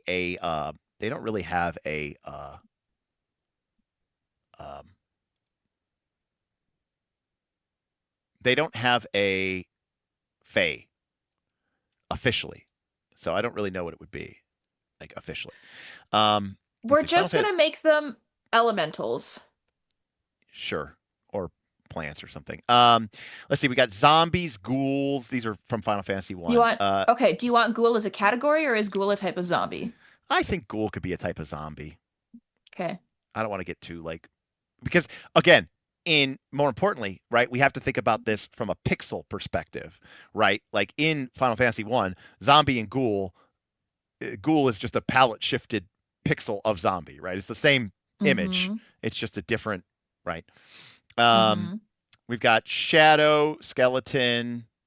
Is shadow something that you want added? Or is that a spirit? No, because shadow gets upgraded to ghost in Final Fantasy. Okay. My whole game is derived from Final Fantasy. There's mummy, we got that. Specter, vampire. I'm open up to suggestions, people. Now again, some of these might have like 5 or 6, well, that's what I'm saying. I think Wraith, Spectre could all go under Spirit. So we could have Ghost, Wraith, Spectre, Shadow, need like a Frankenstein. Okay, wait. Like a fleshcraft. Like a Zetrum, you're saying you need a Frankenstein. Yes, I know that's not his name. So what is his name then? Because Victor Frankenstein's last name was Frankenstein. Yeah, Frankenstein's monster. And the Frankenstein's monster was like his child. So are you telling me that he like specifically didn't give his child his last name? Is Frankenstein's monster's name not also Frankenstein because he's part of the Frankenstein family? Is he not a family member? Now that's a great question. Like, should Flesh Golem or like Fleshcraft? I imagine that's Yes, his name undead, is right? Adam. His name is Adam Frankenstein. Frankenstein is a last name. I like Bob Frankenstein personally. I think that's. Bob But Frankenstein is a different member of the Frankenstein family, but Adam Yes. Frankenstein is his full government name. Now what's If he interesting. had a birth certificate, it would be What's- Adam Frankenstein on there. What's interesting is that when I grew up, right, I could have swore it was Frankenstein monster, but it's actually Frankenstein monster. Okay, no, this is over. This is over. We're not doing this. So I have Frank Jr. Yeah, I like Frank Jr. Anyways, undead. So yeah, do we want to put like flesh monsters in there? Sure. You know, because I think that's probably a good place to put it. You know, Fleshy boys. flesh crafted beasts or something.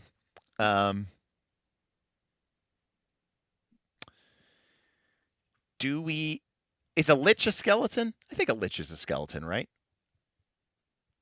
How many liches do you want? Just one. Well, then it can't be its own category. It has to go into one of these. Yeah, I'll just make a lich a mage. Like, why would I? Yeah, I don't need anything else. Yeah, it's fine. Yeah. No. I'm just saying, does it belong? I want a lich, but does it belong under skeleton?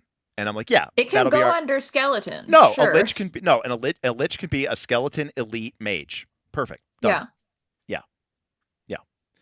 Yeah, I mean, we're making them up, McNancy. I mean, that's the whole point.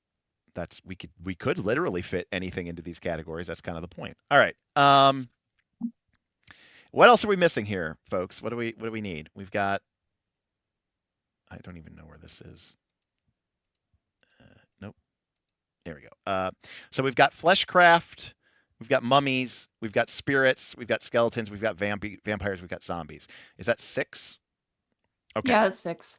So some of these need to be 8 or 7, and some of these need to be like 3 or 5. Something like that. So at a guess, I'm literally just spitballing this here. 3,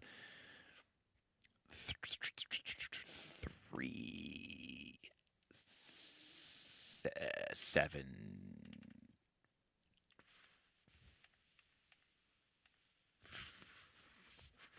4. Yeah.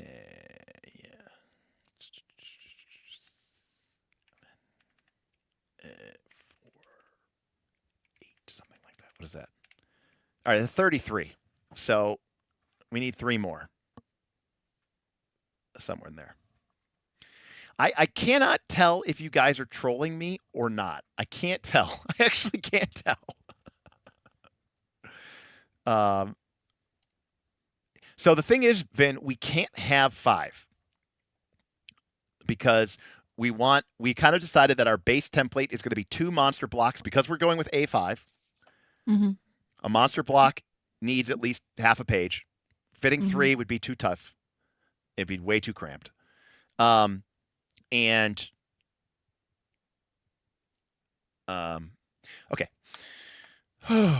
I know it's been long. There are going to be 1, 2, 3. Sorry, there's going to be a level 5, a level 10, a level 15, a level 20, a level 25, and a level 30 mage in this category somewhere.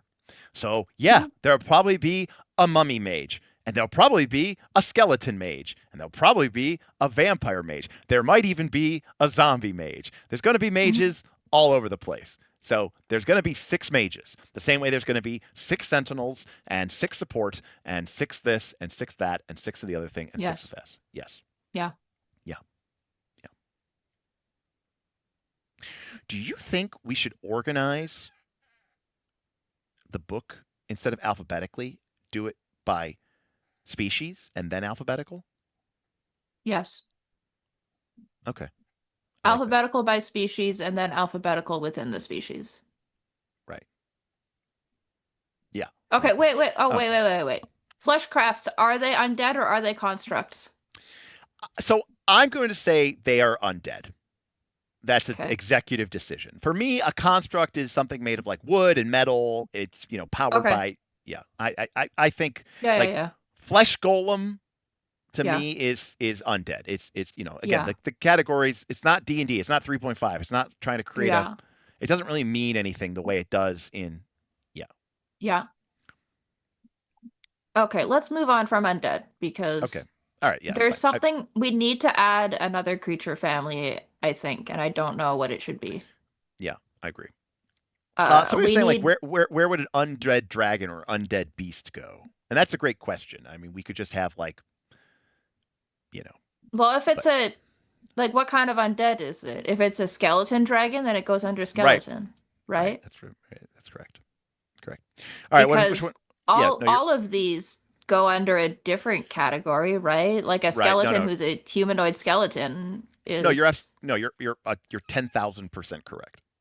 yeah. Yeah. I think you're right. So undead takes precedence. I agree, Super Dice. Because okay, so let's take a step back really quick. In Fabula Ultima, one of the characteristics of undead is that you have vulnerability to light and you have immunity to poison and you're resistant to dark. So the question is, ask yourself, would this creature, due to its very construction, be vulnerable to light damage and resistant to dark damage and immune to poison because it's this undead thing? Then it belongs in the undead. Well, we can't just throw them in willy-nilly, Vin, because every monster needs to take up 2 pages, or every family needs to take up 2 pages or 4 pages or 6 pages in theory, because we can't just add one, because then we would have a family starting on a right page, and we don't want to do that.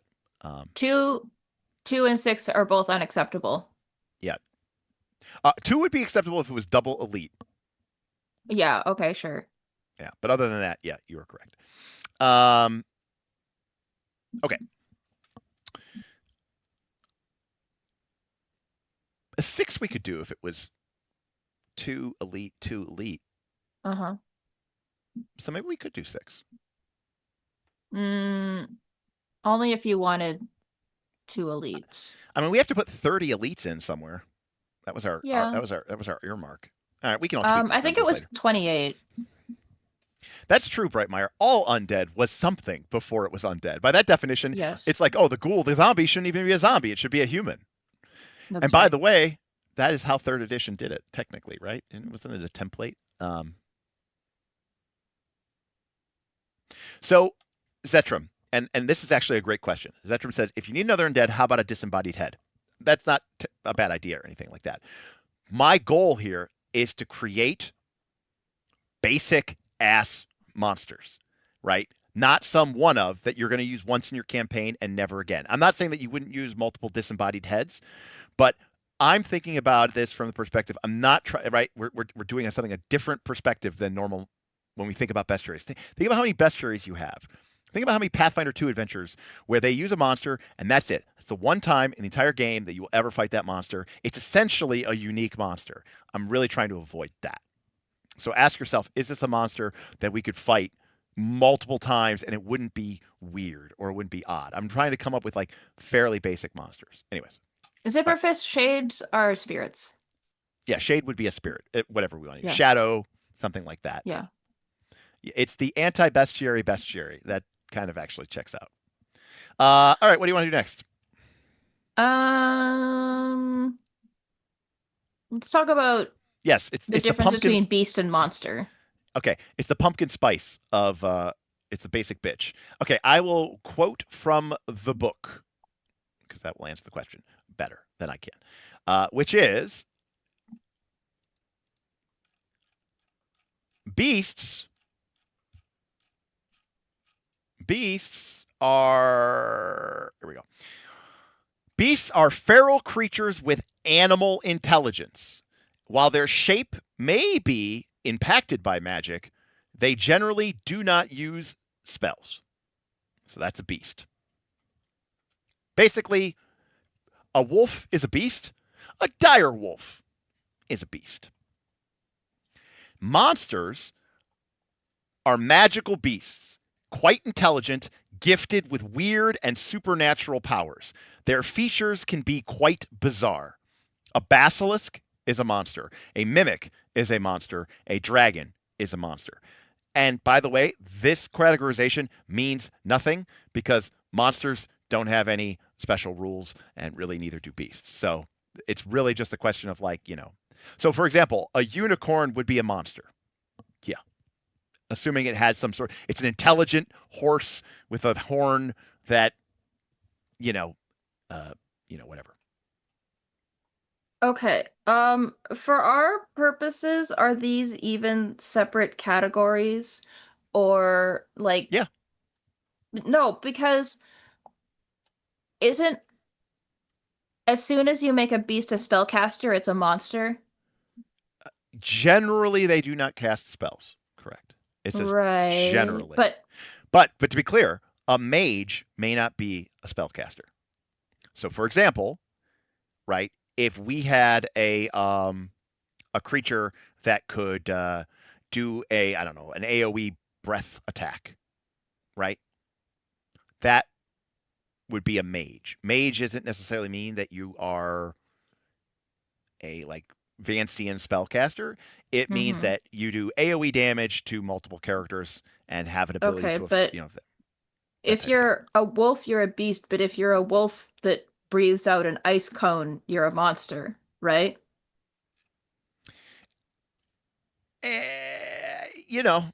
For example, I don't know, a winter wolf or a Komodo dragon with a breath. It doesn't necessarily mean it's magical. Again, it says, and again, it is totally made up, obviously. Beasts are feral creatures with animal intelligence. While their shape is sometimes twisted by magic, they generally do not use spells. Okay. As an example. Okay, what do you want for beasts? Great question. No clue. Cool. What do you want for monsters? Wolves. That's the for one monsters thing or for beasts? For beasts, that's a wolf. We know we want wolves. Wolf. Great.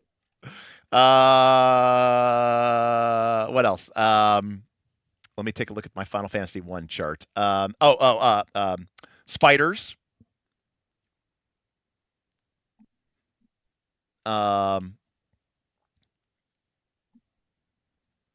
What else is in Final Fantasy?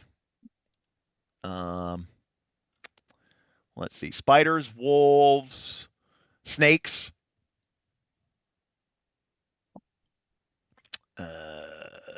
More wolves. So many wolves.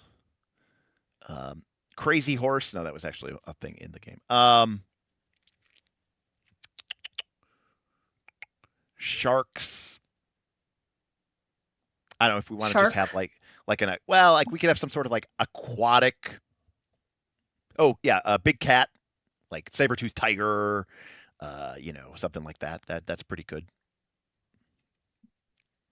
Yeah, some sort of. Again, we're not trying to create an ecological bestiary here. How often in your JRPG or your RPG are you fighting a cow? This is stuff that Fine. How many aquatic do you want? God help me. Well, we have 6 here, so 6, 6, 6. No, they all need a 6. Beast. We could put in some sort of aerial category. We could put birds and something in there as well.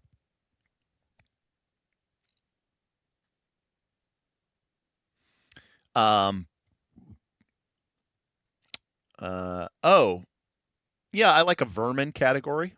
That's a good category too. Vermin. Good call, Kami Turtle. I like that one. I'm a little hesitant to put horse. I don't know how many oftentimes we're hacking down horses. Okay, fine. The horse will go under monster. Also, remember, people, these things have to share the same pixel art. So, wait, why do we have dog?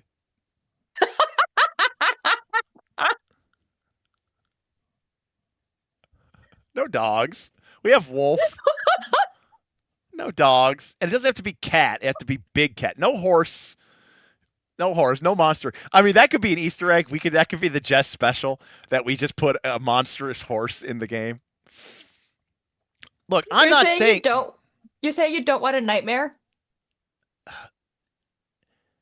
Well, no. Number one, again, I don't want things that are by their definition sort of like one of, you know, like Okay. that's kind of one of. I'll take the dog out. No, we Kitbit, we have vermin. So vermin, we could put giant ant.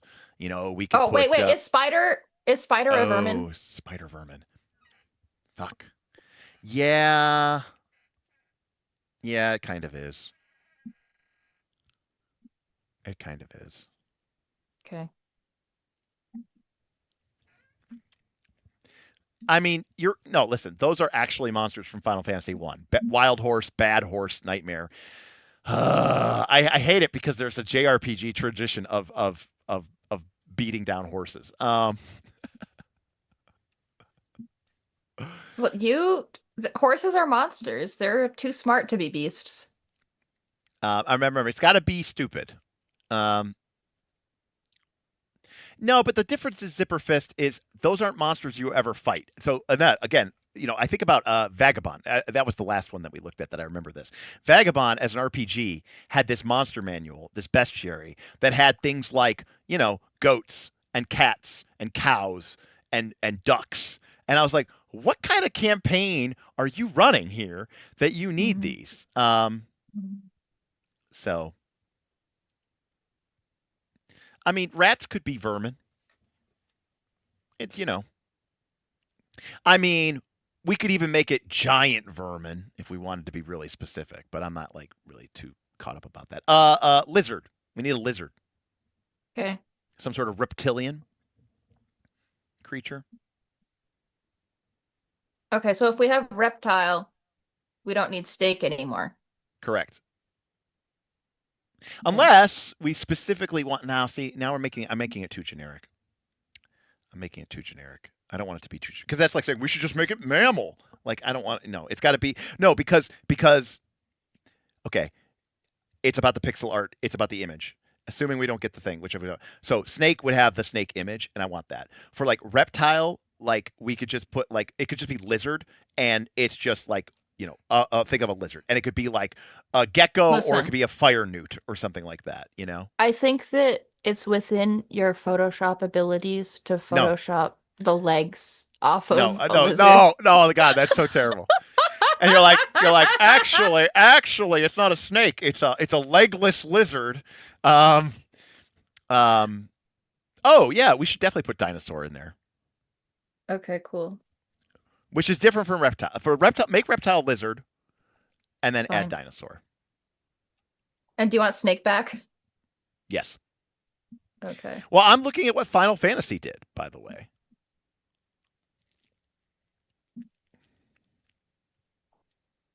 Okay. How many aquatic do you want? All right. McNancy does win. Dinosaur goes under bird. Well, now I'm worried about aquatic because what would be the pixel art for aquatic? You said you wanted a shark. Yeah. So maybe it should just be shark. Okay, how many sharks do you want? Probably 3. Okay.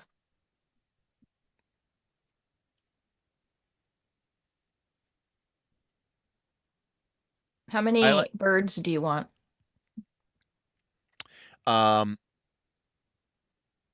you know what? Yeah, people are putting some good things in here. So this actually might be a situation where we have a number of 3s and 4s, a lot of 3s and 4s. And because I see somebody had a great one where they put in Omniscient said you should put octopus, and then Platinum said piranha, octopus, shark. Like I think we could have shark, and then I also think we could have fish, and that way we could do like piranha, barracuda. We could do like they could all just use the same fish pixel art versus the. Oh, so now you want aquatic back? No, I wanted to just say fish because it has to describe the pixel art. Like if I gave that to an artist, they have to know what to draw. All right, you and chat fill it in. I have to definitely use the bathroom. Oh, I was about to ask you to do it so I could use the bathroom.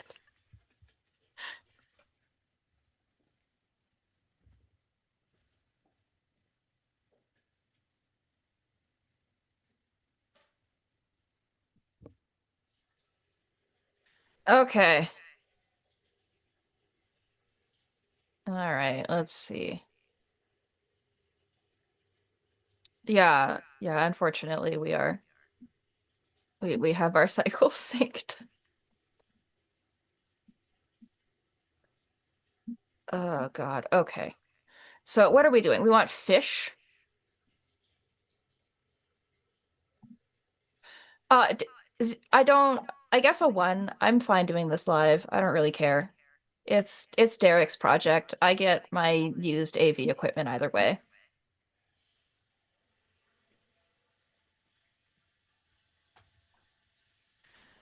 Large cat, snake, lizard, dinosaur, wolf, vermin. Okay, okay. Bird, big cat. Sea serpent is snake but blue. Yeah, I agree. Dinosaur, fish, lizard, shark. Are we doing shark anymore, or is shark? Yeah, shark. Okay. Snake, vermin, wolf. Okay. Yeah, that's true. And also other things to like build encounters with pirates as well. Octopus, I don't know. I don't know about octopus. I would like an octopus, obviously, but as soon as we order an octopus, now we need to use that octopus art asset. Couldn't you call cat big panther? Yeah, sure, whatever. God. Okay, All right. Derek, You're going to the bathroom. All right. fill in your numbers. Okay. Yeah, I will. Great. By the way, folks, this is with Jess helping me. So imagine what this would I be was like asked if I regret doing this live, and my answer is no, I get my used AV equipment either way. It doesn't Right. matter. Correct. I agree.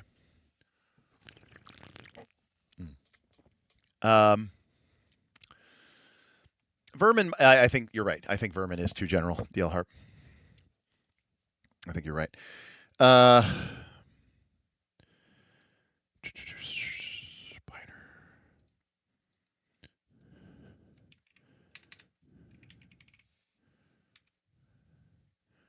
Well, okay. So I forgot. I got distracted by my own distracted, which is it has to. We our goal is to buy a single piece of pixel art imagery per monster, right?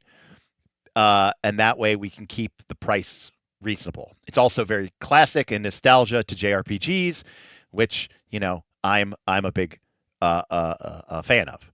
So our goal must be or has to be that we need like things that fit the monsters have to fit the I don't even know what I'm saying here now anymore. They have to be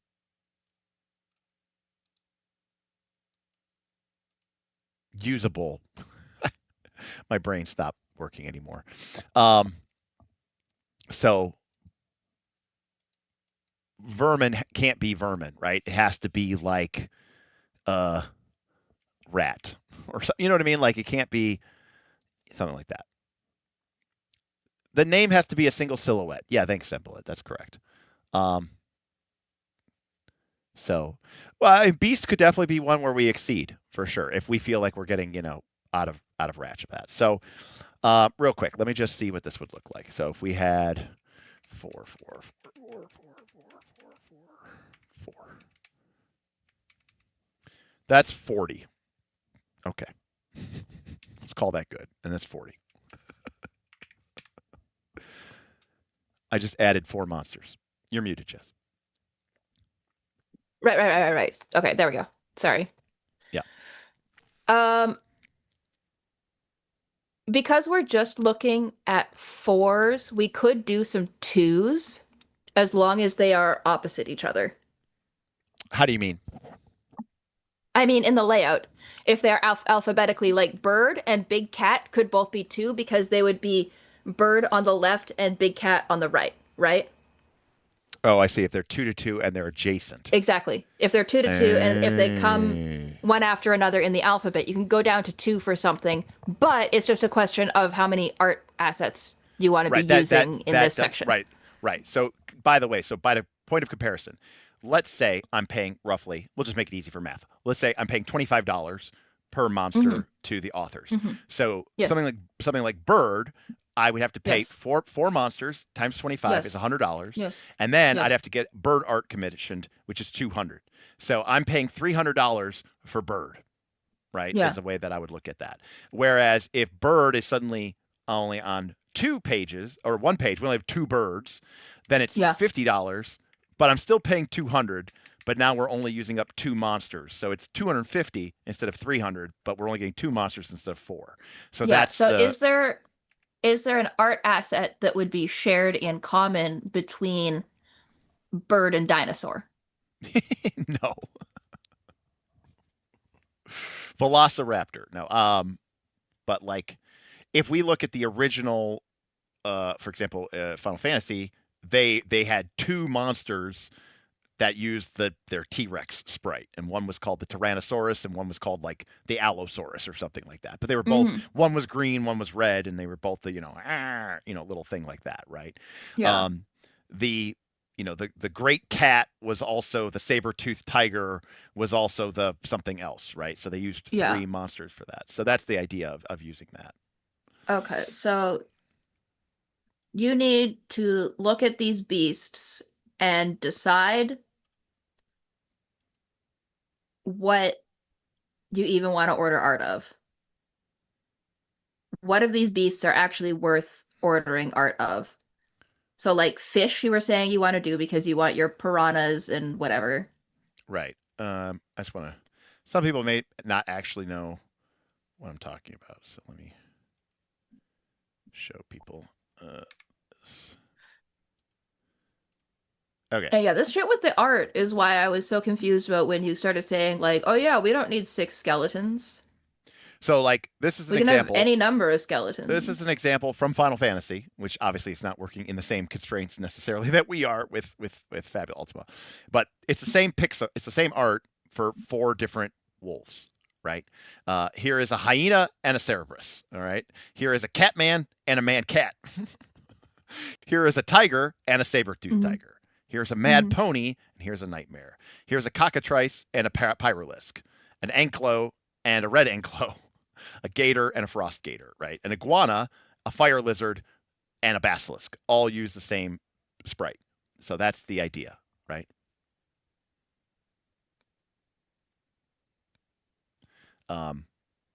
But anyways, the scorpion and the sea scorpion, or the lobster, if you will. Anyways, so that's what we're trying to. And I will.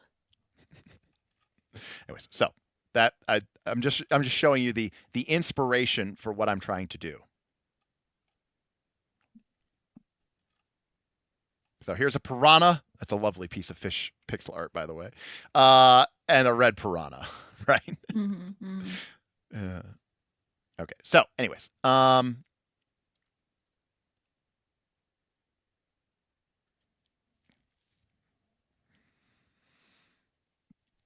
can you not just use these name-wise? No. I mean, number one, there's not that many monsters in Final Fantasy 1, but I mean, it's definitely an homage to Final Fantasy 1, and I'm sure I will probably be using some of these for sure. All right. I mean, that's fine, right? That's 40. Let's remember also that the art assets for Beast can be shared with some of our monster creatures. So if we have an art asset of a lizard that we want a magic lizard or what, like. Yeah, I understand. Again, I'm not, the game makes no distinction. So I'm not like, I'm not really, like, for example, if we had a winter wolf who breathed the frost cone, I am fine with that being a beast. Okay. Right. because it's not intelligent. It's just it's a feral wolf that happens to have this sort of magical thing, but it's essentially a wolf. When the game thinks about monsters, like even if you go to the core book, vampire bat is a beast. Gray howler, which is a wolf that has a screaming, howling attack, is a beast. Monster is stuff like an ooze, a hexai, the floating wings, floating orb with wings and an eye, and it curses you. A cockatrice, a mimic, very weird bats? Stuff. I kind of want bats. Yeah, I kind of want bats. I feel like the beast category is going to kill me. I think so too. But that's okay. Beasts look at the good. A huge problem. No, look at the good news. No. The good news is that we'll do this, and then we'll calculate how much money we need, and then that will be our minimum Kickstarter goal, and then we won't reach it. That's correct. Yeah. And then we won't have to do it. Okay. So and then I can say, I tried. You guys just didn't show up. What I'm sorry. What categories do you not need pictures for? All categories need pictures, Hardrick. You can't. I'm already, cutting corners by. Now I like your idea, Jess. Though, like for example, if bat goes before bird, then we could just have 2 bats, 2 birds. Yes, that's correct. I like that. I like that a lot. But then you're getting a piece of art that's only being used twice. Yep, and that's just that's. Oh well. Okay. Okay. So that's what you want. I don't want it.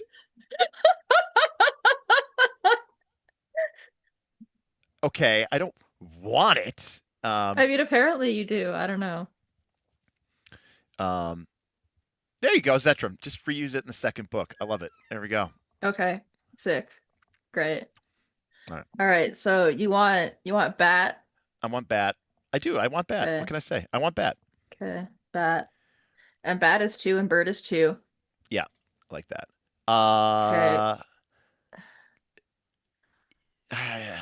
Cat. No, but then we need something else because I think dinosaur. Well, no, because it's got to be the same. Oh, it's got to be the same sprite. It can't be dinosaur. It has to be like T-Rex or something. Because it's got to be one pixel sprite. Okay, but it can still be a pixel sprite under a category called dinosaur. That's true. This is just what the category is called. Is a way that you can manipulate where it goes in the page order based on where you need it to be. So, Mithrak, you're forgetting something really important, Mithrak, which is that 90% of people play on a VTT. And if they play on a VTT, they want tokens. And if they want tokens, it needs to have art. And if it doesn't have art, they're going to be like, what the hell?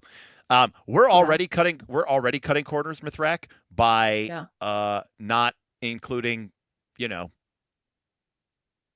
art for everything. Kaiju is a monster. Kaiju is not a beast. I agree. We should definitely make room for Mouse Rat and Little Sebastian. I've only cried twice in my life. Once when I was 9 and I got hit by a school bus, and a second time when I heard that Little Sebastian had died. Anyways. I mean, all of these could be like 2. I mean, not like all of them, but like a lot of them could be 2. Well, I mean, it's just it's a lot. It's a lot to take. Okay, you could have 4 wolves. Okay, we could have. Okay, no, we could. All right, we could definitely have 4 snakes. We could definitely have 4 wolves. Yeah, we could definitely have 4 spiders. Well, okay, spider is one that I feel like there's a lot of very intelligent spiders. Oh, and I see. I feel like spider is one where we're gonna use the sprite in beast and in monster. I see. Oh, I didn't really consider that. If that's what you were saying. Okay. Yeah. Yes, I could see that. Okay. Yeah. Okay, so I'm going to add spider, but smart to monster. Right. Shark should definitely be 2. Okay, shark is 2. Right. Now, okay. So bat and bird are opposite each other. Yeah. cat big. It should also be 2. Yeah. But what are we calling it? Is this section called cat, or is it called panther, or what is the section called? Felines? Yeah. Because its ability to be 2 lives and dies based on Well, what it depends on it's what's called. next, what's after it, right? Exactly. Right. Well, that's what I'm saying. No. So, right. I Kami see. Turtle says cat can be 3. Could it? Does that work? Well, no, but If then you want an elite cat. Oh, we could have an elite cat. Yeah. Okay. Let's go. Yeah. Okay, that's good. Yeah. Let's make cat 3, Okay. and then Okay. T-Rex, which should be not T-Rex. Well, wait, because T-Rex is in the wrong place alphabetically because it used to be dinosaur. Right, but it does. I don't want it to be T-Rex either. I think that's terrible. Okay. So I need something Okay, that's it's dinosaur again. You know what? Fuck it. Just leave it dinosaur. I don't give a shit. Okay. Well, no, because then dinosaur could be 2 and fish could be 2. Well, no, because dinosaur could also be 3. If you want an elite. Oh, I do want an elite. Or dinosaur could be 1. Yeah, it could be 1, but no, because and then fish it could be 2. Well, no, if it's 1, then it can just be named after what it's named. Haldred said, "What sprite do you envision for dinosaur that's not T-Rex shape?" Ideally, Haldred, if I'm being honest with you, we would have 2 different categories for dinosaur. We would have one that's T-Rex, and then we'd have one that's like a kind of Stegosaurus, Ankylosaurus looking thing, and that would be it. So you're ordering 2 pieces of art for dinosaur? Yeah. Look, if people don't pay it, we won't print it, and I can't lose money here.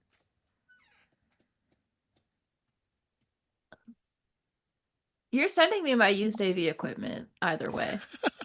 Because I'm here right now. I get something. I get at least like a tripod. Bitch, it's bought. I already have it. Yeah. Good. It's mine. It's not even used. It's brand new. Okay. Well, no, but you're going to do a stream where you set it up or whatever. I am going to set it up. Yeah, I am going to test it. Yes. And then once you've set it up and you've tested it, then you'll be able to walk me through setting it up. Exactly. That's the whole. I got to do that. Yeah. I got to do that. Well, I got to do that for Ronald, the rules lawyer, first. Actually, he sent me something, and he's got to send me some audio stuff. I got to check. Yeah. All right. What were we doing? Arguing about dinosaurs. Okay.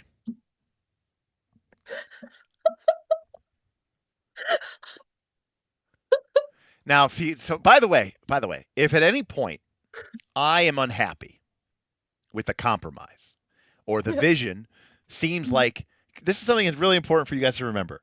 If at any point I feel like I am unhappy or I'm compromising my vision vis-a-vis, if Vin, the self-confessed cynic, seems happy, just know that we're on the right path.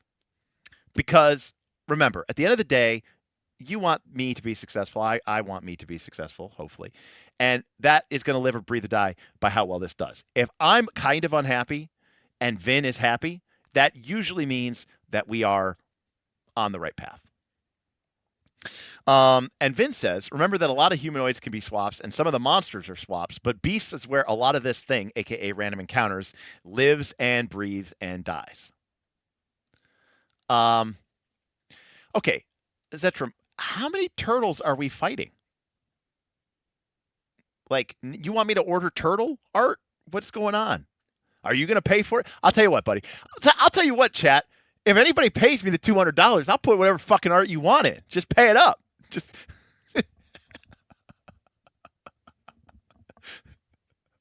McNancy says random ankylosaurus showing up as yes, there is a literal random ankylosaurus in Final Fantasy 1, McNancy, which is why I have. So if any of you feel particularly disgusted, you just drop the $200. We'll put a little asterisk in Jess's spreadsheet, and we'll be like, this gets its own piece of art. And we'll make it. It could be its own family. Yeah. It could be a 101. It could be a 101, baby. Yeah. Because I'm going to pay $25 for the. Make that again, Mr. Yeah, if there's any unique sprites that you want in this thing, like you really want a turtle, then tip $200, and then we'll put in the one turtle now into the outline. It'll happen right now. Whatever you want. If you want a turtle, if you want a horse, if you want a dog that isn't a wolf, if you want that octopus, Yeah, 'cause whatever it is that you want. If you tip $200, right, it goes in, and the art budget is the thing that yeah, kills that is killing us. Well, not killing us, but like that's the main hurdle. yeah. Right? The main hurdle for the turtle. The main hurdle for the turtle. Very nice. Yeah. Right. Because like no, we're not baking it into the Kickstarter. We're baking it into this stream right now. Just what we have on page here right now, right? We have over $2,000 of pixel art of birds and bats and bees. Yes. Okay, we need to delete some of these. This is no. Look, you're not getting this much animal art. This is I'm stupid. getting this much. Look, if Vin is right, and I hate saying that, but he's right. Like, people want random animals. These things come up all the time, and you can use them for anything, and they're incredibly what's the word I'm looking for? Flexible and versatile. You know, if bat is so flexible and versatile, why are you only using it twice? Because I can't think of 6 bats. It's going to be a stretch to put in 2. You don't have to think of 6 bats right now. Yeah, but look, I'm a genius. I already know that you can't make just 6 bats, okay? Well, then it's not so versatile, is it? If you can only use it twice. No, I'm saying it's versatile in the game. Like, you could add a bat to any encounter. You could add a bat to any sort of nighttime encounter. You could add a bat to an undead encounter. You could add a bat to a cave encounter. You could add a bat, you know what I mean? You can just add a bat to a lot of different encounters. Okay, and if this were an encounter book, then we could be writing slightly different bats for all of those encounters and using that bat art. People need these creatures. Listen. I know this, and you need these monsters. Fine. Right, and that's the other thing. Vin is correct. The other thing about beasts is these just don't come up in one campaign. They come up in every campaign, just over and over. Look, we cannot literally put in every Wikipedia beast. Okay, there's no aardvark either. Okay, so. Yeah, we have bird unspecified. Right. Yeah, it'll be like a sprite like this, and it'll be called like Eagle, and it'll be called like Bloodhawk, and that'll be it. Yeah.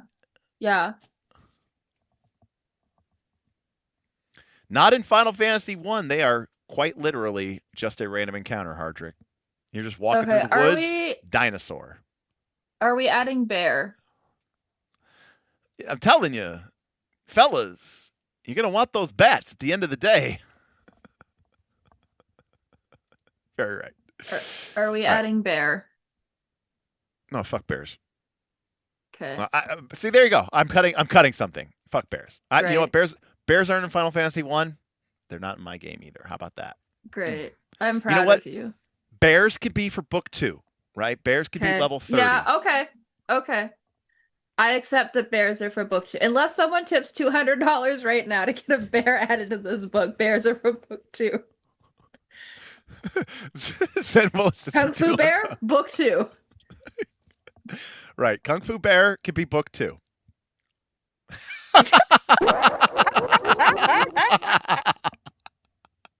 God damn it.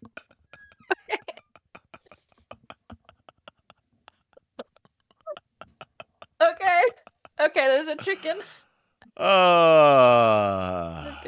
Okay, we got a chicken. We could totally reuse the chicken sprite for a cockatrice.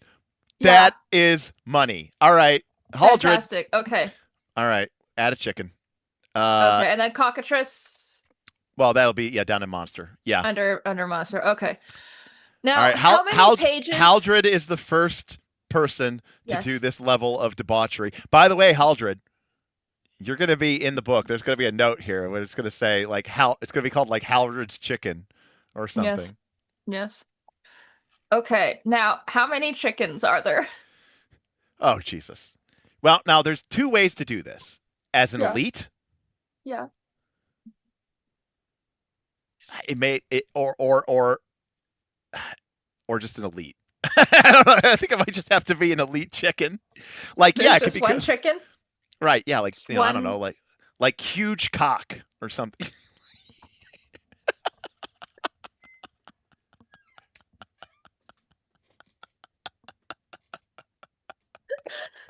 Okay. You know. Oh, we're just kidding. Okay. No.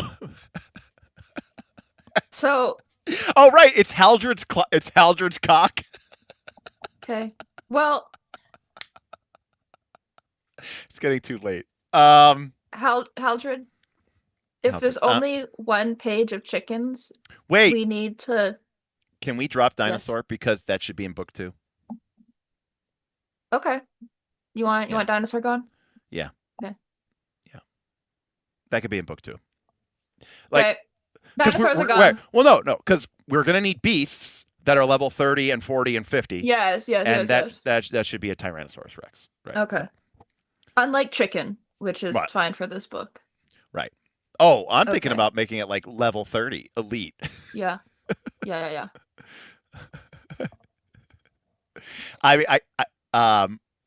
Okay. All right. Okay, we've got the chicken. Let's focus back in on fish. Okay. Yeah. So How somebody many said fish are there? So somebody said if we change it to piranha, then we can if we need to fit it somewhere else, we can change it to piranha. But I was thinking fish too. I was thinking fish. We could have like piranha and barracuda. Well, no, I'm saying if we leave it fish, it could be like piranha and barracuda. Okay. And I think that's it's 2. probably, yeah, I think it's fine. Okay.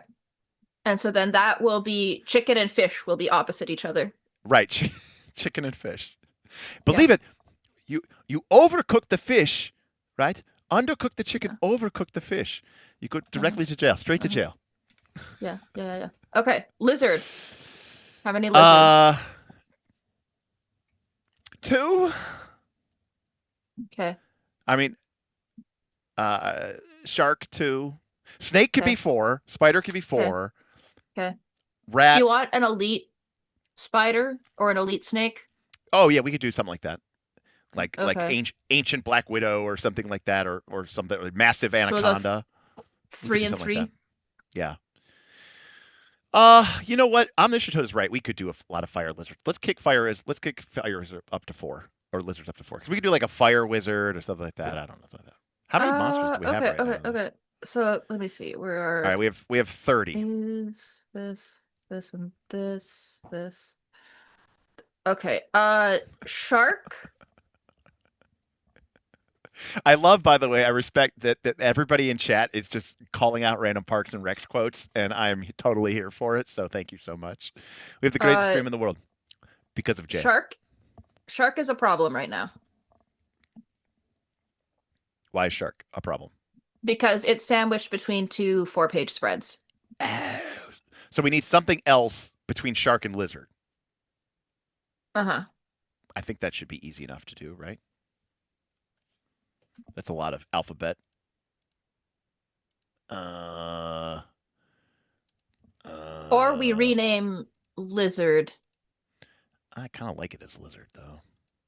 If it were reptile, it would go somewhere else, though. Yeah. Well, just because lizard is specific enough. What do we need? Something between L. Wait, remind me what we have a problem with. Shark. We need something between shark and lizard, right? Yeah. Or between shark and snake. Okay. Monkey? Nah. Kitbit says the reordering of fish to piranha. The problem is, I mean, by the way, we could totally make it piranha, but then both monsters would have to be a piranha. By making it fish, we could have a piranha and a barracuda, which is technically 2 different types of fish. We could add octopus. I like that. Let's add octopus. How many octopi are you going to have? 2. Doesn't that fit? Doesn't that work? Yeah, but are you sure you want to use an octopus art that much? Because this is... Okay. Okay, we'll get octopus and then we'll put kraken down in monster. Right. We can reuse octopus for kraken. Yes. Okay. Because also remember, pie in the sky, right? But if we reach the stretch goal, we're going to get the pixel artist, to do like special enhanced versions where Yes. they don't literally remake it, but they just, Yeah. they put some extra tingles on it, and that would be a great way to take an octopus and upgrade it to And a make kraken. it. Yes, but the octopus will be an acceptable kraken if not. Right, and if we don't reach It'll the be stretch fine. goal, Derek will put a LUT on it, add a couple pixels, and make it into a kraken. Yeah. All right. Okay. So we're at shark. We're at snake for 3, spider for 3, rat for 4, and wolf for 4. Yeah, that seems pretty good. That's 32. Yeah. So we need like one more. Or to just up something. Oh, right. Huh. Do you want 7 snakes? No. Definitely do not want 7 snakes. Do you want 8 rats?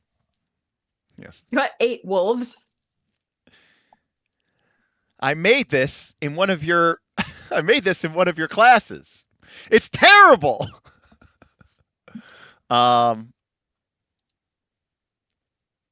Anyways, we have 2 chickens. They're two elite chickens, 7 fishes. Are we We could missing move any? chicken up to 3. We're already going to be reusing the art for cockatrice, though. Sure. What about crocodile? Can we add crocodile or like gator? Oh no, we don't have crocodile. Okay. Yeah, because like do you want- lizard to me is like an iguana type thing, but I feel like crocodile is a pretty typical monster. I think we could have a croc. We could also put a crab in. Those are very popular in the KOLC ecosystem. People love their crabs. How many crocodiles do you want? How many can we put in?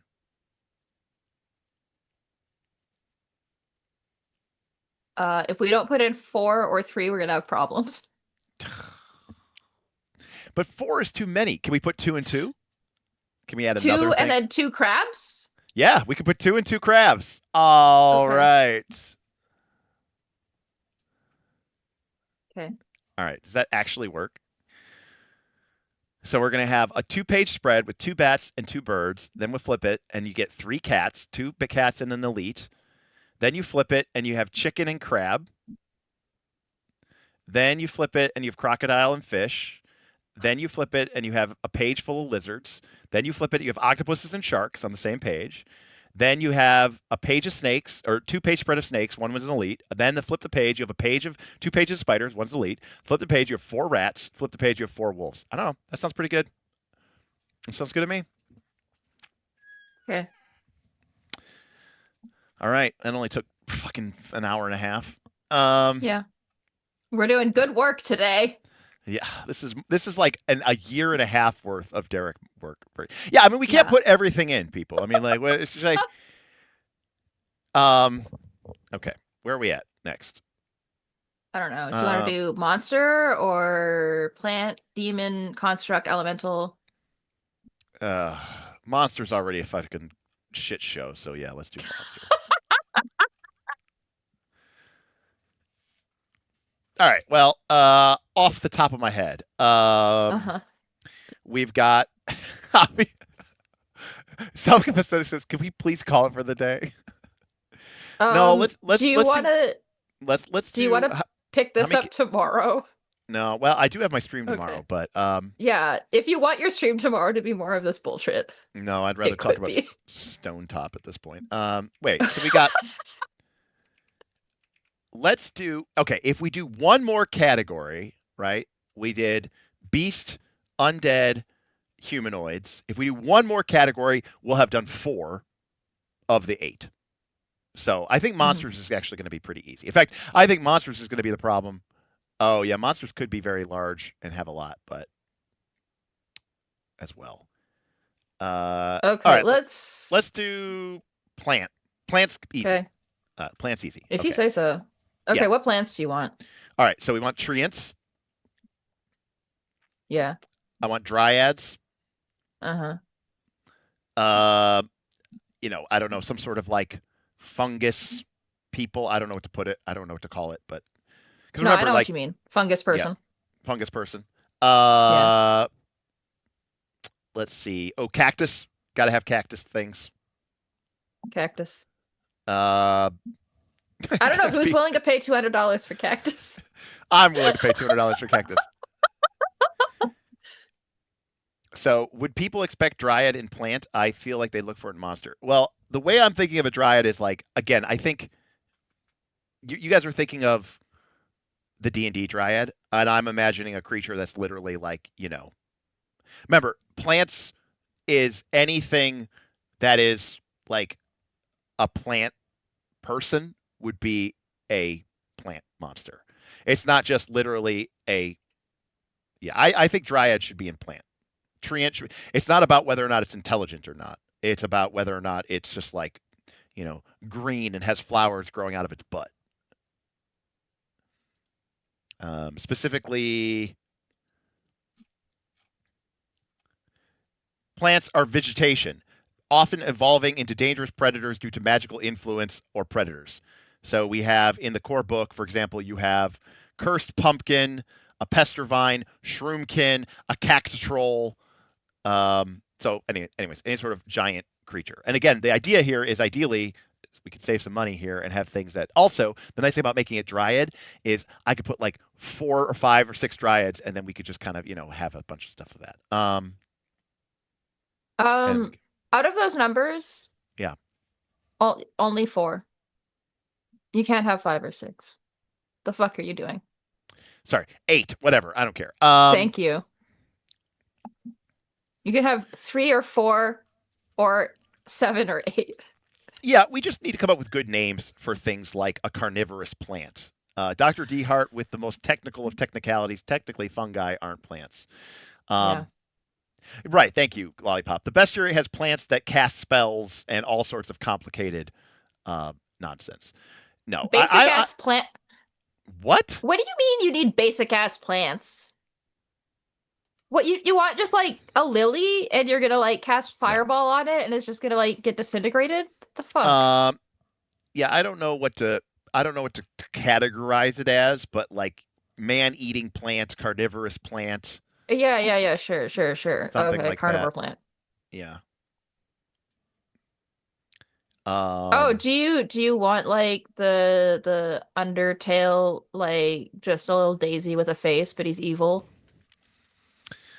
Sure. Are you serious? No, I don't know. Okay. I don't know if like, because again, it's about creating something that we can create one art for that's a generic enough family that if we just change the color of it, it would be a different monster. Okay, what kind of plants are there in Final Fantasy? Let's go back to the ancient texts. Let's go back to our ancient texts. Portafellos, that's a good name. Nice. That's pretty nice. Okay. Well, they put in Final Fantasy 1, the plant arts are Ocho and Na Ocho. Nice. Which would be kind of basically it's like a shambling mound or an odiug. Oh, okay. That kind of type thing. Like it's not a Marlboro, it's a Malboro. 15 insight, but yeah, something like a shambling mound or something like that sort of. Nasty pile. Yeah, I mean, names, working on the names, but do you want vines? Do you want a vine creature? I think we should have a vine thing, and I think we should have a flower thing. I think we should have a flower thing. Like it could be called like a death lily, and a razor rose, and a destructive daisy, or a doom daisy, or something. You know what I mean? Stupid stuff. The black lotus. Yeah, I think that's probably fine. And if we go 6, 6, 6, 6, 6, 6, 6, 6, that's too many. So then we have to trim. So that's 48. It's way too many. But we can't do 6 anyways. Why the fuck am I keeping? Well, we can also like 4, 4, 4, 4, 4, 4, 4. delete some shit. I know. All right. Well, that's 32. That's 32. So I think there should be an elite in here somewhere. I think Treant can have an elite. Dryad. Treant can have an elite. Dryad elite. Because like a Dryad queen, right? Right. Well, in that case, I kind of like the idea of Dryad maybe being 7. Okay. Because I like the idea of it. Dryad's kind of it's like a plant person. I'm just using Dryad as a typical plant person. No, and that way I could put in a plant person mage and a plant person knight and a plant person hunter, and I could just plant it the fuck up. Yeah. All right, that's 34. So we need 2 more, or some changing of changing. No leshies, no leshies. Got it. Final Fantasy X called them Mandragora, Ragora, and Ochu. Yes, Final Fantasy I, they were called Ochus. Yes.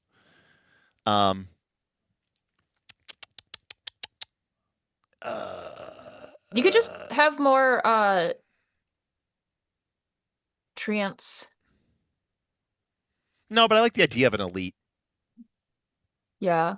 But Treants could also be 7. That's too many Treants. Okay. I'm trying. Like some of these, I just don't feel like they should support all 6 roles. Basically. Yeah. People are really People really want a Cactus Elite. Well, then we'd have to go down from 4 to 3. I mean, that's fine though, right? Yeah, that is fine actually. Yeah. All right, Cactus Elite. Great. We'll put in a 10,000. We'll put in a 10,000 needler. So Cactus down to 3. Yeah. Okay. And then So then we need another 3. If we add another plant 3, that would also do it.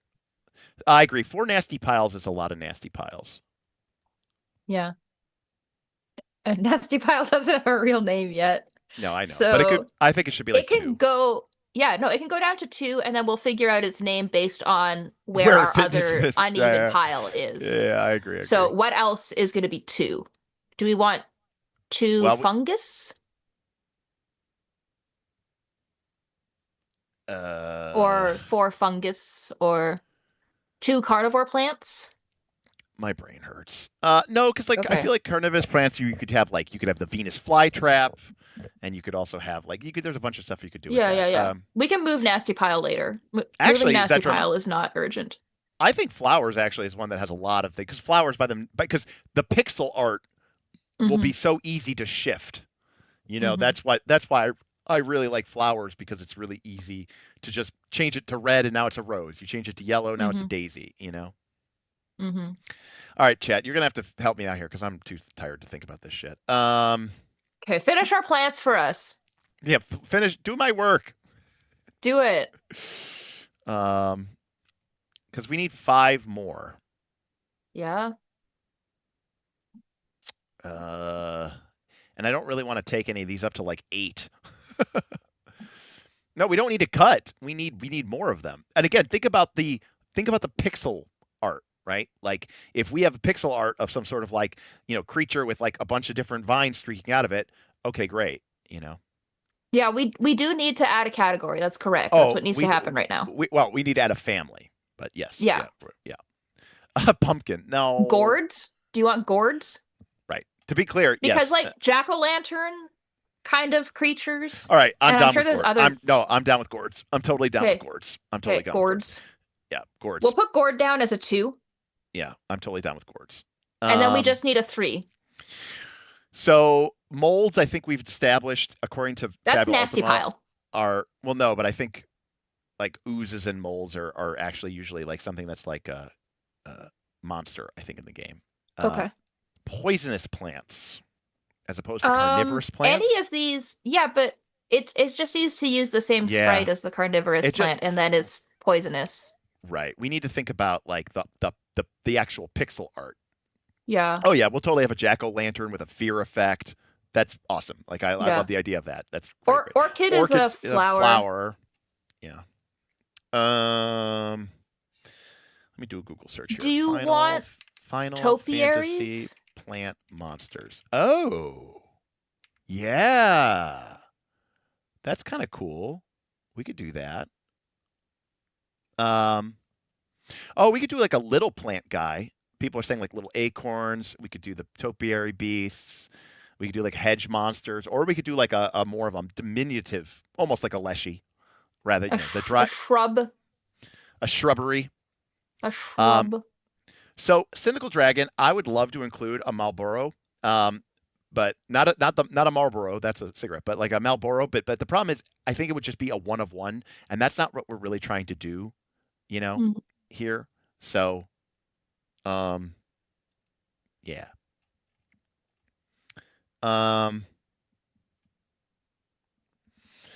Cactus, treants, Marlboro. Oh, a root creature.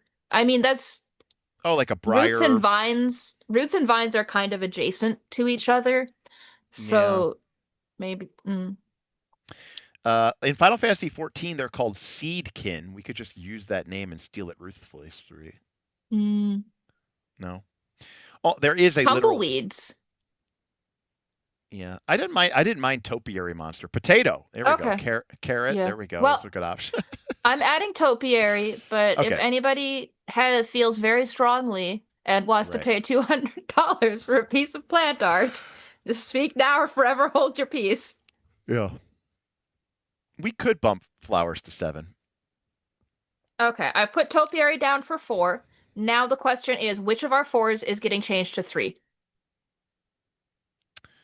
Probably vines. You want an elite vine? Yeah. Okay. Okay. And there we go. We're done We're plants. We're halfway done. And we just need Gourd and Nasty Pile to go next to each other in the alphabet.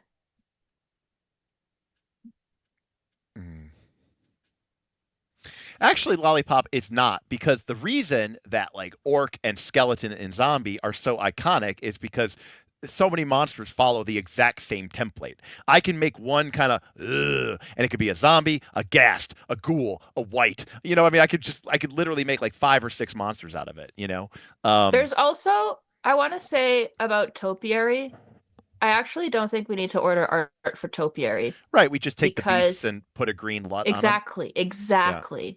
Yeah, I agree. A green dog is Yeah. a hedge that has been trimmed to look like a dog. Yes. Right. Yeah, like we take a dog and we make it green and we put some pixel art Yeah. sparks and we call it a hedgehog.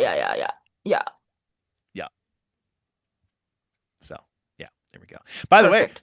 this is just what the original NES designers did because they didn't have the memory. For them, it wasn't about money. It was about memory. They didn't literally have the memory Yeah. on the NES. They had to make it fit.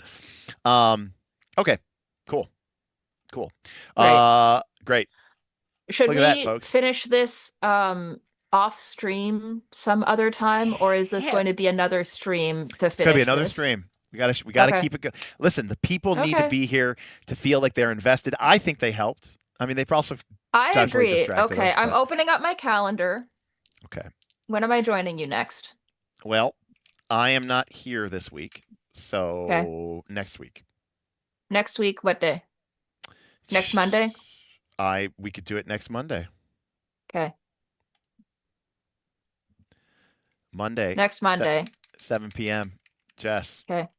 Done. Design diary number 2. That's right. Explodey puffball thing could totally be like a mushroom type thing as well. When do I get to design a monster, Derek? Oh, you definitely get to design a monster. 15 insight. So all right. So zoom out and summary for the wrap up. Okay. So zooming out. Hold on a sec here. Okay. So here's what we're going to do. We are going to create a minimum of 288 creatures. That is going to allow... Exactly 288. No. It's going to be 300. Don't worry about it. In fact, it's less than that now because we changed. No, we just increased pages. Never mind. No. We're going to have over 300 because we're going to say over 300 plus. We're definitely doing that. It's fine. Yeah, it's going to be 300. Yeah, 301 exactly. So we're going to do that, and in fact, well, anyways, so we're going to do one monster for every combination of level, and in Fabula Ultima, levels are in increments of 5.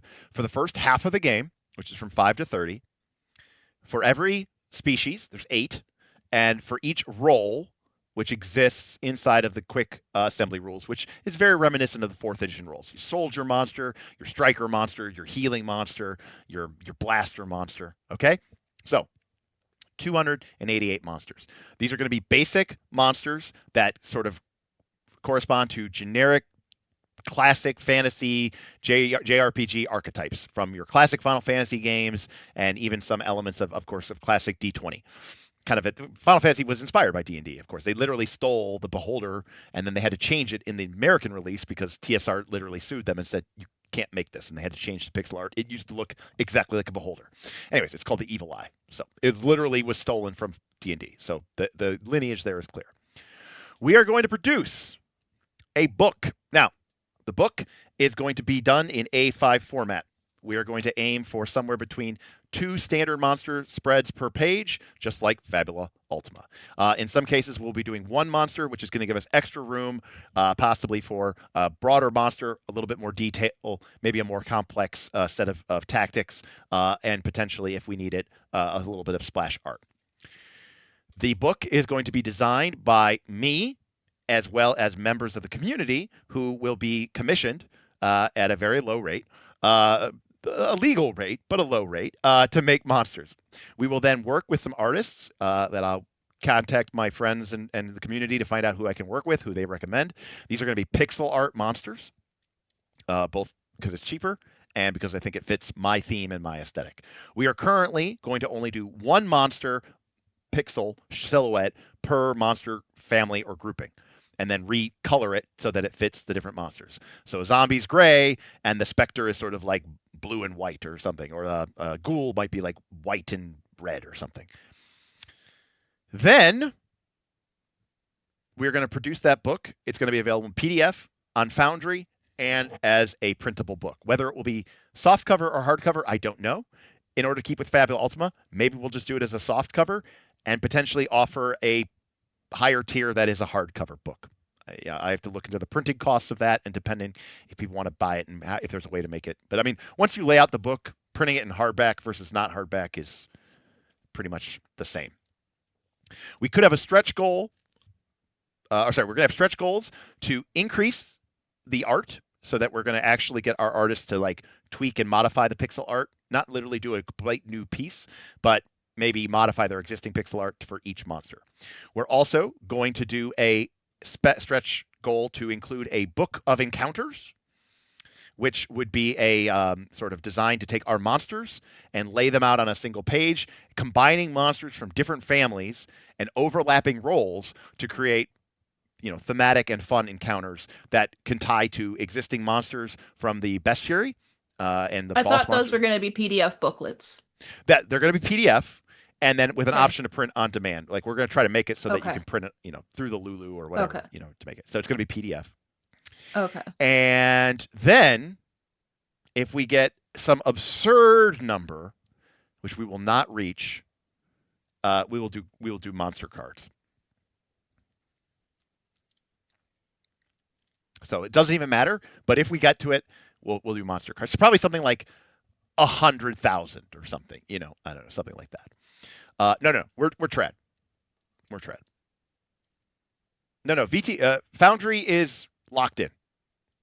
That's the bare minimum kit bit.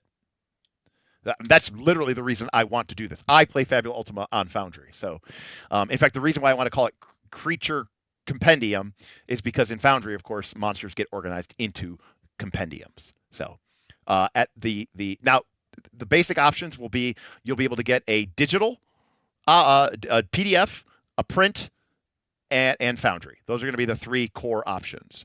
If we increase the stretch goals, there'll be another PDF for the encounter booklet, another stretch goal potentially for a hard copy or hardcover version. Maybe we even get a custom piece of cover art, because a custom piece of cover art can cost thousands of dollars alone. So that's definitely not something I can do.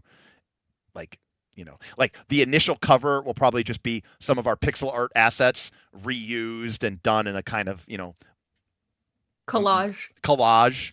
But if we get to that premium goal, we might be able to do a hard copy with a custom piece of cover art. And then the ultimate goal, like $100,000, which we will not reach, would be like cards. And cards, people said, what size would they be? I don't know. Probably not Magic the Gathering size, although that is nice because then it's easier to store and there's a lot of options for it. But I am a fond of tarot-sized cards. I don't know. We'd have to think about what's maximally usable and really talk about that. What dimension for the pixel art? Great question. I don't know, and we'll see what the artists work with. Somewhere between, probably like 256 by 256 is probably going to be too smooth. So like a 128 or like a 64. I like 64 personally. I'm a big fan of that. I like the new modern pixel art. It doesn't have to actually literally be an 8 by 8. So like a 32 by 32 is fine. A 64 by 64 is fine. That gives us enough detail to be able to play within the space, and so something like that. Probably tarot card size, but again, don't underestimate how small these stat blocks can be. Shrunk down, I do think that a standard size card would be a little bit too small. But yeah, I don't know, something. And thank you, by the way, to Scotty for really throwing his weight and support to this project. Scotty also was a hero and tried to keep me from. By the way, my eyes burned for now. Granted, I went in pretty hard to get all that gunk off of my face. My eyes burned so bad from that. You should not have gone in hard. What did you use? What kind of makeup remover did you use? What did you do? I used hand soap. Soap. Anyways, yes, I took soap and then I rubbed it into my eyes. And then, it came out. Anyways, shout out to Agile Monk for his 19 months of subscription. Much love and super blessings. Thank you, Agile Monk. Agile Monk, I did send you. I don't know if you're ever going to see this, buddy, but I did send you a couple of questions. I would love to talk to you about some stuff that you did. Haldred for a $200 super chat to support his inclusion of the chicken. Yeah. Thank you to Scotty for his super chats as well. Numerous thoughts and comments. We really appreciate it. Dirty Phil said, so the prep for the no prep bestiary will take 2 years of prep at this point. Dirty Phil also loving Jess and wanting to get her into the Daggerheart game as well. Self-confessed cynic says that he approves of our decisions for life, which is always a good sign. And then we got started off with a chat tips from Mark T and Anonymous, who loved that we were making a monster compendium and that Jess is yelling at me. So all in all, a fantastic start. We made way more progress than I actually thought we were going to make, which is saying something. I'm not used to actually having things written down and kind of moving forward with it. But the good news is that this must be what it feels like for the rest of you, because we've made choices. They are not perfect. They're good enough. And I'm okay with that. We're going to move forward. This is how the rest of you feel. Whereas if this was me on any other project, I would be like, but it's not 100% perfect. And I need to obsess over this one detail for the next 25 hours. Anyways. But Vin is happy, and that's a good sign. Yeah. I had hoped to get the entire outline done. So we're not quite where I wanted to be. But I'm willing to adjourn this meeting. Yeah. See that attitude. Fuck it. We'll go with this for now. Lock it in. Maybe change it later. Is exactly the attitude that I hate. Because number one, it means you're giving up. Number two, you know what? You never go back and change it later. You just lock it in, and then you get 15 other things that you need to do, and you go, in my mind, that's done, and I can't deal with probably going back to that because it feels done, and we'll just lock it in, and then you never go back. But Kit, you are absolutely correct. It's to build experience. It's to build a reputation. It's to get practice reps and to get experience for the book that I actually. By the way, to be absolutely clear about this, I love Fabula Ultima. My group has said this is probably their favorite campaign that we've run maybe in the last 5 to 10 years. We are absolutely loving the game. We love JRPGs. We've had really a lot of fun leaning into, for us, the JRPG tropes of, pixel art monsters and lots of battles and stuff like that. I absolutely love this game. I've also made a lot of monsters, and I hate making monsters, and Fabula Ultima has made me appreciate making monsters. So while monsters aren't my favorite thing to do, I'm not like, I don't love sitting there like a lot of GMs do. It has been fun to make these Fabula Ultima monsters. And then watch my party demolish them, and then the necromancer raise my really, really awesome monsters as undead minions that then serve him, and then he gets to use all their cool powers against me for the next several fights. And then I regret making the monster because I made it too good. Anyways, and it'll be a cool opportunity to work with my community, which I'm really looking forward to. So, and Jess will get some nice AV gear out of it. Yes, it's a good opportunity for you to torture me. Yes, and correct. For me to torture you. So that is going to do it for us tonight. We'll be back tomorrow, or later today, I guess, actually, technically, since it's now midnight here. But we are keeping on. And again, my goal, or hopefully, once we get this list set up, we'll break down the roles, and then it's just a question of finding people who want to work with us. I know we have a couple of people who said, hey, I'd love to just do 1 or 2 or 3 monsters. I don't need money or paid. I just want, my name in the book would be cool and it'd be fun to work with you. Great. My rule of thumb is going to be if you do at least 10, I'm forcing you to take pay, because like at that point you're not just throwing in a monster. You're doing real work. But we'll divide up the work. Obviously, I expect to do a good chunk of this myself, but I'm hoping that the rest of the community maybe can do the other half or more. It really just depends on how many people really want to participate. I know Bob and Smith and a lot of the knights have also, volunteered to both create and also playtest. And so there will also be a need for that within our community as well. Get everybody running Fabula Ultima games for a couple of weeks, and yes, if you do 9, technically you do not meet my threshold of getting paid. But again, I have to draw a line somewhere, Take your money.